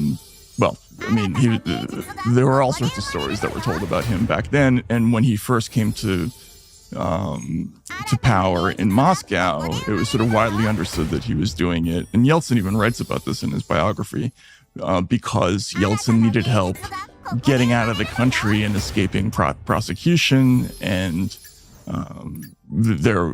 there had been some indication that Putin had done that for his previous boss, the mayor of St. Petersburg, Anatoly Sobchak. So, the sort of investigative journalism community was very suspicious of Putin when he first arrived. But the Western journalism community loved him, and this loved Putin. Yeah, and this was, I had already become disillusioned with American journalism before that because they had misreported a lot of things about post-communist Russia. But that was kind of the last straw for me, I think. Traditionally, think tanks do a lot of thinking, and the Heritage Foundation still does that, but it also, thankfully, has begun doing. Heritage has built a massive investigative and litigation operation out of its headquarters to save this country from the corruption that is taking it over, both actual, literal corruption, financial corruption, there's a lot of that, but also ideological and moral corruption. And to fight back, Heritage is engaging in almost 50 separate lawsuits against various government entities to try and pry out information to bring a little sunlight to the process that even Congress can't get, and it's been working. They produced documents exposing the Biden crime family to the rest of the world, you've read those stories, and helped kill the sweetheart deal that Biden's DOJ tried to make with his son, Hunter Biden. Heritage has also developed a comprehensive plan to dismantle the deep state, the swamp, by staffing the next administration with people who know what they're doing. Thousands of Americans who on day one can start to make this country better. So it's important work. Again, it's not just thinking, it's doing. And if you want to support it, go to heritage.org/Tucker. Can you just back up one click? What did they misreport? So they would send somebody out to some provincial town like Samara with an assignment, find the thriving, emerging middle class, right? And so you'd go out to a place where there's like a barter economy, right? And people are doing subsistence farming, and they would ask around until they found somebody who had, a VCR or who had been on a vacation to Ibiza once or something like that. And then they would do a whole story like, transition to capitalism, flourishing, the emerging middle class is, everything's happening right on schedule.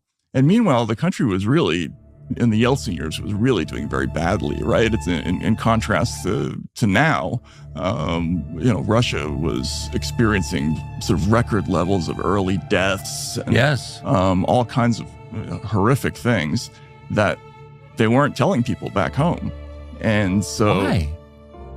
Because the expat community, and I don't really know exactly how this works, but there was a monoculture about the reporting there that is very similar to what it's like now in America. Yes. But there, it was sort of cartoonized. It's a very small community. Everybody knew everybody else. And, whatever the Washington Post and the New York Times wrote about, pretty much everybody else followed their lead. There was almost nobody among the reporters who even spoke. Small community, everybody knew everybody else. And, whatever the Washington Post and the New York Times wrote about, pretty much everybody else followed their lead. There was almost nobody among the reporters who even spoke Russian, right? That was totally discouraged. How can you cover a country if you don't speak the language? Because that was the tradition. I mean, people would come in, they would cycle in there for a few years. They would work with translators.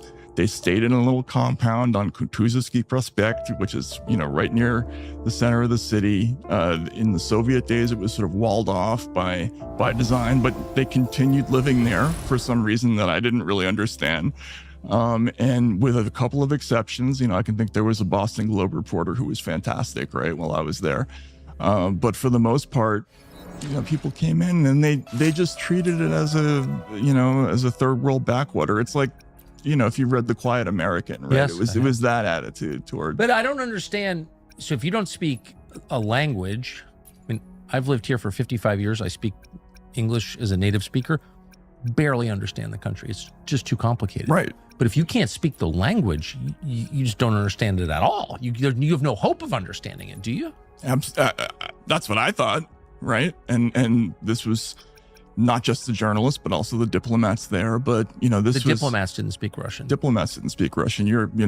We have a the ambassador to Russia, Michael McFaul. He could barely put a sentence together in Russian. So it was. What is that? That just seems like a baseline requirement. So the way it was explained to us was that this was something that was a hangover from the American diplomatic experience in China before the Maoist Revolution, where the diplomats were deemed to have been too close to the local population, didn't warn the people back home what was happening. So they made a habit out of cycling people from spot to spot so that they wouldn't become too accustomed to the culture or too acculturated, right?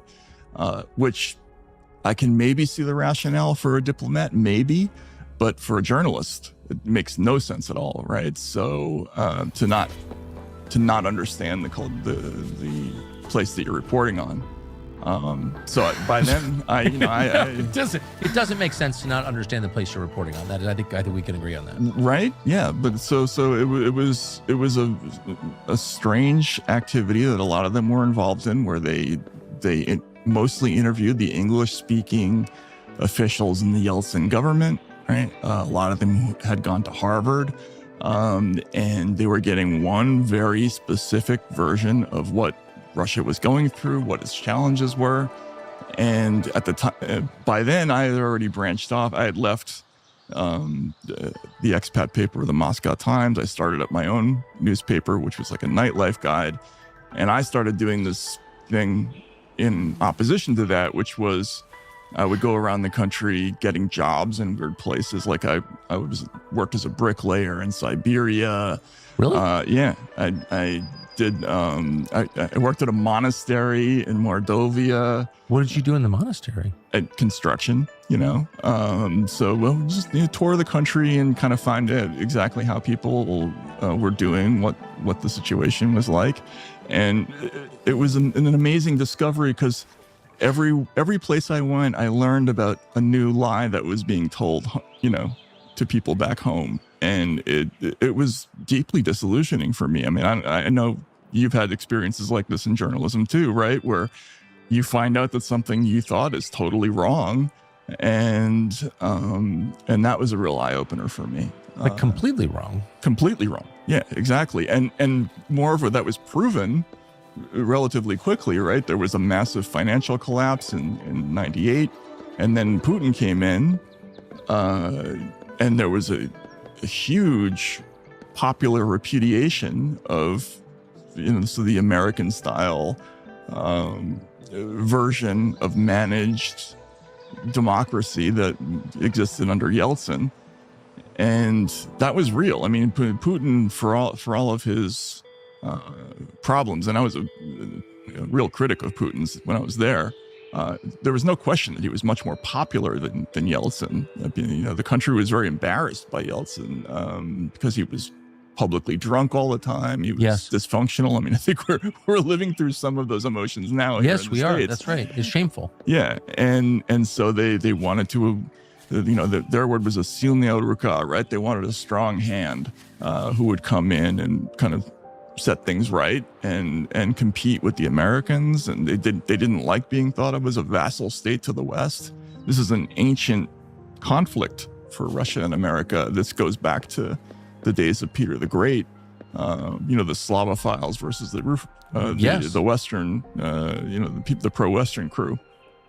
And the pendulum swung the other way while I was there, and that was, fascinating to watch, but it had some pretty serious consequences too. Well, yeah, that turned out to be right. Yeah. So, but as for journalism, like you began to become disillusioned with the American version in the 90s. Yes. Yeah, absolutely. While I was in Russia, I became disillusioned both with the format of it, the kind of neutral third person version of reporting where we pretend we're not having a point of view. I didn't like that. Like for instance, I would get sent out when I was at the Moscow Times, which was a paper I loved, but they would send me to all these events where funny things would happen. I would come back and write it up with humor, and they would tell me to take out the humor and write it in some other way that was like more serious. And I think that's a lie, right? Like if you go to a scene that's funny, like for instance, I had to cover this ridiculous press conference where Prince Philip appeared for, I think, the World Wildlife Fund or something like that. And he's giving a speech to all these Russians about, their backward attitudes about conservation and everything. And in the middle of his speech, the hotel brings the spread, which includes booze. And all the reporters get up and leave Prince Philip talking by himself while they just eat all the food and drink all the booze. And to me, that's the story. Yeah. Right? Yeah. So I went home and I wrote that up, and they kind of wanted me to do something else. Like pretend it didn't happen. Right. Exactly. And I thought, well, this isn't right. I mean, I was just a kid. I didn't really know, but I thought there's something not quite right about this. So to what extent, in retrospect, do you think that Western news organizations were taking their cues from Western businesses or Western governments? I mean, 90%, 95%. Really? Absolutely, yeah. I mean, if you go back and look at the coverage of, the New York Times, the Washington Post, some other organizations, the current Deputy Prime Minister of Canada, Chrystia Freeland, was sort of a colleague at the time. She was part of that whole crew of Western journalists there. What was she like? Well, they were all doing kind of the same thing. Like the basic line was that there was a new group of robber baron capitalists who had appeared. And yes, it was messy. It was a messy transition to capitalism was the word they used for it. Now, actually, it was just pure gangsterism. And most of the people who got rich did so through absolutely corrupt privatization schemes where, like, for instance, there was a thing called loans for shares where the government was literally lending the money to cronies so that they could buy companies like Exxon for pennies on the dollar. I mean, like Yukos, for instance, was a gigantic oil company worth, as much as any Western oil company would be worth. They bought it for nothing, basically, for a pittance, because they were pals of the people in government. So they created an instant billionaire class, and that was completely passed over. Nobody reported on that. Then, once these people had money, they were treated as sort of legitimate wealth creators and, entrepreneurs. Yeah, exactly. They weren't even the robber barons who at least like built railroads. Oh, exactly. Stuff, right? Like these guys didn't do anything except steal. They were wealth extractors, and it was amazing watching the hype of these figures, the whitewashing of Yeltsin's complete misrule, his his brutalizing of domestic journalists, right? I mean, like there was a ton of that going on in the 90s, long before Putin came to office and became infamous from it. Yes, there were so many journalists who were killed before Putin came along. Under Yeltsin? Under Yeltsin, yeah. The guy I mentioned. Only Putin kills journalists. No. This started from the very beginning. They were doing this. I mean, that guy I told you about with the exploding briefcase, that was 1994 when that happened. There were a lot. I had a friend. Not exactly a friend, somebody I knew well, Alexander Hinchstein, who also worked for a newspaper there. He got thrown in a mental institution in the Yeltsin years. There were all sorts of reporters shot. If you go in and shot, killed, beaten. I had another friend named Leonid Krutakov, who was not only fired every time he did an expose, but he would be attacked. He had somebody come through his window one night, if I remember correctly.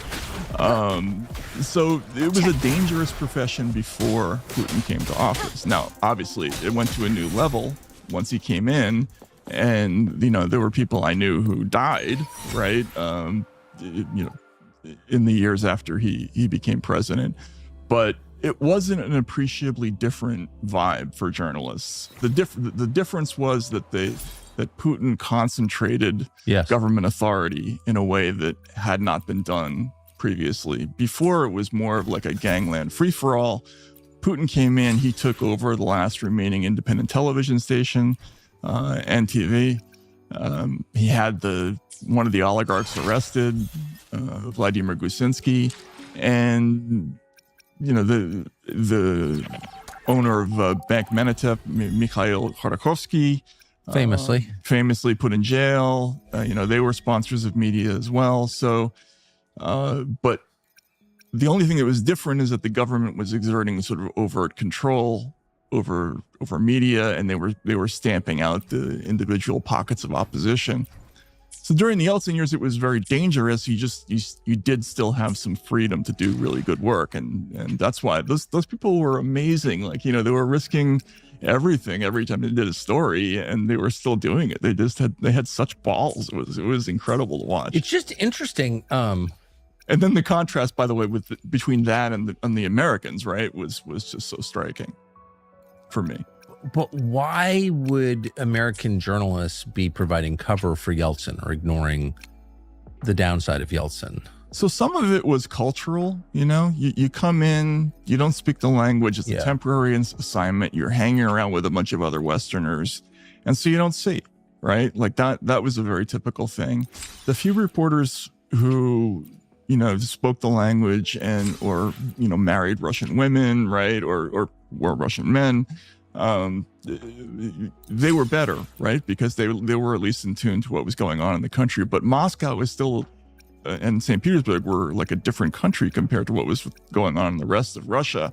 You could be in Moscow and it would seem like a more or less functional place. You go 40 miles outside the city, and again, there's subsistence farming, and or there's whole stretches where there's no government and people are just setting up toll roads. They're putting on camo fatigues and creating their own toll booths. So it's like Beirut. Yeah, exactly. But if you didn't go out, you wouldn't see it. So I think it was a problem of perception for a lot of these folks, and but I thought it was inexcusable because, as a reporter, your first job is to find out, to check for yourself. And how were you treated by government there? So we had a unique position because we were publishing in Russia. So unlike all those other American reporters, I was technically a Russian news organization. We had a Russian newspaper, we had a Russian business, right? So even though we were in English, we were regulated by, the Russian government. We got visited every now and then by the tax police asking for bribes, and then after I left, they eventually shut the paper down. But they, they paid attention to us, but it wasn't the same as the way they paid attention to, the New York Times and other reporters. I mean, there were people who were Paul Klebnikov. Remember that name? Yeah. Yeah. So he got shot, right? While he was there, and I don't know that it was a Russian government interest that did that, but they were paying attention to coverage that went out overseas. They didn't care so much about what I was doing, which was writing for people who were in Russia, and and also we were writing in English, so God knows how many Russian officials were even understanding what we were doing. So, yeah. So how did? Well, first of all, why'd you leave? Well, it became harder and harder. The expat community shrank when Putin came to power, which killed our advertiser base.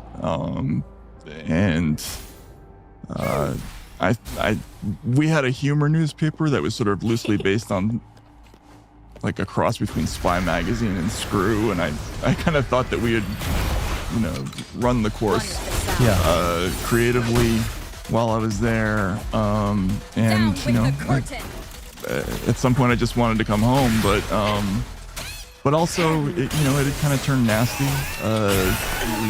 Some of the people who I knew, I vaguely knew Anna Politkovskaya, for instance, who got killed while I was there, and there was another reporter who was sort of a mentor to me, this guy Yuri Shikachikin, who became a Duma deputy. He died under mysterious circumstances. Some people said it was a poisoned telephone. I mean, who knows, right? But it got kind of unpleasant. And the community was just not as big as it had been in the 90s. I mean, Moscow in the late 90s was an incredible scene. It was like Chicago in the 30s. It's very difficult to describe what it was actually like. Gangsters everywhere, bodies, all over the place, people being thrown out of windows. There were terrorist explosions happening all the time. It was a wild place to be. That story kind of ran its course while I was there. And the city started to transform into what you saw when you went. Yeah, the most functional city I've ever been in. Yeah, which is it's so amazing for me to hear. It was certainly shocking for me. So this winter, I'm standing in the kitchen with my dogs, and my wife comes in. She's just come back from a long walk, and she has this look on her face, this look of tranquility and joy and peace. And I said, what have you been doing? And she said, I was praying. And I said, where? She said, on my walk for an hour and a half. And it turns out she was listening to something I'd never heard of before, which is an app called Hallow. Hallow, H-A-L-L-O-W. Hallow, like hallowed. And a friend of hers gave it to her. And this set off a chain reaction in my family where pretty much everyone in my family started to listen to Hallow every day. It's a prayer app. And it's the best way, as you know, to find peace. And this makes it very easy to set aside the time to deeply pray every single day. I'm so impressed by Hallow that I tracked down the number of the CEO and I called him and I said, I want to advertise this on our podcast because it's something that I really believe in and I think you do an amazing job. And it's basically non-denominational Christian. You don't have to be Catholic, Protestant, you can be any kind of Christian. But Hallow will help you focus your prayer in a way that'll be very obvious to your husband when you walk into the kitchen. I can promise you that. It's an amazing, amazing resource. They've got 10,000 audio-guided prayers, meditations, Bible studies. Famously, Mark Wahlberg leads one of them. It's just really, really good. You can download it for 3 months free at hallow.com/Tucker. And I strongly recommend that you do that.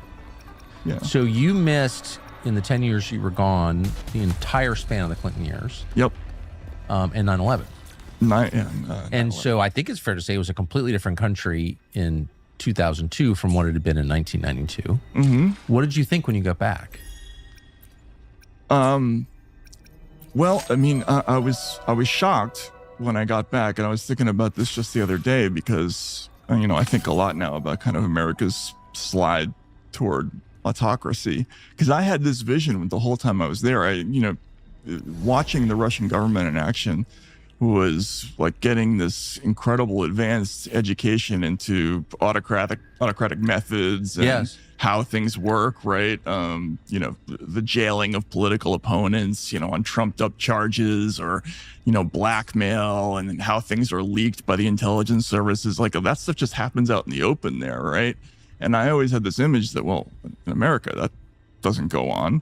And then I come home to post 9/11 America, and the whole vibe is, well, we have to start throwing all of our democratic guarantees overboard because, as Dick Cheney put it, we have to start exploring the dark side because the Bill of Rights is inadequate to keep us safe. We need to start doing all these things that I thought were crazy. The Patriot Act, the authorization to use military force, right? Like, so moving the authority to declare war out of Congress to basically to the White House, mass surveillance, Guantanamo Bay, all these things were really shocking to me. And it was kind of, I thought it was also ironic to come back from Russia to this developing situation. And so what year did you get back? 2002. So was it clear to you then where the trajectory was headed? Well, I thought there would be, I was really naive in retrospect. I thought I took all of my sort of fellow political liberals seriously when they said they were, ardently opposed to this secretive revolution, right? And the spy state and drone warfare and all these other things. And when Barack Obama, the constitutional lawyer, came along, and there was this belief that he would usher in a transformative presidency that would undo this Cheney vision, which scared me, which I thought was sort of going to undo this Schoolhouse Rock version of America that I grew up believing in. I believed it. I'm kind of embarrassed now. I actually thought that was going to happen, that when Barack Obama got elected, that all that would turn back.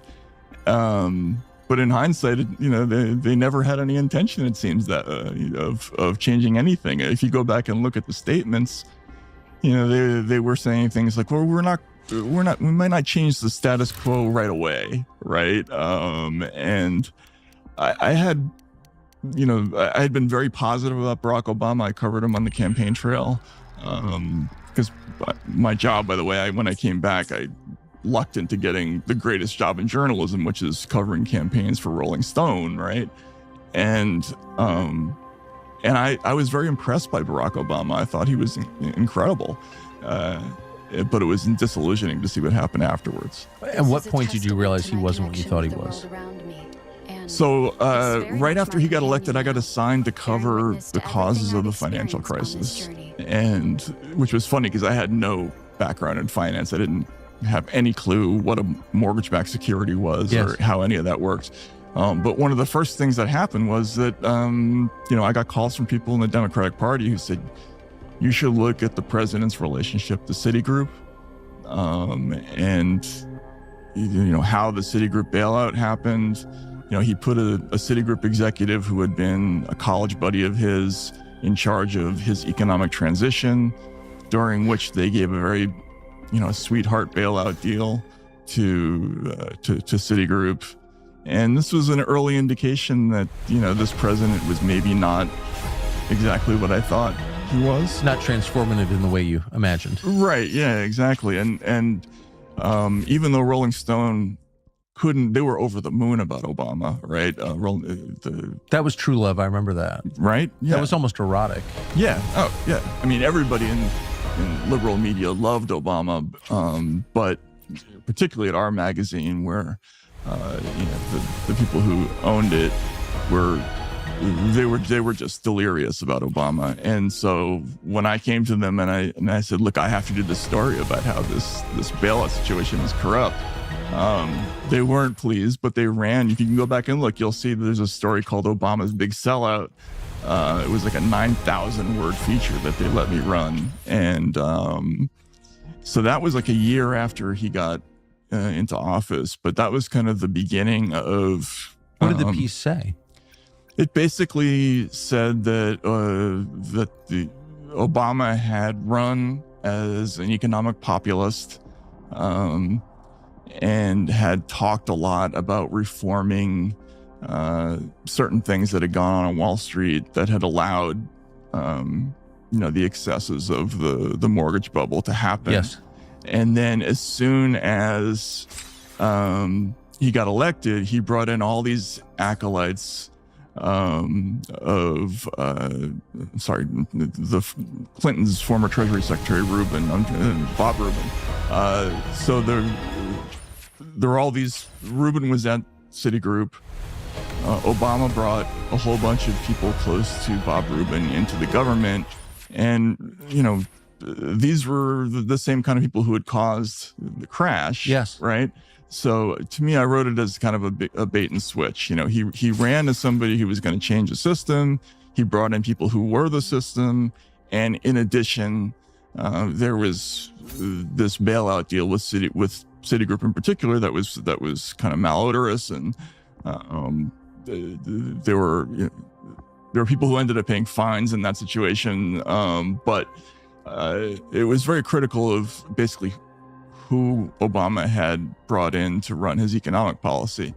And the idea was he had run as one thing and he was really another thing.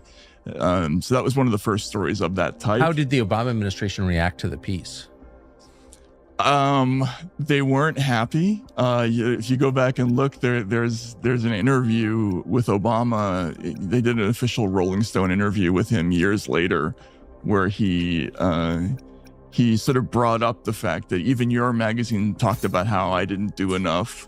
And this was like years after the fact. And by the way, I had been incredibly complimentary of him while he was running, right? So of all of the things that had been written about him, what he remembered was this one slight, you know, which I thought was a very telling sign of his character, you know. And but at the time, I wasn't paying attention to the other things, like about, you know, the continued prosecution of the war on terror, you know, the drone assassination thing, the kill list, you know, Terror Tuesdays, all that stuff. I didn't really clue into that because killing an American citizen with a drone.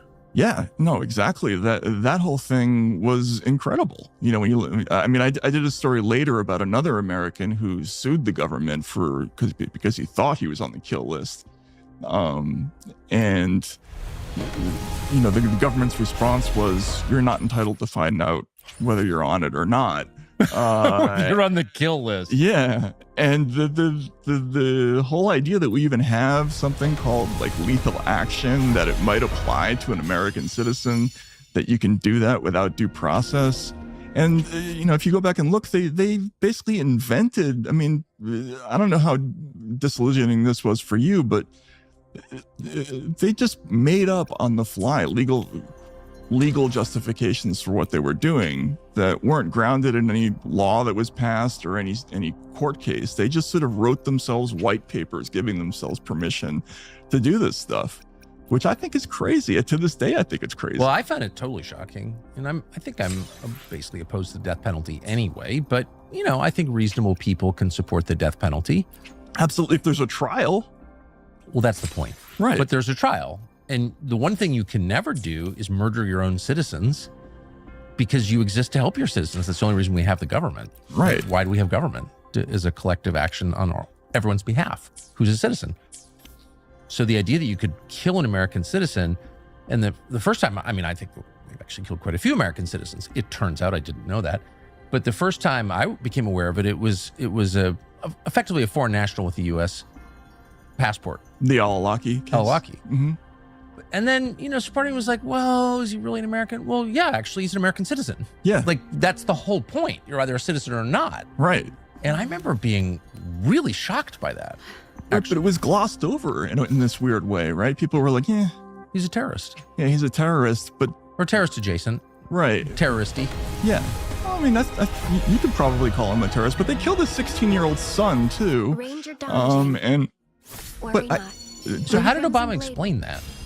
So, I mean, I remember he gave a speech. I was looking at this just the other day where he talked about, among other things, they said that Al-Awlaki had been tied to the coal bombing.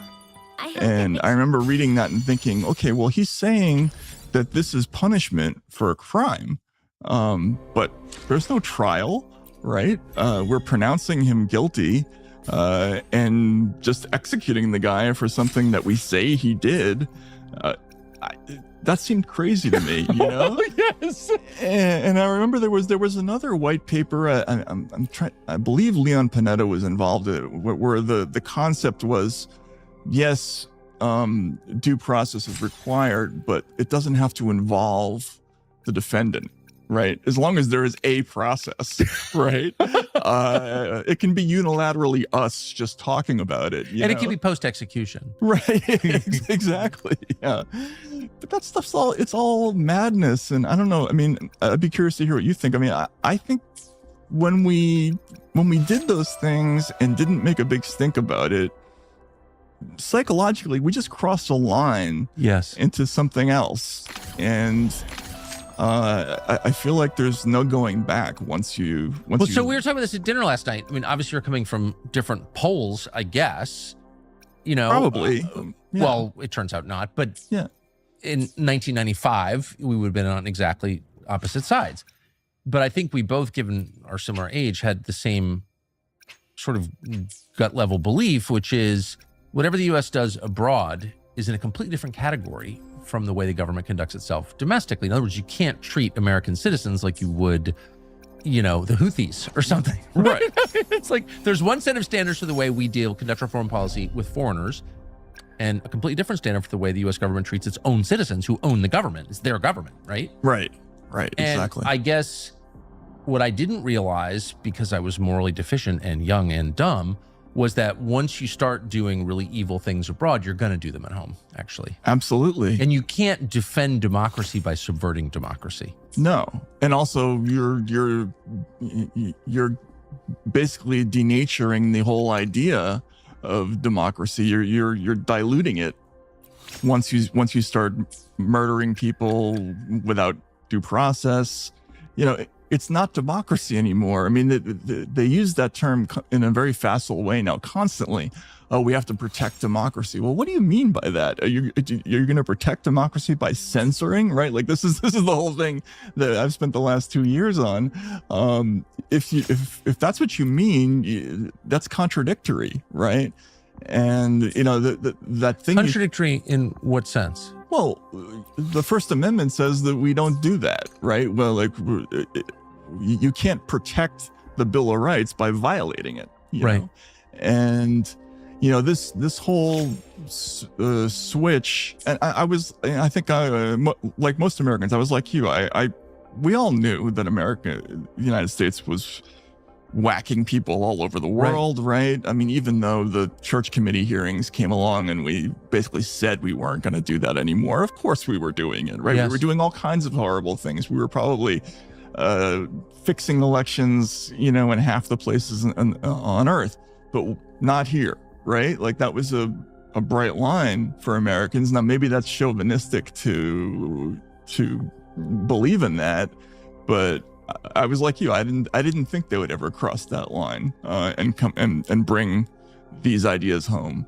But this is what we're finding out now. I mean, this was the big theme of the Twitter files. Was when we tried to figure out where. So what are the Twitter? Can you explain for people who didn't follow it at the time? So in late 2022, after Elon Musk acquired Twitter. There started to be rumors that he was going to open up the internal communications of old Twitter and sort of give them to the world, right? And it turned out to be true. I got a call one day, or I got a note sort of summoning me to San Francisco. And From whom? From somebody at Twitter, let's put it that way. And so I was the first person who was put on this project of rummaging through old Twitter's, correspondence, and I think he said that Elon said that his idea was that he wanted to restore trust in the platform by telling people about the different kinds of censorship techniques that were going on. It's not clear exactly what he was up to, but he seemed sincere at the time. He brought in me, he brought in Barry Weiss, Barry brought in a couple of other people like Michael Schellenberger, Li Fang ended up being involved, another reporter, really good young investigative reporter, maybe the last one, right? Probably.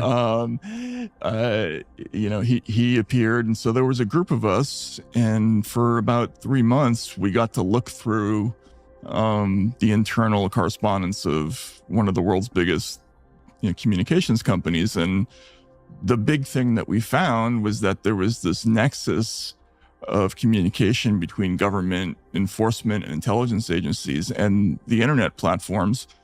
And they had a very sophisticated, organized bureaucracy that was involved with controlling content in a variety of different ways. And when we started to try to figure out, first of all, this was shocking to us. Seeing all these documents that said flagged by FBI, flagged by DHS. Just because that's a crime. They're committing a crime by doing that. That's illegal. Probably. The Bill of Rights. I mean, it's just really couldn't be clearer. Yeah, you would think, right? I mean, I'm not a lawyer, but it looked bad to me, right? Certainly, it looked like a story. Yeah. No question, right? But we had to figure out, where did this come from? Like, how did this start? And when we started asking questions, it turned out that a lot of the programs that were now targeting domestic speech began as overseas counterterrorism sort of messaging programs, right? So the State Department, for instance, has a thing called the Global Engagement Center, which is now very much interested in speech both abroad and at home. But they were once exclusively a sort of counter-ISIS platform. In fact, they had a different name back then. They were called the CSCC. But in 2016, Obama rechristened them the Global Engagement Center, and they started to look inward. And when I asked people who, I managed to talk to a couple of sources who worked at that agency, one phrase really stuck out. It was CT to CP. So that's counterterrorism to counterpopulism. And the idea was the whole mission abroad of countering ISIS or Al-Qaeda, contracting wise, it was kind of drying up, right? Because those threats had been somewhat neutralized. But populism, was now it was viewed as a very serious threat after Occupy Wall Street, the Tea Party, the Arab Spring was something that maybe they didn't see as a bad thing, but they certainly saw the transformative power of the internet platforms. I think that freaked them out. And the virus is communicable. Exactly. Then there was Brexit. Then I think Trump was the last stand for a lot of these folks. And that's when you started to see all these communications like, we need to get a more formalized, control over these platforms. And so, that's when the War on Terror mission turned inward. And I think that's a huge story, right? Well, it's the end of the country we grew up in. Right? Yeah. You would think, and that's, for me, it's been, and I think probably for you too, this new theme of this sudden explosion